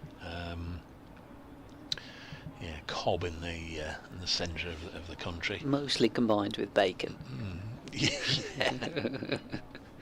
Big piece of bread with bacon in the middle. And it's just Lancashire balm, or seems to be Greater Manchester area. Get it on Corrie, don't they? They go into old Roy's Cafe, don't they, and ask for a bacon balm or something. Yeah. 185 for 4. Or if you're watching EastEnders, it's a bacon roll. Bacon roll, please, darling. I don't watch that. No, well, and I don't anymore. I think Den and Andrew in it last time I saw that. Genuinely. It's Matt Quinn. This one shapes away from Mulaney, goes through to the keeper. We get a couple of times a week. We'll have a little bit of fresh air and watch Emmerdale. But I used to watch all the soaps when I was younger, actually. but don't watch any of them anymore. Well, they all. Is that including your Not- Doctors and your Hollyoaks? and all that? Hollyoaks, yes. I can see you being a Hollyoaks man. yes. Back in the day. No, never. Like I say, I've not watched EastEnders since A bit of not Neighbours long after it occasionally. started. What was that one that lasted 2 minutes? El Dorado. I thought, oh, the Spanish one, this'll be all right. You remember El Dorado? Can't say I ever watched it. 185 for 4. Mulaney has 3. This one swings away from the knot skipper and through to the keep. Oh, my favourite, and again, you'd be struggling to remember it. Crossroads. Crossroads. Yeah. What was that about? It was set in a motel in was it Selly Oak or something like that, just Okay. outside Birmingham. There was Benny and Miss Diane. Okay. Meg Mortimer. She ran it. Actually played cricket once against the Crossroads 11. Next ball is pushed into the offside. There's no run. 185 for 4 with those Sunday charity games against the Crossroads 11. There we are. It's a long time ago. 53rd over of the innings. Had 3 wickets this afternoon. Notts went to lunch having been put in 116 for 1 off 29 overs. Seabermead out for 18, and this afternoon Will Young for 21, Joe Clark 22, Ben Slater for 100. As Quinn, as floodlight shadows take more and more effect, and this one banged in so short that Finch does really well to prevent any buys. It There wasn't a no ball. nearly got over his head, and he's just about got a part of the hand on it to stop the ball going over his head and away for buys, and he's taken his glove off because that hurt. Tricky Red says Hull is a bread cake. Thank you very much for that. Appreciate it. Bread cake. Can I have a cheese bread cake, please? That doesn't make sense, does it? Strange breed in Hull. 185 for 4. Next delivery is on our way. This one's cut away for 4 by Mulaney, his first boundary. Been on 3 for a while. He's away for 4 runs, 189 for 4. I'm in Newark, which is, you know, a hop and a skip and a jump just down the road. And if we get our regional ITV, which we don't, but if it's on that, we get the sort of the Humberside sort of area. Really? That's very strange. It is very strange. North Lincolnshire and Humbersides. So here is your weather for tomorrow. In Hull, it's going to be. No, we don't want that. So, This is going to tell me nothing. We'll have a look at East Midlands today. It's currently raining at Yorkshire, Darren. Up in Scarborough, yeah. Next one is into the pads of Mulaney, and Matt Quinn clearly thought that Mulaney had wandered across in front of his sticks, but shake of the head from the umpire. 189 for 4 after 53 overs. Are they firing up the hover cover They here? are. They're putting some air in its tyres by the sound of it. It is gloomy, as I say. What time is it, Mr. Wolf? It's 22 minutes past 3, so I'm guessing if they went off. Just seeing the Yeah, replay. I saw it as well. Yes. Looked Yes. a bit, he did seem to step across. I think Not out, said the umpire. Move on. umpire's call, isn't it? I think probably. Yes. Yeah. Whether it was clipping or not. Where was I? If they do go off, you can see the umpire saying we'll have an early tea, just in the hope that if something does blow across, it blows across like this morning and Yeah, I don't quickly think disappears. I don't think it'll stick around for long. You think we'll be off, do you? Well, if it does rain, I think Oh, you don't think the clouds will stick around for long? that's the one. Okay. Here comes Joey Everson around the wicket. Oh, that one kept a bit low as Moores tried to flail it away offside.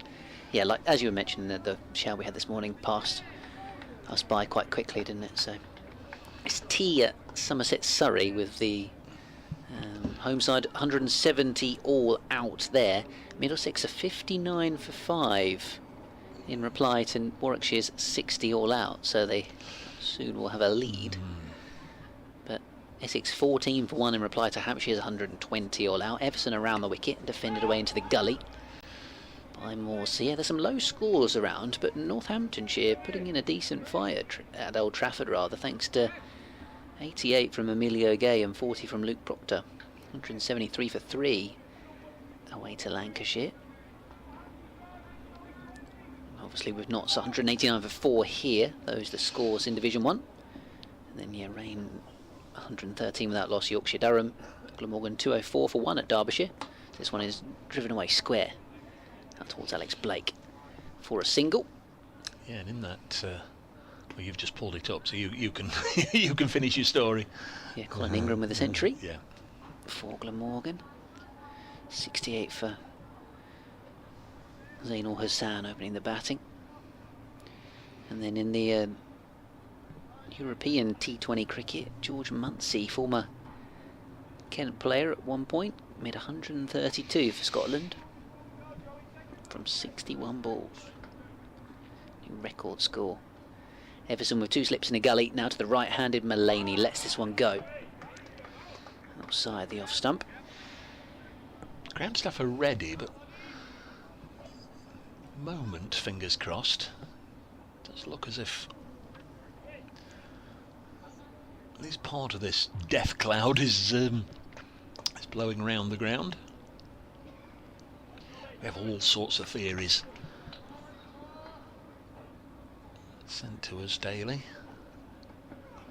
In and bowling, pushed away out towards point by Mullaney.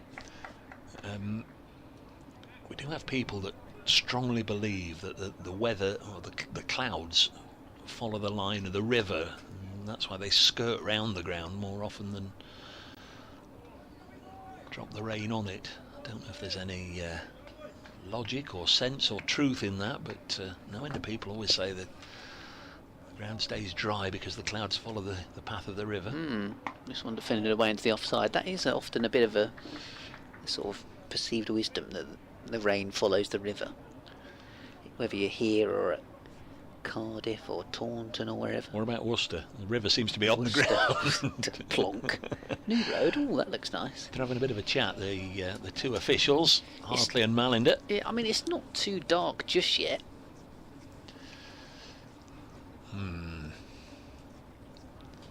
What do you think? I think we're going to carry on. I think they're just looking at the clouds, wondering. We are in theory 10 overs away from tea here. We've got 42 overs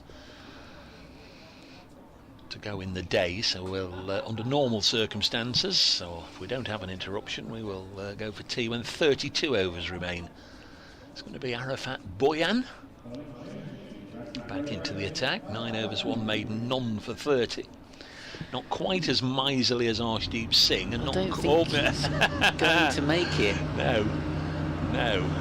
So it'll be interesting when they come back if Boyan does continue, because he'd taken off his cap and sweater, handed them to the umpire, took the ball, but the over hasn't started, so Kent could have a rethink as and when. There we go, for everybody's sanity, we'll just turn off the effects microphone. I don't think I've ever seen umpires take players off before it starts raining. Normally we wait until it starts raining and then there's a delay, but I thought they did a good job this morning in just getting the ground just properly protected with the hover cover, and unrolled the tarpaulins, and then it chucked it down, and just maybe they're homing in on another little period like that where we have 5 minutes of really wet stuff, and if they can protect the ground, then it'll save us some time in the long run. I imagine they'll take an early tea here, Ben, as we inch towards 3:30 anyway. Could lead to a very long last session of 42 overs though, of course, if we don't lose any time. yeah, maybe so. But yeah, just slightly strange to see the umpires wave the players, or wave the ground staff on with the hover cover and wave the players off the field when it doesn't seem to be too dark and it isn't actually raining, but it looks like tea is being indicated on the stream. And well, they would know there. Those of you watching the live stream, including Ben, will have spotted the little box that says tea. 190 for 4. Tom Moore 17, Stephen Mullaney 7 out in that afternoon session. Will Young caught Finch, bowled Arshdeep for 21, that was 123 for 2.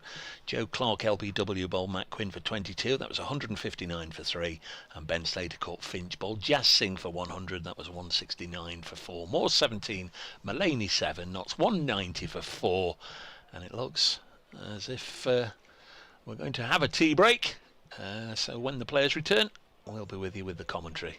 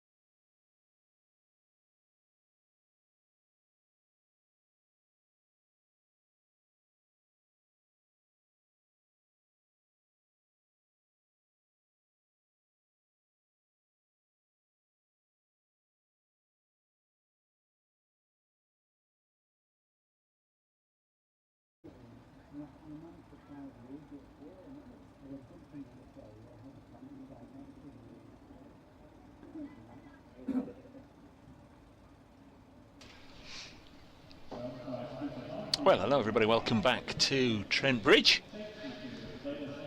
where hopefully within the next minute or two we're going to get a little bit more cricket in this Division 1 game between Nottinghamshire and Hampshire, with Nottinghamshire 190 for 4. We've been off since 3:30, an early tea was taken, no chance of a prompt resumption afterwards, but thankfully we are going to get underway. And again, just I guess it's probably all down to ignorance, nothing other than that. We've all been trying to work out why we've got 27 overs remaining, but that's what they've given us, so that's what we'll have. 27 overs remain.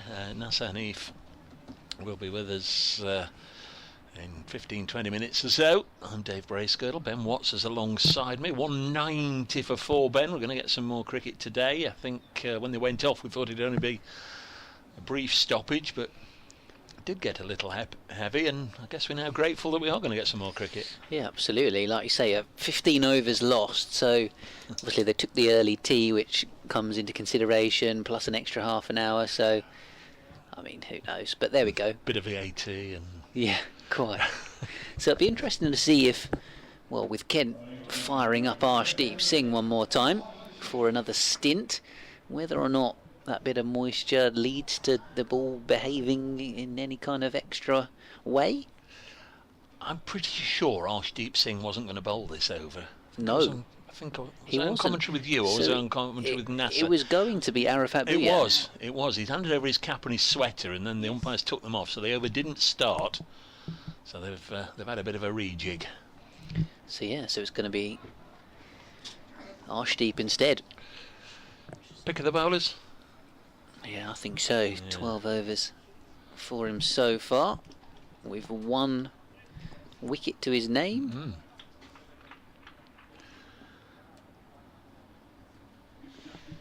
Very mean figures as well. 12 overs, 6 maidens, 1 for 23. Here he goes then.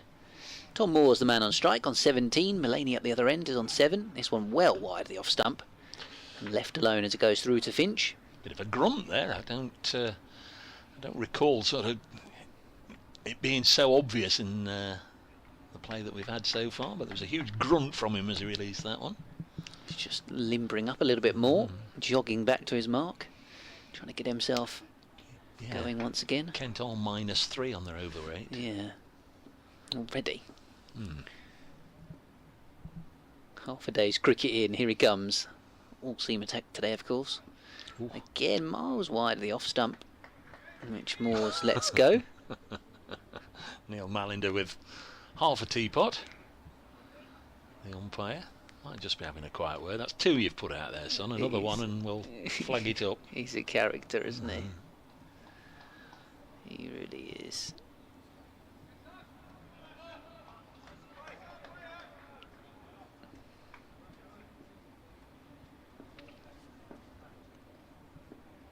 So, Arshdeep Singh past umpire Malinder. This time he goes for the in-swinger to make sure it's a little bit straighter. Forces Moores into playing a stroke, defends away into the onside. So the yucky stuff, the weather that really did come down quite hard. You were wondering if it might even be terminal at one point, and it did look that way, I must admit. Has passed us by now, and it's much sort of puffier, whiter cloud overhead. Really good work from the ground staff to mop everything up. So this one's driven away behind square on the offside for 4 easy runs because it was over pitched from Arshdeep. There was width there too, and Moore's just had to help it on its way to the shortest boundary. There's another testing of the resilience of those white plastic bucket seats, because it hit the rope and just leapt in the air, didn't it, over the boundary boards, and sent a plastic seat flying backwards and forwards, up and down it went briefly. Jed Scott, Adam Lanigan, Ben Koski on duty on the BBC Sport website, on the live blog for the county championship matches going on at the moment. Check out everything that's going on elsewhere. Kent aren't too happy with the ball, or maybe they're just showing the umpire because it perhaps has been scratched, having been slapped as I say, into the stand over the ropes. Yeah, they're not happy with it. Fetch the suitcase. Oh dear. We've had 4 balls. Oh, forget it. Bin it. Bin it, they've said. Well, that was bizarre. The suitcase is on the boundary edge. They made all the motions, all the necessary points to suggest that they were going to go and get a spare ball, and then a change of heart. That was very odd. Thought we were going to get a change, and then all of a sudden they lobbed it back to Arshdeep Singh, who's bowling at Tom Moore's once more, a little bit wider on the crease, left alone outside the off stump. Middlesex, while we've been off, have made their way to 148 for 6, with Ryan Higgins getting a half century there, and 29 for Josh De Keris. I thought I just saw it flash up with a wicket, so I'll double check that they haven't just lost a wicket. Yes, and that's after Warwickshire were bowled out before lunch for 60. In fact, weren't Middlesex something like 11 for 1 at lunch? Yeah, with 11 wickets falling. Arshdeep, all full delivery down the leg side. Moores misses out on this one, so a slightly higgledy-piggledy start from Arshdeep, who's not quite as threatening in that over as he has been so far in his spell. Elsewhere, Essex 84 for 4 in reply to Hampshire's 120 all out. Surrey 86 for 3 in reply to Somerset's 170 all out. So a lot of wickets falling elsewhere, but not at Old Trafford, because Emilio Gay's got 131 and Luke Proctor 75 for Northamptonshire.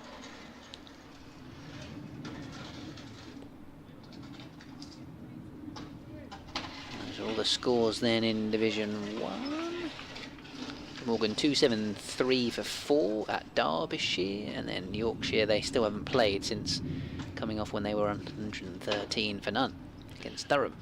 It'll be Joey Everson, formerly of this parish, of course, bowling to his old county championship skipper. In fact, they shared a big partnership at Hove last year. Started last year, they both scored hundreds. Everson and Mullaney. Bowls to him, and Stephen Mullaney can't get this first ball away. The first ball is battered for almost 2 hours. Yeah, Stephen Mullaney. I think if it had been in for a few more balls and had his eye in, he probably would have hit that for 4. It was a little bit short and wide. In fact, Middlesex are indeed 7 down. Higgins has been bowled for 53. 194 for 4 as Everson is in again, and Mullaney will just play this away carefully, gently onto the offside, into the gap, takes a single. I would venture to suggest if 16, 17 miles away at Derby, if they've had the amount of rain there that they've had here, they won't get back on, but we'll have to see. A few more jumpers, I think, being worn by some of the Kent fielders in this final session of the day. Yes, it's a bit of a hodgepodge. Come back to in a second as Everson round the wicket to Tom Moores, and he will slap it in the offside. Who's that at point? Is that Albert? I beg your pardon, at Gully. There isn't a point. Yeah, that is Albert at Gully, yeah. I mean, his top is pristine white, toothpaste white, whereas Jack Leaning, who he's having a chat with, the long-sleeved woolly pulley, I mean, that is definitely cream, isn't it? There's a sharp contrast in the two colours. 195 for 4 as Everson again to Moores, and he goes to flash at that one. It was almost through him before he even considered what shot he was going to play there, and goes down and does a bit of gardening. Everson nearly got his old mate there. 195 for 4. Yeah, I wonder if Albert's actually got one of the old jumpers on. What have we got in that bag under the stairs? Somebody have a look. Yeah, what bits of leftover kit can we give the low knees? Has it got the Kent horse? Do we just call it a horse? The Kent horse, the white horse? Yeah, Victor 195 horse. for 4. It's blocked. What's his name? Well, I think it's the Invicta horse. Yeah. Oh. And where does that stem from? Sorry, I'm getting the look from Ben that suggests can we not talk about 195 for 4. Moores had gone walkabout. Joey Everson didn't realise and was almost on his way into bowl, and Moores defends this one. Apparently it goes all the way back to 1066, and the horse is affectionately named after the Latin motto Invicta, meaning unconquered. Oh. Kent was not conquered at Hastings on 14th of October 1066, and yeah, so the White Horse of Kent is referred to as Invicta, which is the motto of Kent. There you go. Thank you. Who knew? I think we've lost a few. One or two spectators decided when it was raining that perhaps going to head off home and get dry, have a warm. I don't blame them, to be honest. It's the folks that stand around all day in the rain. I think it's not particularly nice out there, folks. But they stick it out because they love their cricket and their team. And then Arshdeep resuming, tickles the ball onto the stumps at the bowler's end, but Tom Moores is unmoved. Mullaney, the man on strike, couple of slips in a gully for him. Well, sometimes you dropped off, aren't you? You know, I'm going past Trent Bridge and 10 o'clock, I can drop you off, and then when I come back at 5 o'clock in the evening, I'll pick you up. And oh, that'd be lovely, that'd be great. I'll take my sandwiches, I'll have a day, and yeah, thank you very much. And sometimes folks are stuck and stranded till their lift comes back to get them. Arshdeep past the umpire, full delivery, which is through to the keeper. Seems a little bit happier bowling to the right-hander now, having been a bit all over the place with his line to left-handed Moores in the previous over. I mean, and for travelling supporters, they're here for 4 days. They came to watch the cricket, so what else are they going to go and do, you know, other than venture into the city for their evening meal or whatever?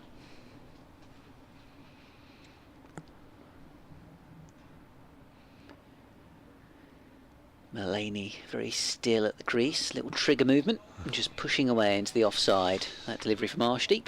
Brian Foster's been in touch. I wasn't even aware there was such a thing going on. Advises me that Alex Hales has made 16 playing for Surrey Jaguars in the Global T20 in Canada. I genuinely wasn't aware of that, Brian, but thank you. Says I to Dave and et al.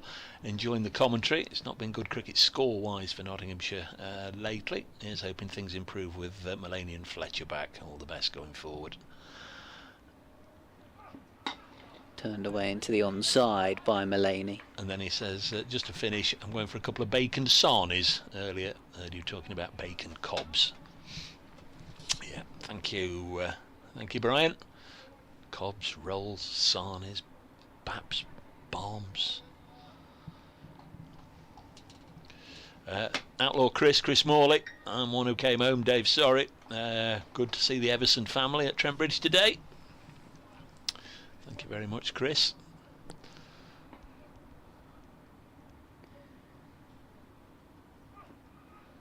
This one left alone outside the off stump by Mullaney from Arshdeep. I was trying to locate Joey. I think he's out at point. Yeah. And I was trying to locate that aeroplane that Aaron has just popped up on the live stream. Aaron's camera, I think. I don't know where it is. Oh, there it is, just over the Batman board at the far end of the ground. Just descending into East Midlands Airport. There we are. Those of you watching the live stream will have just seen it. They're all strapped in, ready for landing. Maybe they've come back from one of the Greek islands. Crikey, they've got it tough there, haven't they? Full delivery, which is a nick behind, is it? Or has he scuffed the ground? I think he might have hit the ground there, Stephen Mullaney. There was a half appeal from the Kent fielders. Nothing to it. 195 for 4. Yeah, it didn't look overly troublesome for Stephen Mullaney there to stand his ground and leave it to the umpires. Didn't look as if it was the most confident of appeals.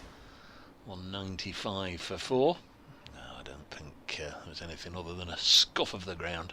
195 for 4. Remember, bonus points don't begin now. Batting bonus points until 250's on the board, and it's taking quite a lot of getting, more often than not, for Nottinghamshire this year, as Everson starts a new over. Bowls to wicket-keeper Tom Moores, and he defends. Moores 21 not out, out of the 26 that Moores and Mullaney have added. If you're just joining us, coming in from work, school, college, day out, day trip to Twycross Zoo or wherever you've been, lots were put into bat. Did have a bit of rain this morning, but we got underway on time. Up until 3:30 we didn't lose any time. Next delivery is defended by Moores. Couple of changes for Notts. Luke Fletcher, interesting to see how he goes. First game since that ankle surgery. First championship match. Did play in the quarter final at Taunton. Maybe rushed back a little bit earlier than they hoped. But this is his first championship game, and also Stephen Mullaney, the skipper, back. Matthew Montgomery's not playing, nor is Toby Petman from the last match. Here's Moores forcing off the back foot, square of the wicket for a single. Adam says that plane was from Chicago, Dave. Oh, there you go. Thank you, Adam. Adam, I presume, has got one of these apps that tell you all the things. Our chum from BBC Newcastle, Martin Emerson, who does the Durham commentaries, he's always into that. I don't know if you've done commentaries with him when he's had his phone app open. Yes. Yes, that's the 1742 from Dusseldorf. 196 for 4. Next delivery on its way, cut away for runs, 4 of them, and that takes Notts to 200. Mullaney slapping this one away. It was the one he missed out in the previous Everson over. Yeah, exactly the same delivery, really. Like you say, he got the shot wrong last time, but this time, no mistake. And he even hit it deliberately on the up, with Jazz Singh up in the, well, circle, so to speak. As we're just seeing on the replay as well. Joey Everson into his 10th over, 1 for 43, comes in to Mullaney and mistimes this one and throws his head back up in the air as if he felt there were more runs to be taken, and Jack leaning, being a little both reactive and proactive here, because he's just suddenly started releasing fielders here, there and everywhere. One out of the slips into the offside, and point has gone back onto the point fence. Bit of protection out there. Sort of protection, but also a catcher in Compton. Yep. Next delivery into Mullaney, and he leaves it alone. Goes through to wicket-keeper Finch. Got 23 overs remaining. We've had 4 overs since that hour and 3/4 stoppage. They took tea whilst they were off the field. And since we've been back, 10 for none. I've been sent some more info on the horse, which apparently I shouldn't. It's not called Invicta. It's the White Horse of Kent, or colloquially known as the White Horse Rampant, which apparently, strictly the term rampant should only apply to heraldic lions. But I'm really going down a rabbit hole. I was just going to say the Scottish lion is the lion rampant, isn't it? So Arshdeep Singh starting another over, and there's a slight outside edge, but it was played with soft hands by Tom Moores. Wide of second slip and away to the boundary. Eric Peterson, who is Florida-based, Fort Lauderdale, I think, says if your man can keep track of any Miami to East Midlands flights, I'll be very grateful. I'll make it over for day 3. Thank you, Eric. Very good indeed. Notts 204 for 4.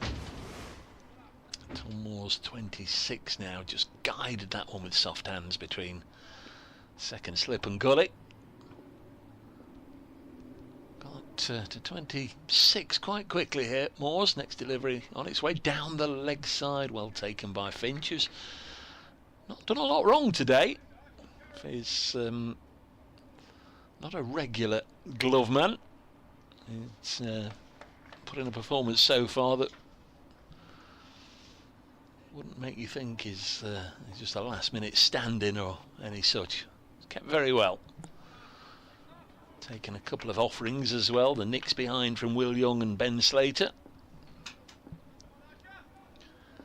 204 for 4. We're in the 59th over. Moores has 26. Arshdeep Singh bowls to him down the leg side, and Moores will just help this on its way down to long leg. There'll be another single. 205 for 4. There's the Notts score. Lyndon James to come, Calvin Harrison, then Brett Hutton, Luke Fletcher and Dane Patterson.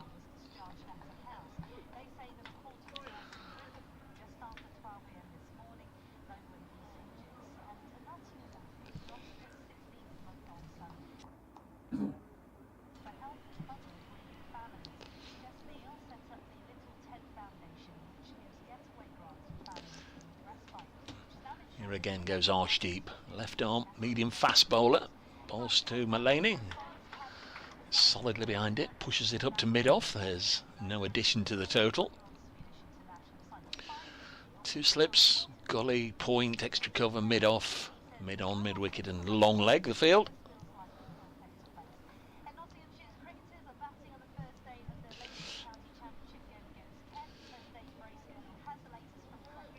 Yes, we were off for rain for about an hour and 3/4, but we've been playing now for around about 15 minutes, and Notts have added 15 runs in that time. Stephen Mullaney and Tom Moores at the crease. Earlier, a century from Ben Slater, and he was out for exactly 100. Now Moores and Mullaney. In fact, there's another boundary to the Notts skipper. Mullaney takes him to 16. Nottinghamshire 209 for 4. He just cut this one down to third man.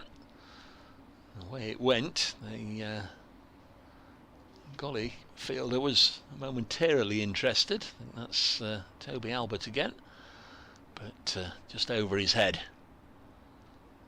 Partnership of 40 from 67 balls.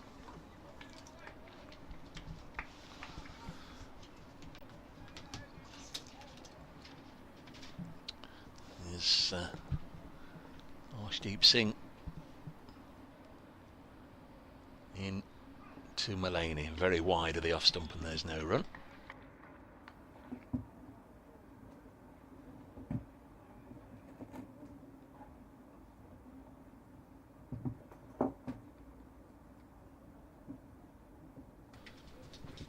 So 22 overs now remain. They've been back for 5 overs. Kent's over 8 showing as -3 on the board. I'm not entirely sure what they'll be able to do to make up any time in that, or make up any of the lost time in the period that persists this evening. As Everson comes in and bowls, and Moores drives into the offside, and might go for 4. Lovely looking shot as Nasser comes back alongside me. Ben will be with him in a moment or two. It's a nice shot. Yeah, lovely shot, Dave. Afternoon to you again after that little brief delay we had. Yeah, it'd be interesting. I guess the Kent bowlers had a bit of a rest, freshen them up a bit, bring back Arshdeep. Maybe he can get a couple more wickets here in this last session. That's certainly part of the thinking, I think. Yes, having put Notts in this morning, I guess they'd be hoping for Nottinghamshire to be dismissed for under 300. May still do. Here's Everson. Round the wicket, bowls to the left-handed Moores, plays it back to Joey Everson. And there's no run. It's sort of that little period in the innings where things could very much be on a knife edge. They could tilt towards Notts if this pair can not only combine in a partnership, but also they're both very capable of scoring runs quickly, and of course it could flip round the other way if a couple of wickets go down quickly. This one goes through to the keeper. Ben's come back from wherever Ben goes to when he leaves us, so he'll be back in a moment alongside Nasser. And it's Everson who's going to continue this over, and I shall carry on. And from where Dave picked up, Next door, Dave, next door. as Everson comes in to continue his over, bowls, and the next one pushed out by Moores, and there's no run there. Certainly Moores, when I've been watching him this afternoon, certainly the aggressor in the partnership. Looking to get on with it. 31 off 42 balls. Yeah, likes to score quickly, doesn't he? I think he's to get one of the wildcard gigs for the 100. Tom Moores, I know he's been involved in it previously, but Ken also had a few guys that got picked up in that wildcard phase at the end of the draft. As Everson comes in again, and the next ball just pushed out by Moores, and there's no run. See if you're going to be here at Trent Bridge watching that. Miyeye getting signed up by Over Invincibles. Daniel Bell-Drummond having had a good T20 blast, going back to London Spirit, and then Fred Clarson's going to play for the Manchester, whatever they're called, Originals. Yes, that's the Originals. one. Originals. Should be something to do with the weather. Yeah. After that ruined Ashes test. As Everson comes in and bowls again, and it's slashed in front of him towards the offside, and there's no run. And the end of the over. Nottinghamshire 213 for 4. Moores is on 31, and the captain on the other side, Mulaney, he has made 16 so far. The loss of Ryan Higgins, now Josh De Carys for Middlesex, who are 176 for 8. But obviously that already gives them a lead of over 100 against Warwickshire, a 60 all out. And then Northamptonshire having a good day as well, so Kent's couple of relegation rivals are It's not looking good for Kent. enjoying it today. Yeah. Amelia Gay's 141 not out at Old Trafford, so not raining in Manchester today, everybody. Here comes Arshdeep Singh, 2 slips and a gully, left alone outside the off stump. Essex 96 for 5 in reply to Hampshire's 120.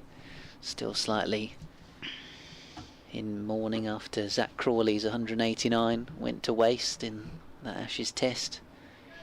England should have won but didn't win because of the rain after the first test at Edgbaston that they should have won but then found a way to lose. It just when Australia were beginning to, as Arafat comes around the wicket left alone, Australian fans were just beginning to go into full meltdown. Yeah. And Bazball had completely rattled them, only to get away with retaining the urn by the rain. Tiny moments, apart from the rain, of course, which wasn't tiny, which pretty much. Yeah, they're just watching. I was watching the golf on Sunday, which was just obviously down the road in Liverpool, and it was miserable weather. Better weather now here in Nottingham, thankfully, after a firm shower this afternoon. Arshdeep around the wicket to Mulaney, the left arm seamer. Comes round, he goes over, he likes to change the angle. 213 for 4, the home side here.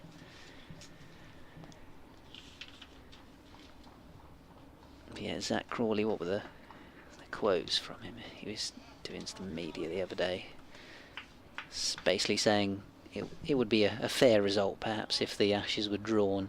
Yeah, makes sense, doesn't it? He was saying that, obviously, England sort of deserved to go and win the final test, which I'm sure they'll do their best to do so, as this one's left alone outside the off stump.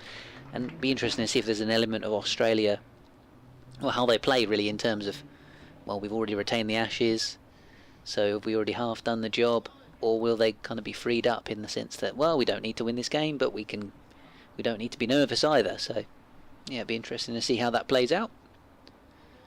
I mean, if you were going by session by session by session, you'd clearly, England would be clear winners, you know. If it was a boxing contest across the series, done on points. So Arshdeep comes around the wicket. Mulaney just angling this out into the point area. So another dot ball from Arshdeep. It's almost completed 16 overs now. 7 maidens, 1 for 36 so far. Been particularly it's been particularly good and economical.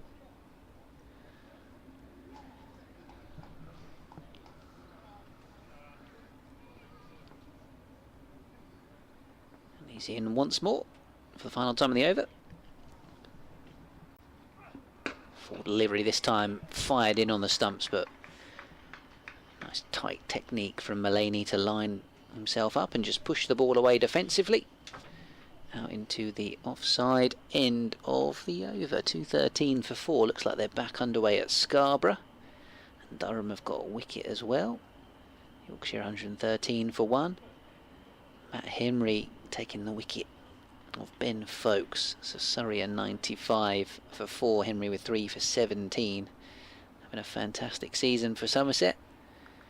And add that to the list of sort of Kent fans' grumbles. They've got letting Darren Stevens go in there, letting Ollie Robinson go in there, not signing Matt Henry this season is also in the list.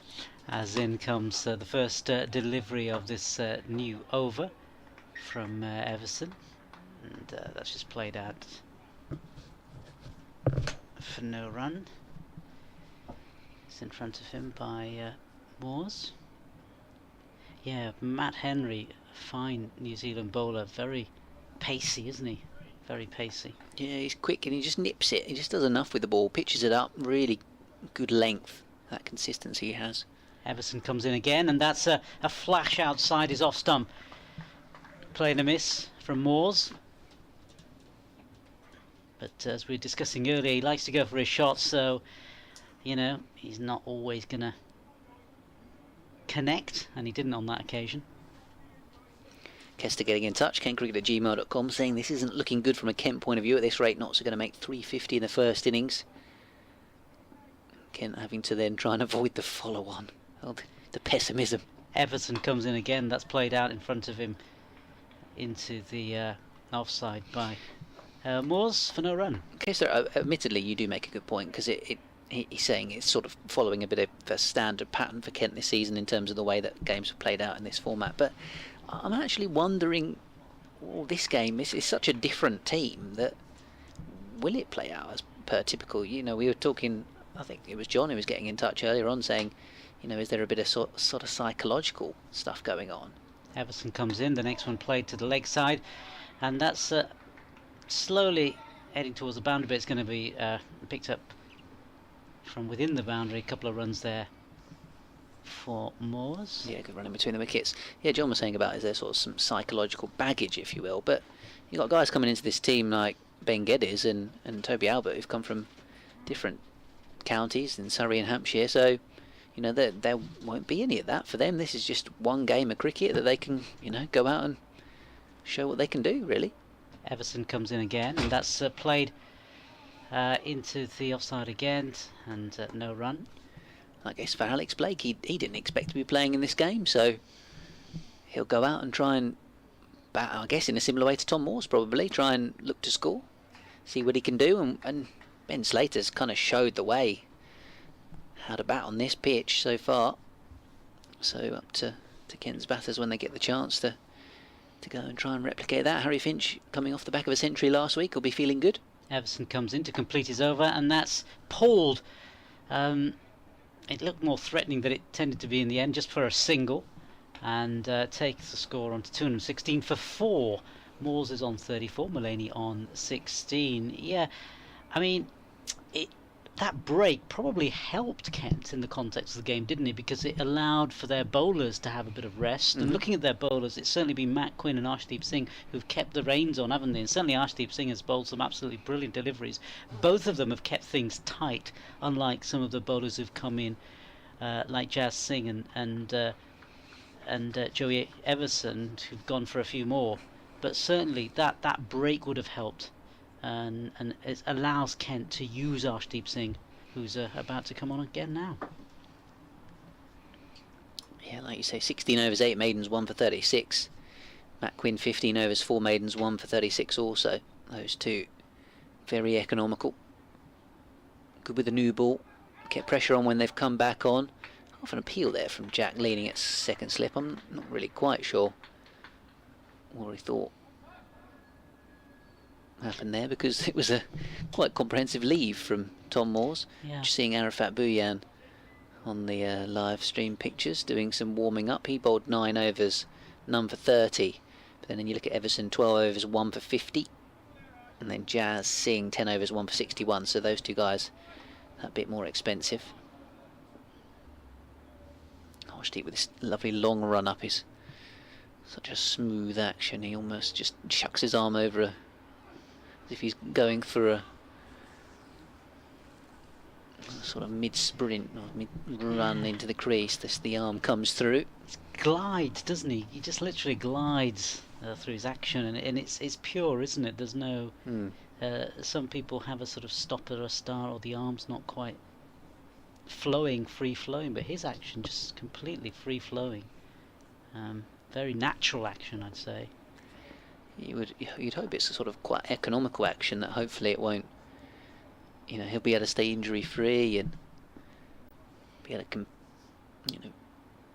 equip him well for dealing with the rigours of longer format cricket, 4 or 5 day cricket. Here he is again. That'll be the ambition of him for him, of course, to play Test cricket for India, as this one's defended away into the offside. 216 for 4 then, with this ball that's 62 overs old. I've seen Arshdeep get a bit of reverse in recent weeks, but I guess the conditions won't be necessarily conducive for that at the moment.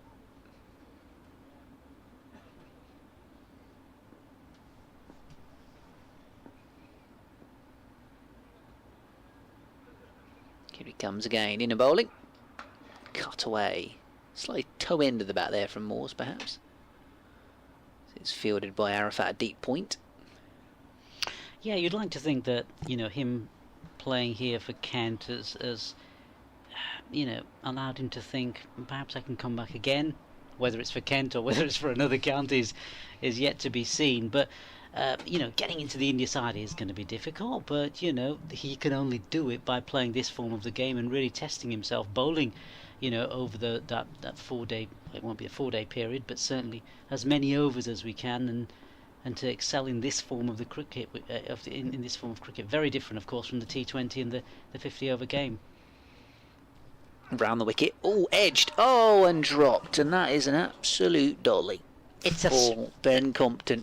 It's a straightforward catch, isn't it?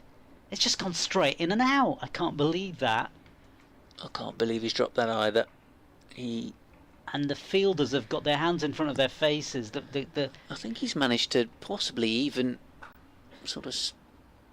Has he hurt himself at all in dropping the ball? I think the physio had been called for. He's just standing in the doorway of the pavilion. Jack Leaney's got his hand on his face. The skipper, genuine edge off.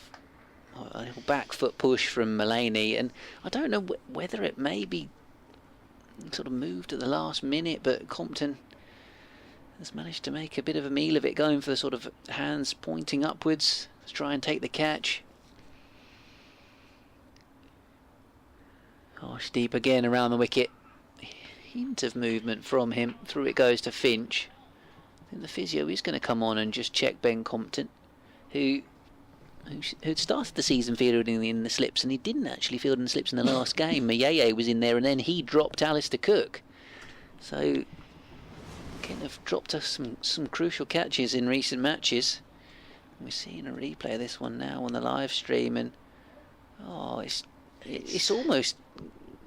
I don't know if it sort of came to Compton slower than he thought it was going to, because actually the technique with the fingers pointing up has led to the drop of the catch really there. If he'd have gone with the sort of orthodox hands, yeah, I think the ball would have almost just sort of nestled in the hands, in the fingers. But yeah, that's a real error from Compton, and a big missed chance for Kent with Mullaney dropped on 16. Yeah, and how costly is that going to be in the context of the game? Because we're at a very interesting position here. 217 for 4 could easily be 317 for 4, or it could be 317, you know, for 8. So critical period as Bouillon comes in for his first delivery of the new over, and it's cracked through onto the offside, and no run there for Moores. So I think Compton's gone off for the time being. I don't know whether he's injured a finger in the process of trying to take that catch, but it's a sub fielder on now at mid wicket.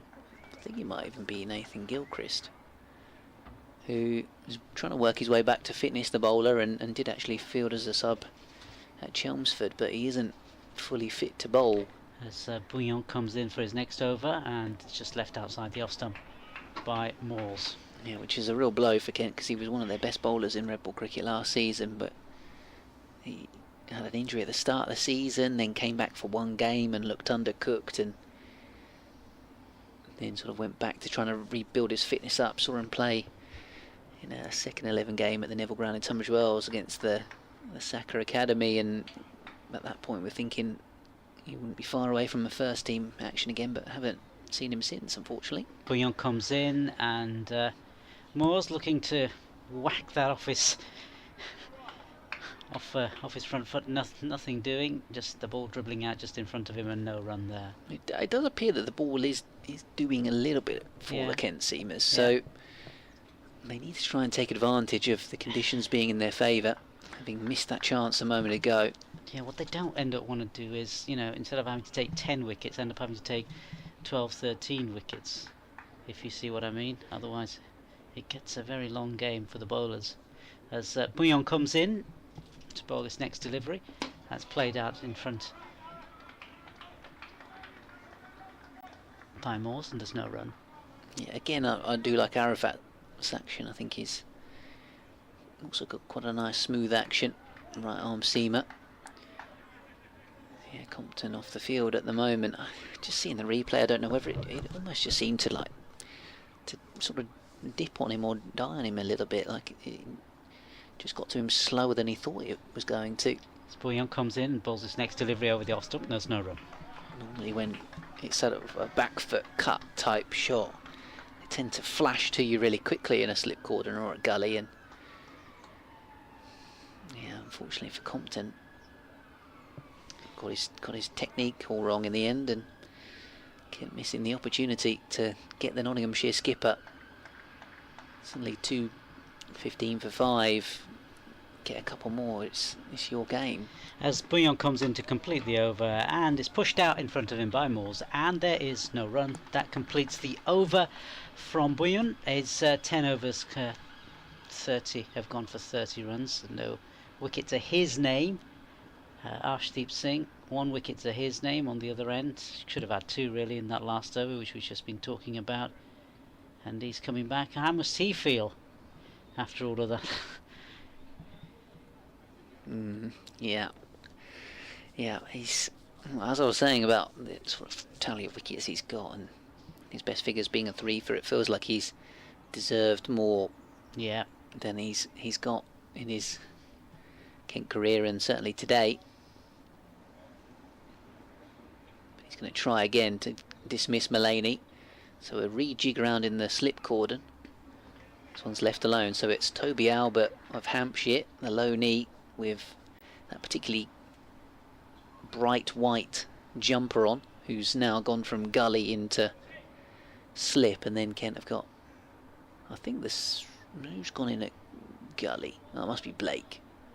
Subfielders at mid-wicket. A couple of scores from elsewhere. Middlesex bowled out for 199 by Warwickshire, but decent lead after the home side 60 all out earlier on today. So this one from Arshdeep left alone outside the off stump. So yeah, both teams bowled out on day 1 at Edgbaston. Emilio Gay's just got out at Old Trafford, making 144.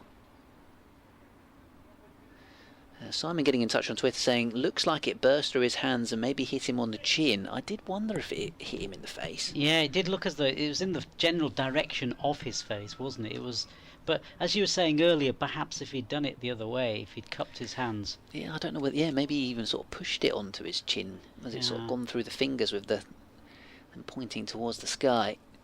Arshdeep, full delivery as the sun comes out, and this one is just guided by Stephen Mullaney down towards third man with the pace on it, away for 4 runs. So the 50 partnership in fact comes up with that stroke. 2-2-1 for 4 Nottinghamshire. Apparently Roland Jones was out hit wicket. Very rare, aren't they, hit wickets? Bizarrely in the Middlesex game. And then 111 for 4. So, yeah, a few updates from elsewhere, but here that key one of Mullaney being dropped. And now moving to 20 with that boundary. Arshdeep, tighter line, turned away into the onside for a single. Well, regardless of the drop, I mean, if he has been hit in the face, Ben Compton, it's another one on the treatment table for Kent. I'm sure he'd come out to bat with a bruised chin, but not that you need people on the treatment table. Not that Kent need any more injuries. Your physio's certainly been kept busy. if no one else is. He very much is. Ashley bowls very full to Moores here. Almost a wide Yorker which has been dug out into the covers.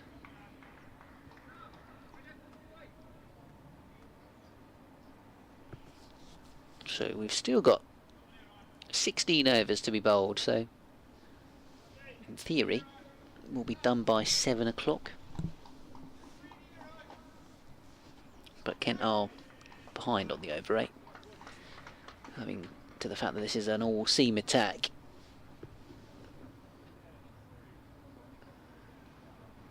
Cowdrey left out of the 11. Arshdeep bowling. Oh, that one came back in there to Moores, and it was well kept out actually by the Nottinghamshire wicketkeeper. Arshdeep continuing to bowl particularly well. 18 overs, 1 for 42, but he really could have got 2 or 3 or 4 wickets today, you feel? Yeah, he's getting the ball to jag back, or as we saw in that drop catch, just move outwards. Batsman struggling at times to deal with him, and he is a pretty fearsome hostile bowler. Certainly has been today. Proved his worth, has played of course at the very highest level for India, mainly of course in the shorter form of the game rather than test matches, but certainly proving his worth today as we see Bouillon come in to bowl the first delivery of a new over, and that's just pushed out in front of him by Mullaney, and there's no run. Yeah, Arafat looking for his first wicket of the day. All the other Kent seamers have got at least one. Would be an important breakthrough if he could end this 50 partnership. And so far we've seen pretty decent partnerships throughout the Nottinghamshire innings. 65 for the opening wicket.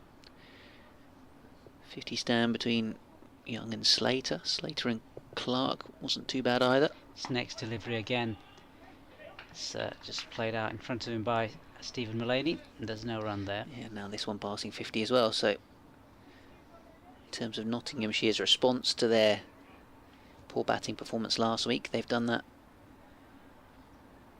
by forming some good partnerships in conditions that have been tricky.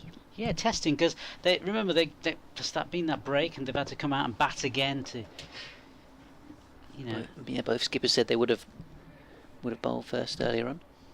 Yeah, have to resettle themselves, get their guard and everything else intact, concentrate and focus. Yes, they may have had that blip, got a bit lucky with that Arshdeep Singh chance, but now they've got to make that pay, make Kent pay as Bouillon comes in to bowl this next delivery, and that's outside the off stump, and there's no run. Yeah, if they could just lose no further wickets today, that would be a minor success in the context of the game.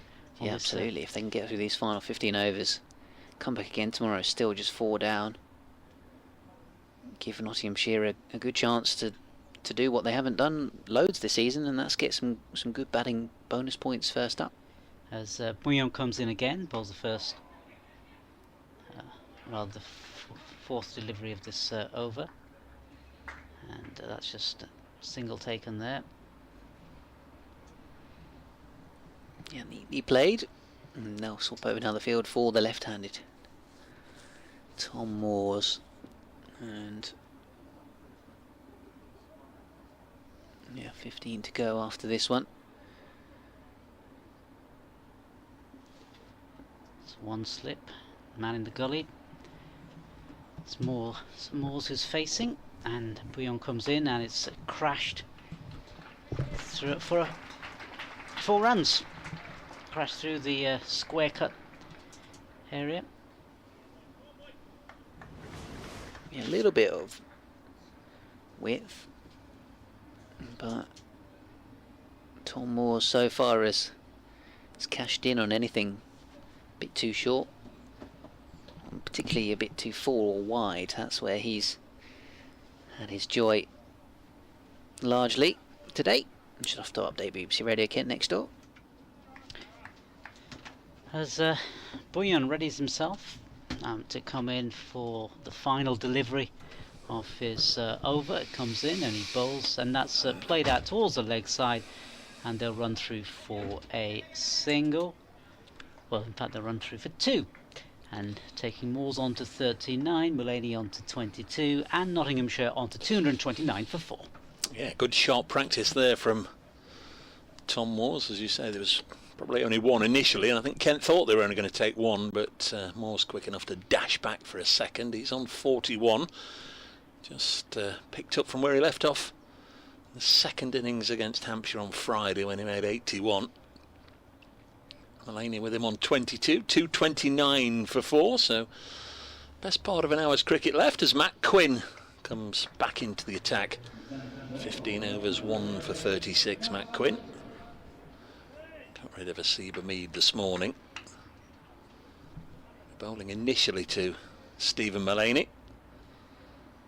Couple of slips there.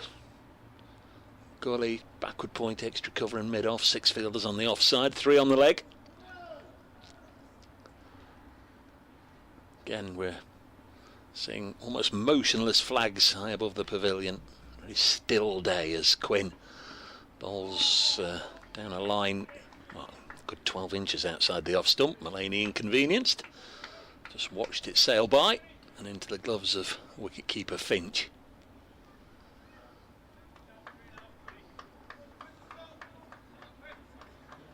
Mead made 18. Will Smith, beg your pardon, Will Young. Will Smith. Will Young 21. Joe Clark 22, and Ben Slater very much the star of the day, out for exactly 100 as Quinn bowls again and Mulaney defends. No run. I guess the slightly disappointing thing for Ben Slater will be that he was out straight after reaching 100.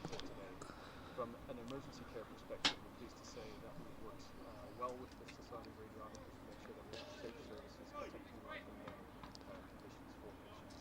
Two brothers who kidnapped a 14-year-old boy in a case of mistaken identity. Quinn makes his way back to his mark, down below us, wearing quite a broad wristband on his left arm.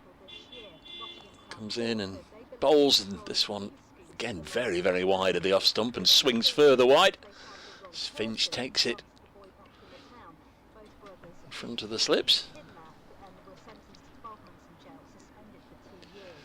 A branding expert based in Nottingham has described Twitter's new look as branding. So tomorrow we'll be playing catch up again with 8 of the lost overs. It'll be a 104 over day.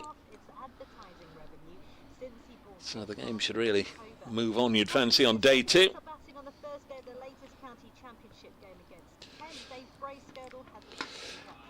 Yeah, still quite a lot of time left this evening. Another 14 overs after this one. Nottinghamshire 231 for 4. Star of the day, Ben Slater, who made exactly 100. But Stephen Mulaney, the skipper, on 26 now, and Tom Moores on 41. They've added 62 so far for this 5th wicket, and late in the day, a really good chance here for Notts to pile on the runs. 231 for 4. Cheers, Dave. And your weather, rain this evening and overnight, lows of 8 degrees Celsius. Those runs had already, quick as a flash, been added to Mulaney's total, so he isn't on 26, he's on 24. But now he's on 25, deflecting this off his hip. Down to long leg, 232 for 4 Nottinghamshire, and they are very much bringing that first batting bonus point into sight. In the 67th over, so close of play today, and that second new ball just about going to arrive at the same time. There's the potential for Kent to have one over with it late on. Interesting to see if they elect to take it, assuming we do get through right until the end without any further stoppages. No reason at the moment why we shouldn't, as Moores with a push, a steered push into the offside. It was controlled. Gets himself another run, 233 for 4.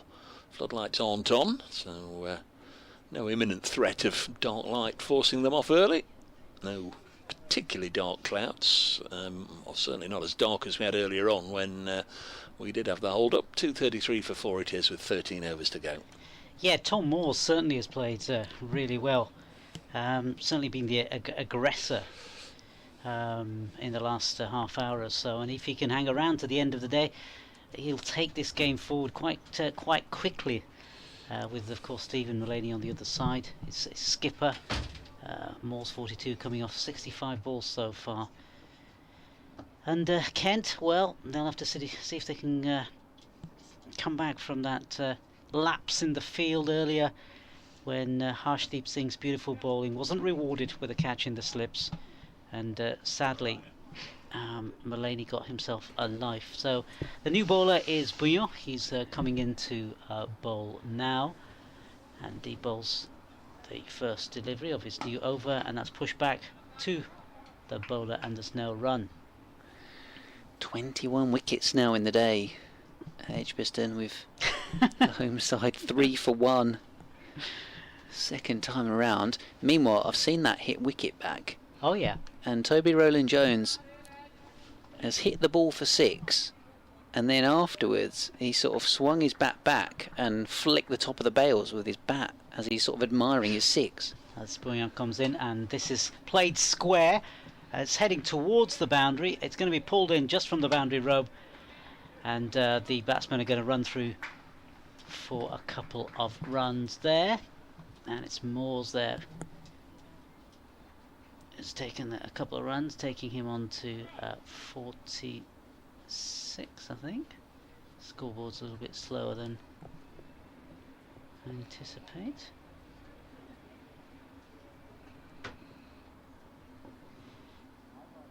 I think maybe it was quick. Yeah. As Bouillon comes in to bowl this next delivery, and it's pushed out again. There's no run. Oh, it's a misfield, and the batsmen are going to run through for 2 more runs. So yeah, poor fielding there from Kent. That shouldn't have gone through the fielder's hands there. It's Alex Blake as well, who you wouldn't expect to be guilty of any misdemeanours in the field. Possible that it took an awkward bounce off one of the other wickets. But yeah, it's been sloppy so far for Kent in this session. Sloppy from fielding, sloppy on the field as Bouillon comes in to bowl this next delivery, and that's pulled out in front of him by Moores, and then he rehearses the shot as he wanted to play the shot, didn't quite play it. I guess he was trying to get that 4 ball, get the boundary. He's on 46. Yeah, he hasn't middled that at all. Yeah, no, he hasn't. He was aiming for, well, it really wouldn't have taken much to hit the ball to the short boundary for the 4 to bring up his 50. Instead, he almost miscued it to mid-on. Well, he did, but with a bounce. And that would have been disastrous. But here comes Bouillon in again to bowl, and this is left outside his off-stump by Moores. I mean, I don't quite know why it took so long for Kent to get Arafat into the attack. He's actually been pretty tidy and has been that bit more reliable than, say, Jazz Singh and Joey Everson in terms of keeping it tight and economy rate so far. Everson hasn't seemingly sort of, apart from the wicket that he got in his opening over, hasn't really found sort of an optimal length from either end. He's been a bit too full or a bit too short, really. As Bouillon comes in to complete the over, and Moores tried to square cut it almost, but the ball sort of went under his, it appeared to go under his bat, I think, and just went through to the keeper, and there's no run. Yep, so 237 for 4. This partnership continuing. Now is it worth, what, 68? So yeah, Kent will be left to rue that missed opportunity if these two do find themselves not out at stumps. Matt Quinn's going to continue, having replaced Harshdeep Singh. There was a particularly good leave in the previous over from Stephen Mulaney, one that didn't look too far away from the off stump. Here he is bowling Quinn, and it's played away nicely off the back foot out towards Joey Everson at backward point.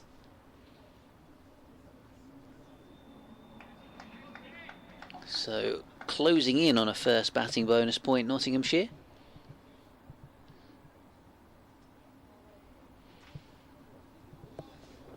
.250 these days, which I'm not sure I totally agree with. I think 200 might be better, as we've had previously. This one pushed away off the back foot. I guess Kent's woes haven't been helped by the matches that have taken place are taking place around the country today, as you've been talking about there, Ben. I mean, most of them are going against Kent as well, aren't they? Most of the Yeah, I mean, well, the two key ones in terms of their relegation rivals. yeah. Northamptonshire 302 for 5 at the close at Old Trafford now. Middlesex having that lead at Edgbaston. This one's a cut stroke attempted by Mulaney. A bit of swing from Quinn, but again a miscue from a not spatter as it's chopped down into the ground and straight to the fielder. Here Warwickshire 11 for 1, having been 60 all out earlier on in the day. So for Alex Davis, the Warwickshire opener, he's been dismissed twice in the same day, and the second one was a first ball duck. Wow, that game has really raced along, hasn't it? And caught by his namesake. That is a miserable day's work.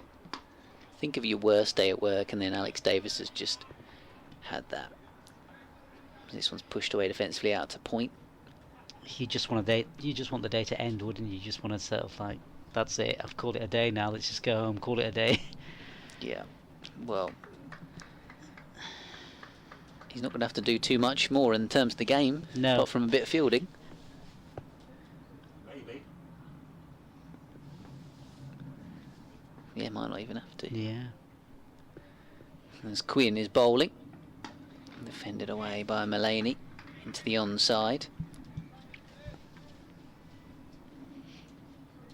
You would assume that Warwickshire will bat much better second time around, but we'll wait and see.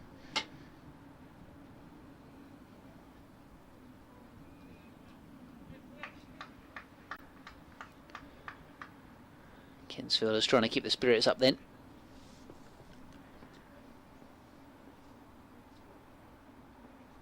Final 12 overs of day one as Quinn bowls a full delivery, which is driven by Mulaney out towards extra cover.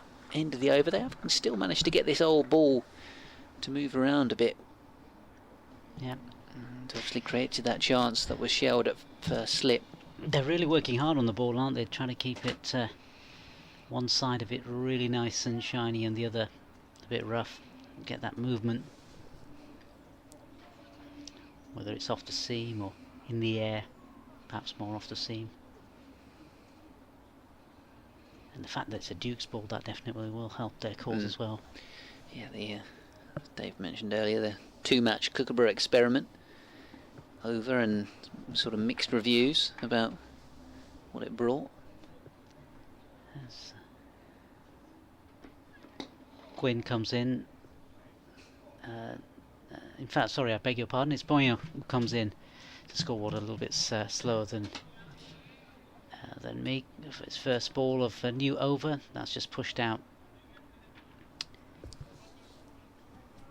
for a single there. Yeah, towards Nathan Gilchrist, who's on the field as a sub for Ben Compton.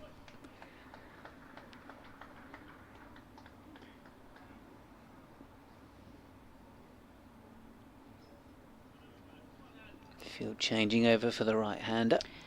As Bouillon comes in to bowl this next delivery, and again it's played out in front of him by Mulaney, and there's no run.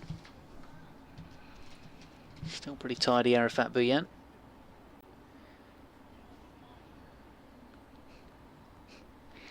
On the BBC Sport Live blog, they've started researching games that were all first-class games that were all over in one day. Not beyond the realms of possibility that a flurry of wickets would lead to that, although it feels unlikely. As Bouillon comes in to bowl this next delivery, and it's played towards the leg side, and the batsman will cross over for a single. Yeah, nicely played from these two so far. Good running between the wickets. It's a nice healthy partnership, 70 now between the two. Yeah, it's a nice balance really, the way that they play, with Moores, like you say, being the aggressor. Likes to play his shots, the keeper. Mulaney just trying to play himself back into some form. And Bouillon comes in to bowl this next delivery, and it's pulled towards the boundary, but retrieved just from within the boundary. It'll go for another single there.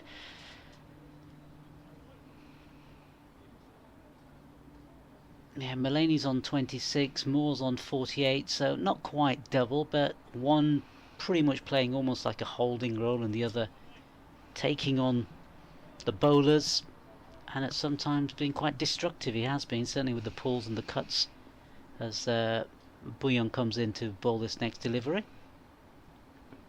The ball's played out and they'll run through for a quick single. All these quick singles are certainly helping Nott's cause, and certainly in the last over or so we saw a misfield as well. So yeah, Kent been great in the field. Which is really not like them. Normally fielding is one of Kent's strengths. But they've missed opportunities, and did so last week as well. Slip catches going down. A missed stumping last week also, which cost them a few runs. As Bouillon comes in, completes his over, and an attempted cut by Moores there didn't quite work, but it finishes the over there for Bouillon. His 13 overs, 2 maidens, and he's given away 45 runs in that, and Nottinghamshire 241 for 4.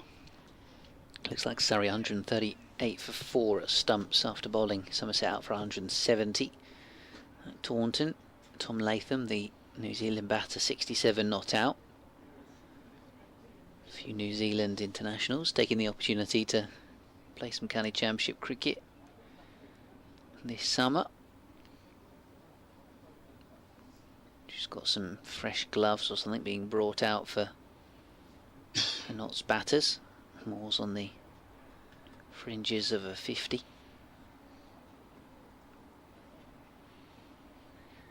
Listening to BBC Radio Nottingham, BBC Radio Kent, BBC Sport Online. Dave Bracegirdle, Ben Watson, Nasser Hanif with us. This will, for the first couple of days. As Matt Quinn is going to continue here from the Radcliffe Road end of the ground. 2 slips and a gully in position. Mulaney on 27, 70 balls he's faced, 71 now as this is pushed out towards point. Returning from injury, back into the team, the captain, in at number 5. Yeah, the last wicket went at 169, the wicket of Ben Slater, who of course scored the century. So yeah, this is turning out to be a very, very useful partnership in the context of the game now.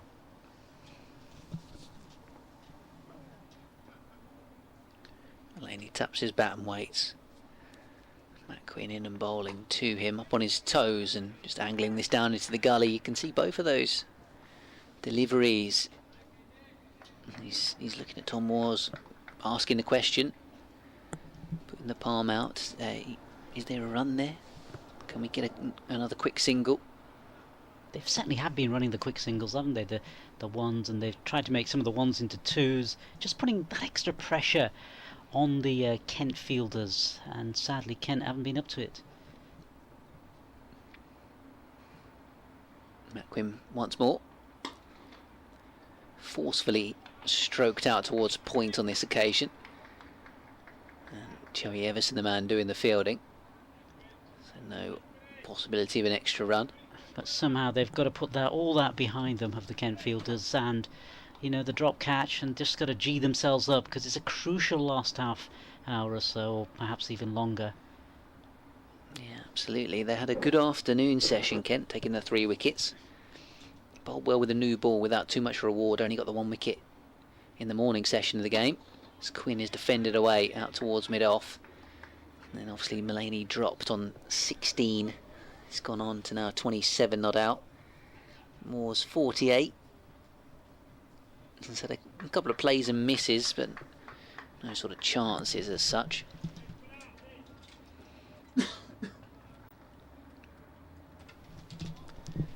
So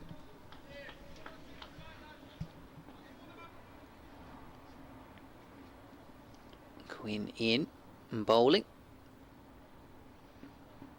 Cut away by Mulaney, but straight to Everson at point. Slight misfield from him. Just reading on the BBC Sport County Cricket page that the last time a county championship game was all over in one day was in 1960, when Kent made 187 and then bowled Worcestershire out for 25 and 26. Sorry, 25 and 61. I don't know where I got 26 from. 25 and 61 to win by an innings and 101 runs at Tunbridge Wells. Wow.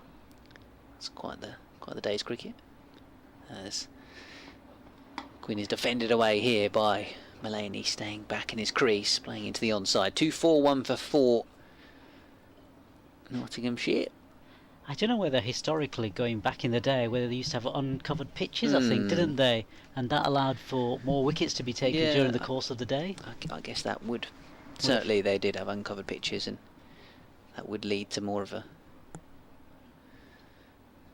those sort of lower scores, I guess. Yeah. But to have a similar fate in these times where we have covered pitches would be quite a turnaround. That's why when you hear Kent fans talking about Alan Knott and Derek Underwood, that combination, saying how good Alan Knott was behind the stumps, the fact that he was keeping wicket to deadly Derek Underwood on those uncovered pitches. As Bouillon comes in, first ball of a new over, an appeal, half an appeal almost from the bowler, but nothing doing, no result from that. Quick left arm spin that he bowled, and yeah, would have to work very hard behind the stumps, keep him very busy. A lot more predictable now, I guess, for wicket keepers. Harry Finch, someone that taking up wicket keeping later on in his career, to add another string to his bow. As Bouillon comes in, next ball, it's played towards the leg side again, half an appeal, but no appeal of any vigour as such, and the batsmen cross over for a single. Essex find themselves in front.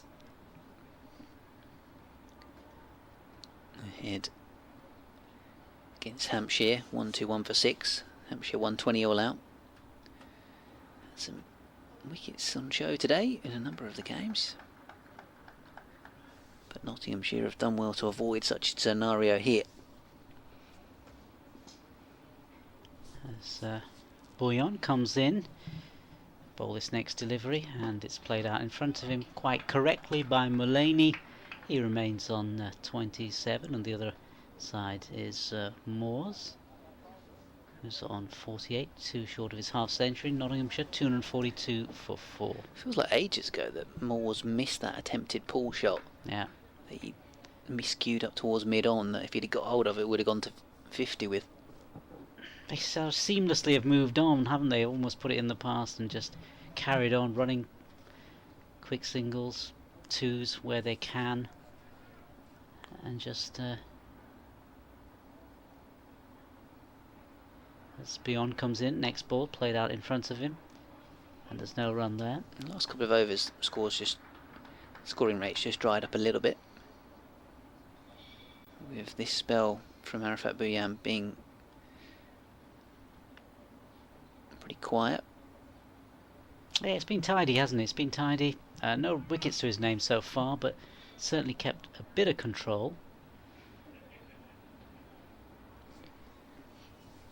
Quinn's economy rate's been even better than Arshdeep's, so he too's been very solid. As Bouillon comes in, next ball is played out again in front of him by Mullaney, the captain of Nottinghamshire, and there's no run. Kent fielders working on the ball, see if they can get a bit more shine on it, get a bit more help from this ball, which is what, 60 overs now. Even more than that. It's 60 overs now. 72 overs old, yeah. Sorry, 72 overs, beg your pardon. As next delivery bowled in, and the batsman will cross over for another single to Mullaney. And it's the end of the over, and it's Nottinghamshire 243 for 4. I don't think we did change the ball in the end. There was some talk about changing it, but it never happened. No, didn't from happen. memory. So yeah, we still have got this ball. Otherwise, it would have been, roughly the right amount of overs old. I do love the fact that they have spare balls in a box, which you think looks like fitting of sort of containing something far more important and dangerous than a bunch of cricket balls. Although, as Ben Compton's found out, there can be £1 million. I was more thinking sort of nuclear codes, but Dave Bracegirdle says cash prize. So Quinn is in. Full delivery, which has actually been clipped aerially by Mulaney up towards mid-on. Did bounce before it got to Arafat. Looks like Ben Compton is back out and loitering by the boundary's edge, so perhaps He's been put to graze by the boundary's edge. he might be coming back on in a minute. He's putting an extra jumper on. A minute ago, I think, Tuanda Mayeye with his green bib on was behind the bowler's arm and was getting in the way. Had to be moved out of the way so that play could resume. As Mulaney plays very correctly off the back foot out towards point without any power on this occasion. 2-4-3 for 4. So Kent just being very patient, trying to dry up the runs to see if that forces a mistake, whereas these two, I think, will be more than happy to just try and sit in and make sure they're back tomorrow.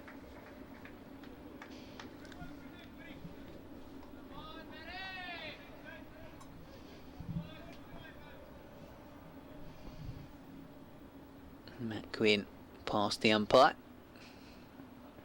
Hint of movement, slight outside edge, but soft hands from Mulaney as it goes down into the gully area. Blake is fielding. Yeah, you'd say get the 7 runs, maybe get that bonus point, and lose no more wickets from a Nottinghamshire point of view. And you know, if they over 250, 260 by the end of the day, they'd probably take that. If you'd have said to Kent fans at the start of the season, come the end of July, that game at Nottinghamshire, as Quinn is in and bowling, goes for the pull shot, under edges it onto his pad there, Mulaney, almost the eyes lit up and he was through the shot before he had the opportunity to play it to the boundary. If you'd have said to Kent fans, NASA, thank you very much, making way for Dave, and we'll see you again tomorrow. If you'd have said to Kent fans at the start of the season, in terms of homegrown players, the two involved in this game would be Alex Blake and Jazz Singh, they'd have said, what's gone on there? Blake obviously only white ball contracted, but involved in this game. Jazz Singh getting an opportunity as well due to the long list of injuries that Kent have got. This one pushed away out towards extra cover. Dave Bracegirdle's back. I'm actually going to... I know you've come back, it's not you. I'm going to go next door for an update very shortly, but I will be back. I think I've missed one ball today, and that was that drop catch. I came back in and we were talking about it. And just had to pick Ben's brains quietly as to what had happened. Just popped downstairs, and I think on the stairs I missed one delivery. There's Quinn. Bowls, and this one's cut away just short of backward point. It was fearfully hit by Mulaney, but no runs. Everson doing the fielding. 243 for 4. Been update for Radio Nottingham in just a moment. Who's going to bowl here? It's going to be Jazz Singh. 10 overs, 1 for 61.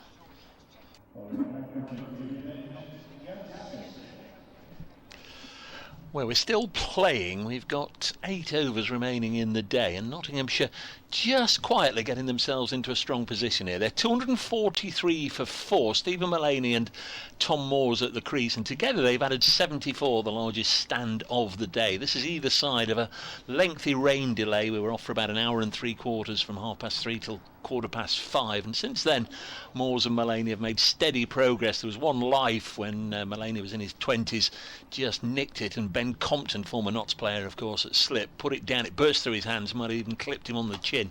Ben Slater, the star of the day for Notts, with his first 100 of the campaign, as just in the background you'll hear a ripple of noise, and that is for Tom Moores just going to his half century, back back-to-back 50s for Tom Moores. Made 81 on Friday against Somerset. 77 balls and 8 fours. Been a fine innings from Moores here, just given Notts the impetus they need late in the day. Got about 7.5 overs left, and Notts 247 for 4.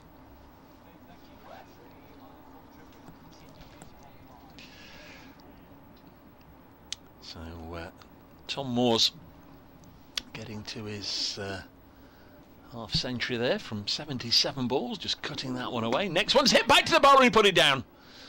Drilled crisply straight back to the bowler. There's hands on head from a number of the Kent players, others looking on in disappointment and astonishment. It was drilled back at Jazz Singh, put out his left arm, ball in, ball out, and down on the ground. And Tom Moores mightily relieved, I would suggest, not to have gone. Just see a replay now on the live stream. Oh, it went quickly, but he did react to it. Did put up his hand, an instinctive grab. Down it went. Next ball is pulled away by Moores. Wouldn't you know it? Happens so often that a drop catch, and it's followed up by a boundary, and this is an important boundary as well in the context of the game, because it takes Notts to their first batting bonus point. 251 for 4, and Moores up to 56. So the bonus point situation, it's a 1-1 draw. If you had that down on your pools forecast as a score draw, that's where we are right now. It's Jazz Singh, remember those doing the pools? And Moores will mistime this onto the leg side. Takes a single nonetheless. And Tom Moores down to the other end on 57 now. Stuck on 48 for about 5 overs, but once the seal was broken, away he went, and he's on his way again. He's on to 57. 252 for 4 Nottinghamshire. Brings Stephen Mullaney, the captain, back onto strike. 7 overs and 2 balls left in the day. Mullaney has 28. This partnership worth 83. Big man Jazz Singh bowls wide of the pegs, and Mullaney lets it go through to Finch. Seen quite a bit of Brett Hutton as a night watchman recently for Nottinghamshire. The last few matches they seem to, on a regular basis, lose a wicket inside the closing 5 or 6 overs of the day, and Brett Hutton has been deployed as night watcher. Happened at the Oval, happened last week here at Trent Bridge against Hampshire. Sure, he'll have the pads on and he may be required. Given! Mullaney's gone. Jazz Singh gets a wicket, his second of the day, and Mullaney's out LBW for 28, and it's 252 for 5. And at first glance that did look as if it was pretty close indeed. Stephen Mullaney has gone 428. He was at the crease for 2 hours either side of that rain delay. 88 balls faced, 4 fours, and late on in the day Kent have struck another blow. 252 for 5. Stephen Mullaney LBW to Jazz Singh, and I think that was very much in the vicinity, in the ballpark. You can see why they appealed as one, and you can see why the finger went up. Welcome back, Ben. Yeah, I think it looks like it nipped back a little bit actually, and effectively it's the same ball that got Ben Slater out, because being I thought he'd sort of moved it the other way, but obviously he's a left-hander, Ben Slater, so yeah, just a little bit of nip from Jazz Singh, who amazingly has obviously bowled, been the most expensive of the Kent bowlers, gone for 70 from his 11 overs and went for a couple of boundaries in that one, which obviously took Moores to 50 and the score to 250, and yet he's got 2 of the most important wickets of the day with the skipper and the centurion out. So yeah, fair play to Jazz Singh picking up those scalps, and an important one for Kent at a point where that partnership was threatening to sort of take the game away from them, and if those guys had come back again in the morning, you know, could have really sort of put a big first innings score on the board. So still a chance to do that. Notts being 252 for 5, but I feel that wicket just gets Kent back in the game slightly. Yes, I know you were next door updating listeners back in your home county. I was just saying, get inside the last 5 or 6 overs of the day, and Notts have been deploying Brett Hutner's night watchman, and he's been doing it regularly. A wicket goes down with 7 overs to go, and they've sent out Lyndon James. I just wonder, another over may well have been Brett. So there's Matt Quinn. Round the wicket to Moores, who plays an absolutely textbook drive back past mid-off. Bhuyan has done well, I think, down by the boundary rope to stop that from going for 4, so they will get 3. Moores moves to 60 exactly. 255 for 5. Yeah, and Jazz Singh probably, well, he could have had his second wicket just a few balls earlier. That one drilled back at him by Tom Moores. So Mulaney's, well, the drop from Compton off Mulaney, not costing too many. No, did you see the Moores drop? No, I didn't. He drilled it straight back at Jazz Singh, the ball, after reaching his half century. In and out. Here comes Quinn. Defended away into the offside. So another one to add to the recent drop tally. Kent have just been that little bit sloppier in the last couple of games, and often see them miss chances. Yeah, this one was one of those. I mean, it was leathered back at him by Moores. If he didn't get a hand to it, it would have gone through him, but it was in and it was out. So Moores on 60 not out, then James, the new man, watching this Quinn delivery and playing defensively back up the pitch.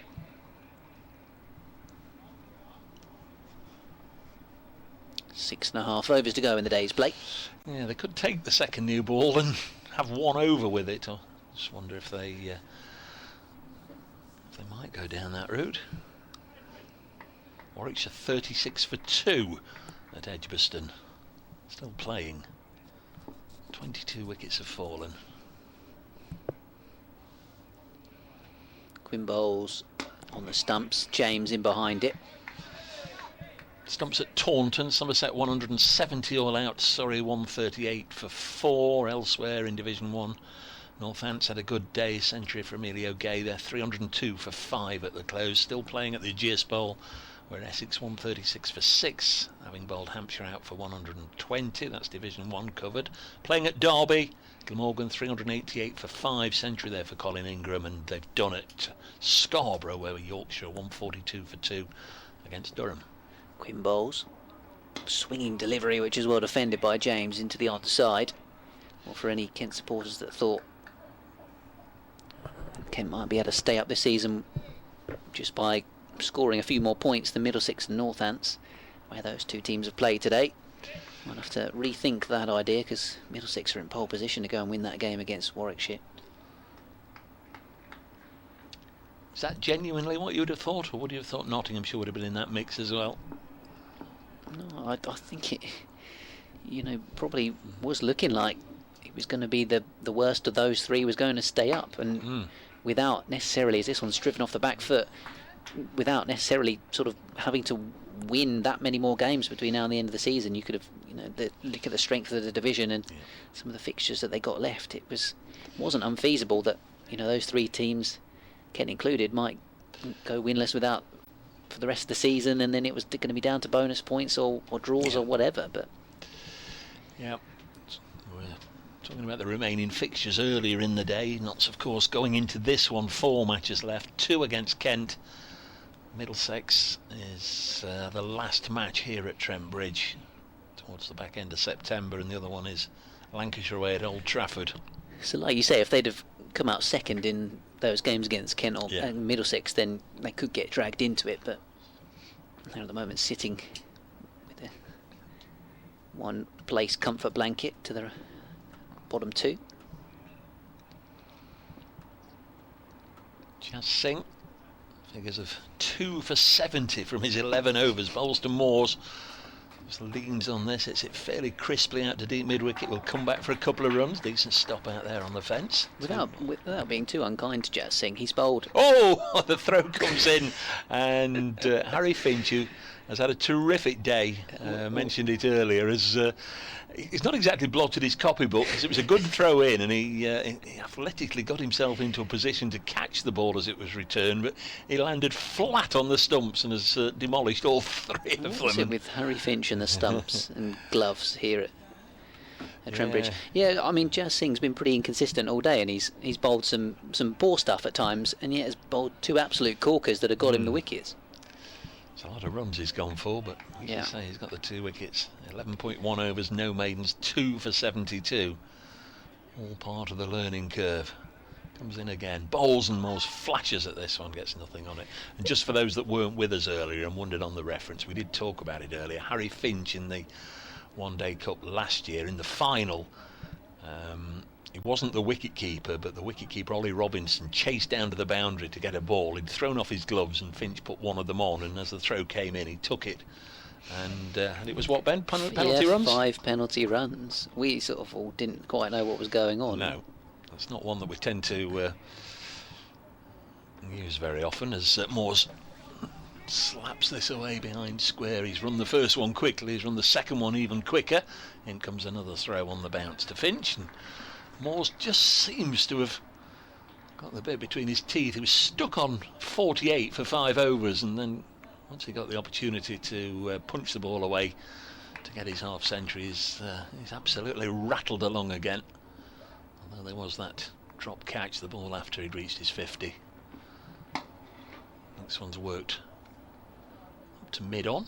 There's no run. 259 for 5. Thanks very much to everybody that's taken the trouble to either tune in and tune in. Do people still tune in? But to listen to us on the BBC Sport website or app, listen to the commentary or watch the live stream. Those of you who are watching the live stream, a reminder, if you leave the pictures on, as soon as we can, we'll bring the interviews up on the stream for you, as this is punched up to mid-off, and there's no run. 259 for 5.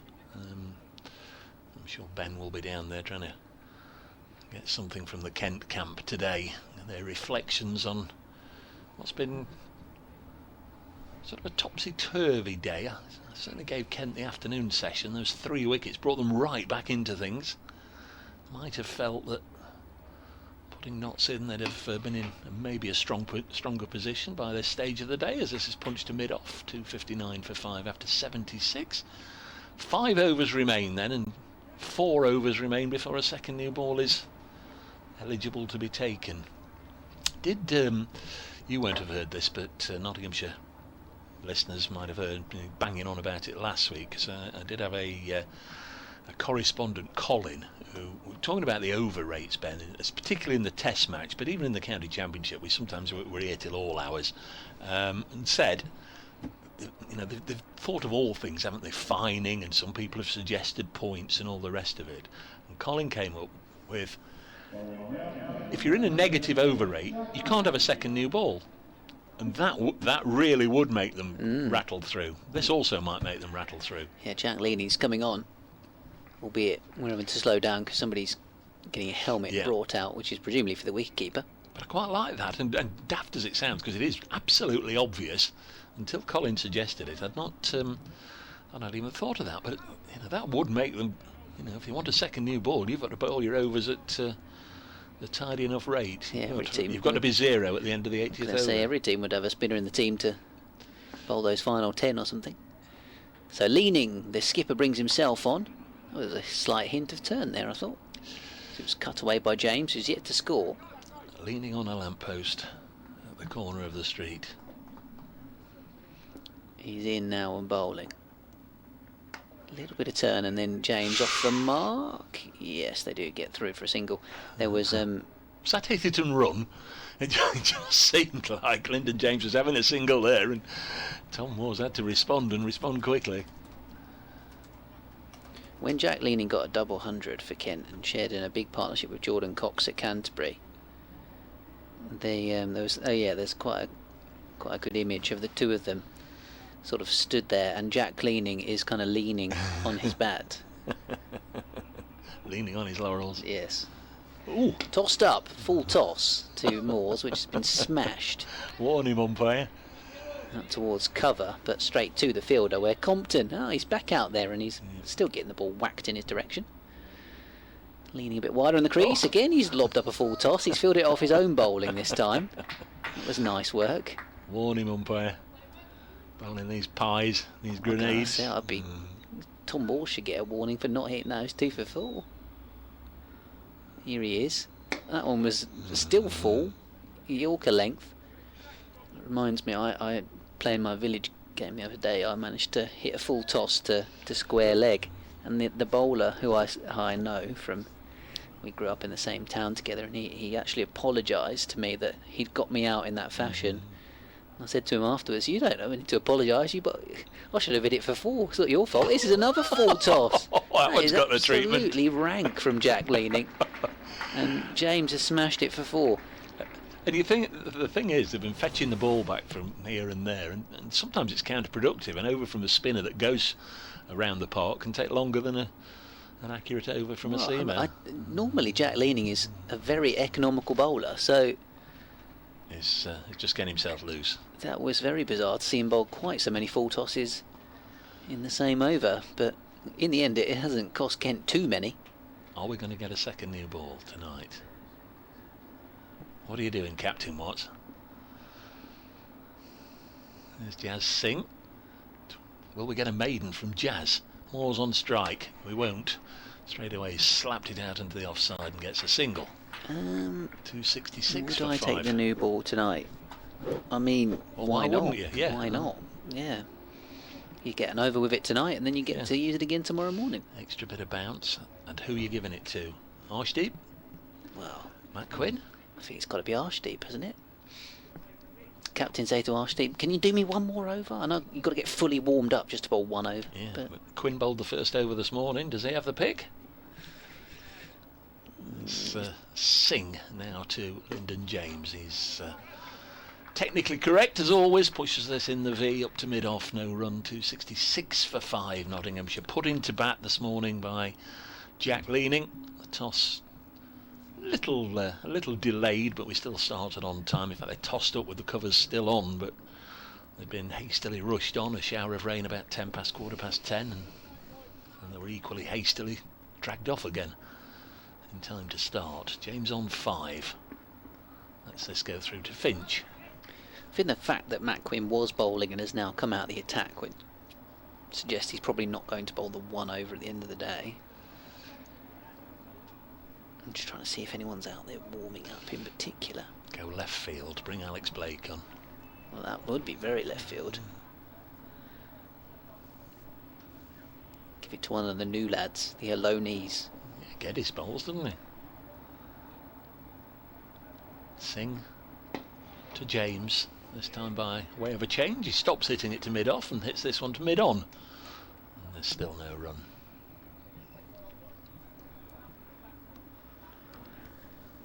Supposed to be nice tomorrow. We'll need it to be nice tomorrow because we've got 104 overs to squeeze in. So bring your sleeping bag and get ready for a long one tomorrow. 266 for 5. Next delivery on its way now, and this is pushed back to the bowler by Lyndon James, who deflects it onto the stumps inadvertently.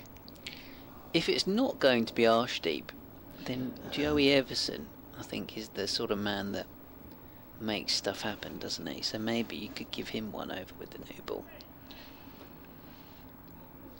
That's what you're doing.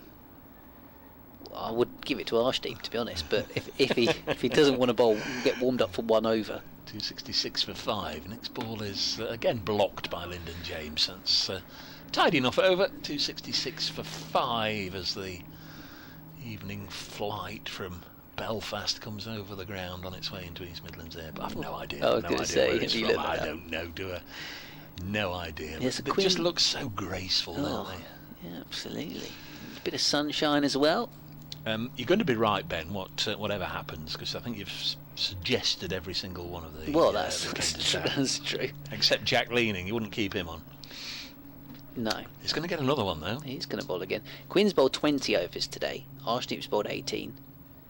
Chaz just completed his 13th over. Leaning, that one is not quite a full toss, but it was not far off. It was very full and it's been smoked out towards cover. Some footballing from Arshdeep on the boundary to actually just playing a little pass to his teammate almost there. Yeah. It's certainly getting Palace's first team with a touch like that. We need a winger Didn't go down, did he? who can pass the ball to a teammate. Leaning around the wicket. That's a better length from him. Back goes Moores and just pushes it away into the offside, and there is a misfield from Matt Quinn. And they come back for 2, and that is poor cricket. Tired cricket from Matt Quinn, who's done an excellent job with the ball. But throughout the day there's been 1 or 2 misfields, hasn't there? Fielding has been a bit sloppy. This one is a single again. It was Arafat earlier on, wasn't it, who got nutmegged down at... Yeah, that was in the morning session. Can't blame leg. tiredness on that.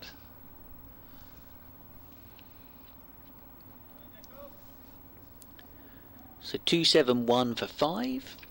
James on 5. Leaning around the wicket. Oh, that was a decent delivery. Went to go back and cut, but then decided, because of the slight hint of turn, that wasn't advisable. Leaning can sometimes have a bit of a golden arm. This one driven up towards mid-off. There was, I think it was the Northants game where, or one of the games at home the other week where Arshdeep couldn't bowl because it was too dark, and Leaning said, oh, okay, I'll come on for an over, and he got the wicket anyway. Here he comes around the wicket. Cut back in his direction. Off the back foot by Moores, end of the over. 2 to go. Jack Leaning scrubbing up this old ball. Yeah, I've always had a bit of time and rated Jack Leaning. Good cricketer. Just a good all-round cricketer. Made the move, what, 4 or 5 years ago? Down from Yorkshire to Canterbury. Be about that sort of length of time, would it? 272 for 5. So we've got 2 overs left. This is the 80th over, about to be bowled by Jazz Singh. 13 overs under his belt, and this has turned to mid-wicket now then. Is he going to be able to keep Lyndon James quiet and at this end for the next 5 deliveries and get his first maiden? The day began with 2 maidens, one from Matt Quinn at this end, one from Arshdeep Singh at the far end. So end of the 2019 season, Leaning made the switch. Next ball on its way, and Lyndon James drills it back to the bowler. So 20, 21, 20. Oh, so this is his 4th season. Of course, the first one, the COVID year, the shortened year. Crikey. The time we thought we'd never get out of it, didn't we? The pandemic, the sport being played with no spectators. Terrific, but now it just seems a lifetime ago. Well, at least to some of us. Next ball, wide of the pegs, through to the keeper. He's going to bowl a maiden here. Car parking aside, Yeah. sport was worse off without the spectators. Yeah, I talked about it quite a bit last week. So of course, it was finals day at Edgbaston and what have you, but Notts won the finals day, the behind closed doors finals day, where they felt it appropriate every now and again to pipe in crowd noise and Sweet Caroline and whatever with nobody in the ground. It's just nonsense. Next delivery is run to point by Lyndon James. So Jazz Singh 4 balls into his first maiden of the day here. 272 for 5.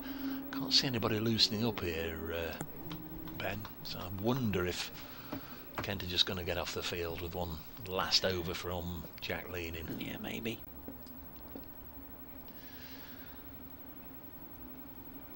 Here's Singh, ball number 5. Lyndon James pushes it to mid-on.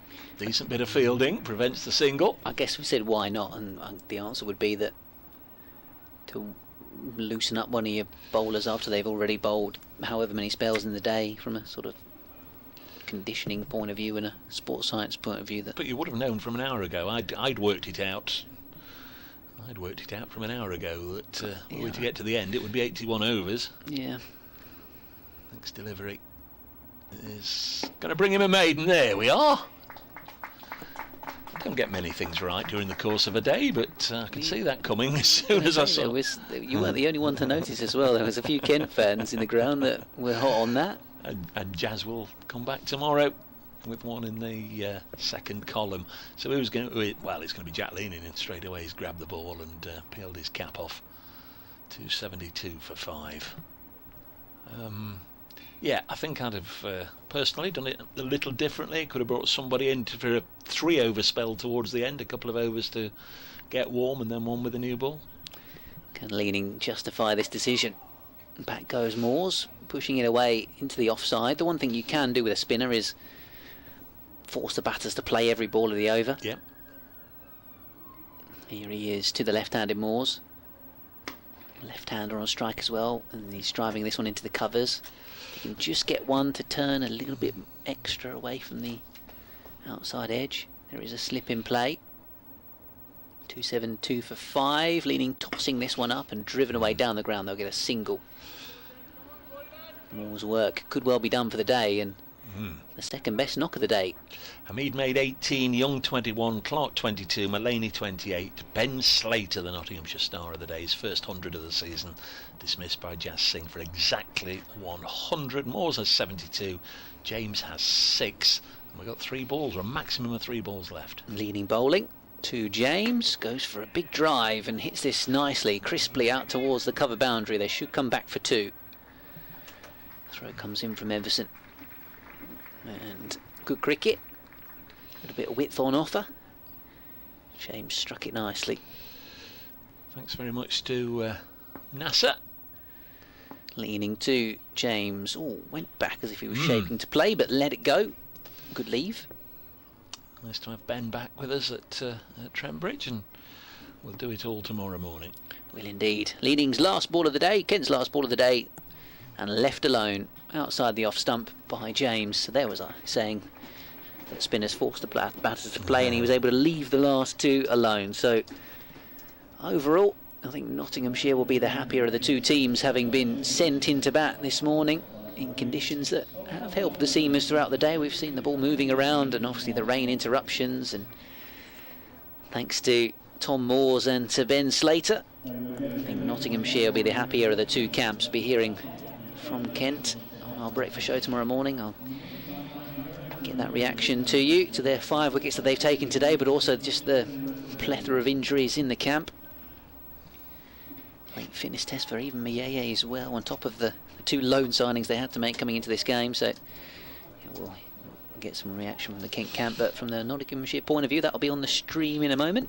It will indeed. Thank you very much to Nasser. Thanks very much to Ben, and very much thanks to all of you out there for being with us today. As Ben has just said, on the live stream, carry on watching the pictures. Those of you, appreciate there are people listening to us, don't have the facility to have a look at the pictures, but those that are watching, if you want to get the first reaction from the Nottinghamshire camp, then just continue watching, and everything will be there. But from Trent Bridge, as we hit 7 o'clock, it's time for us all to say a very good night here, and wish you well with however you spend the rest of your Monday evening in this time zone. I know we've got people all over the world looking, listening, watching and following. Your company and your friendship is equally appreciated. We'll speak to you all tomorrow from Trent Bridge. A very good night.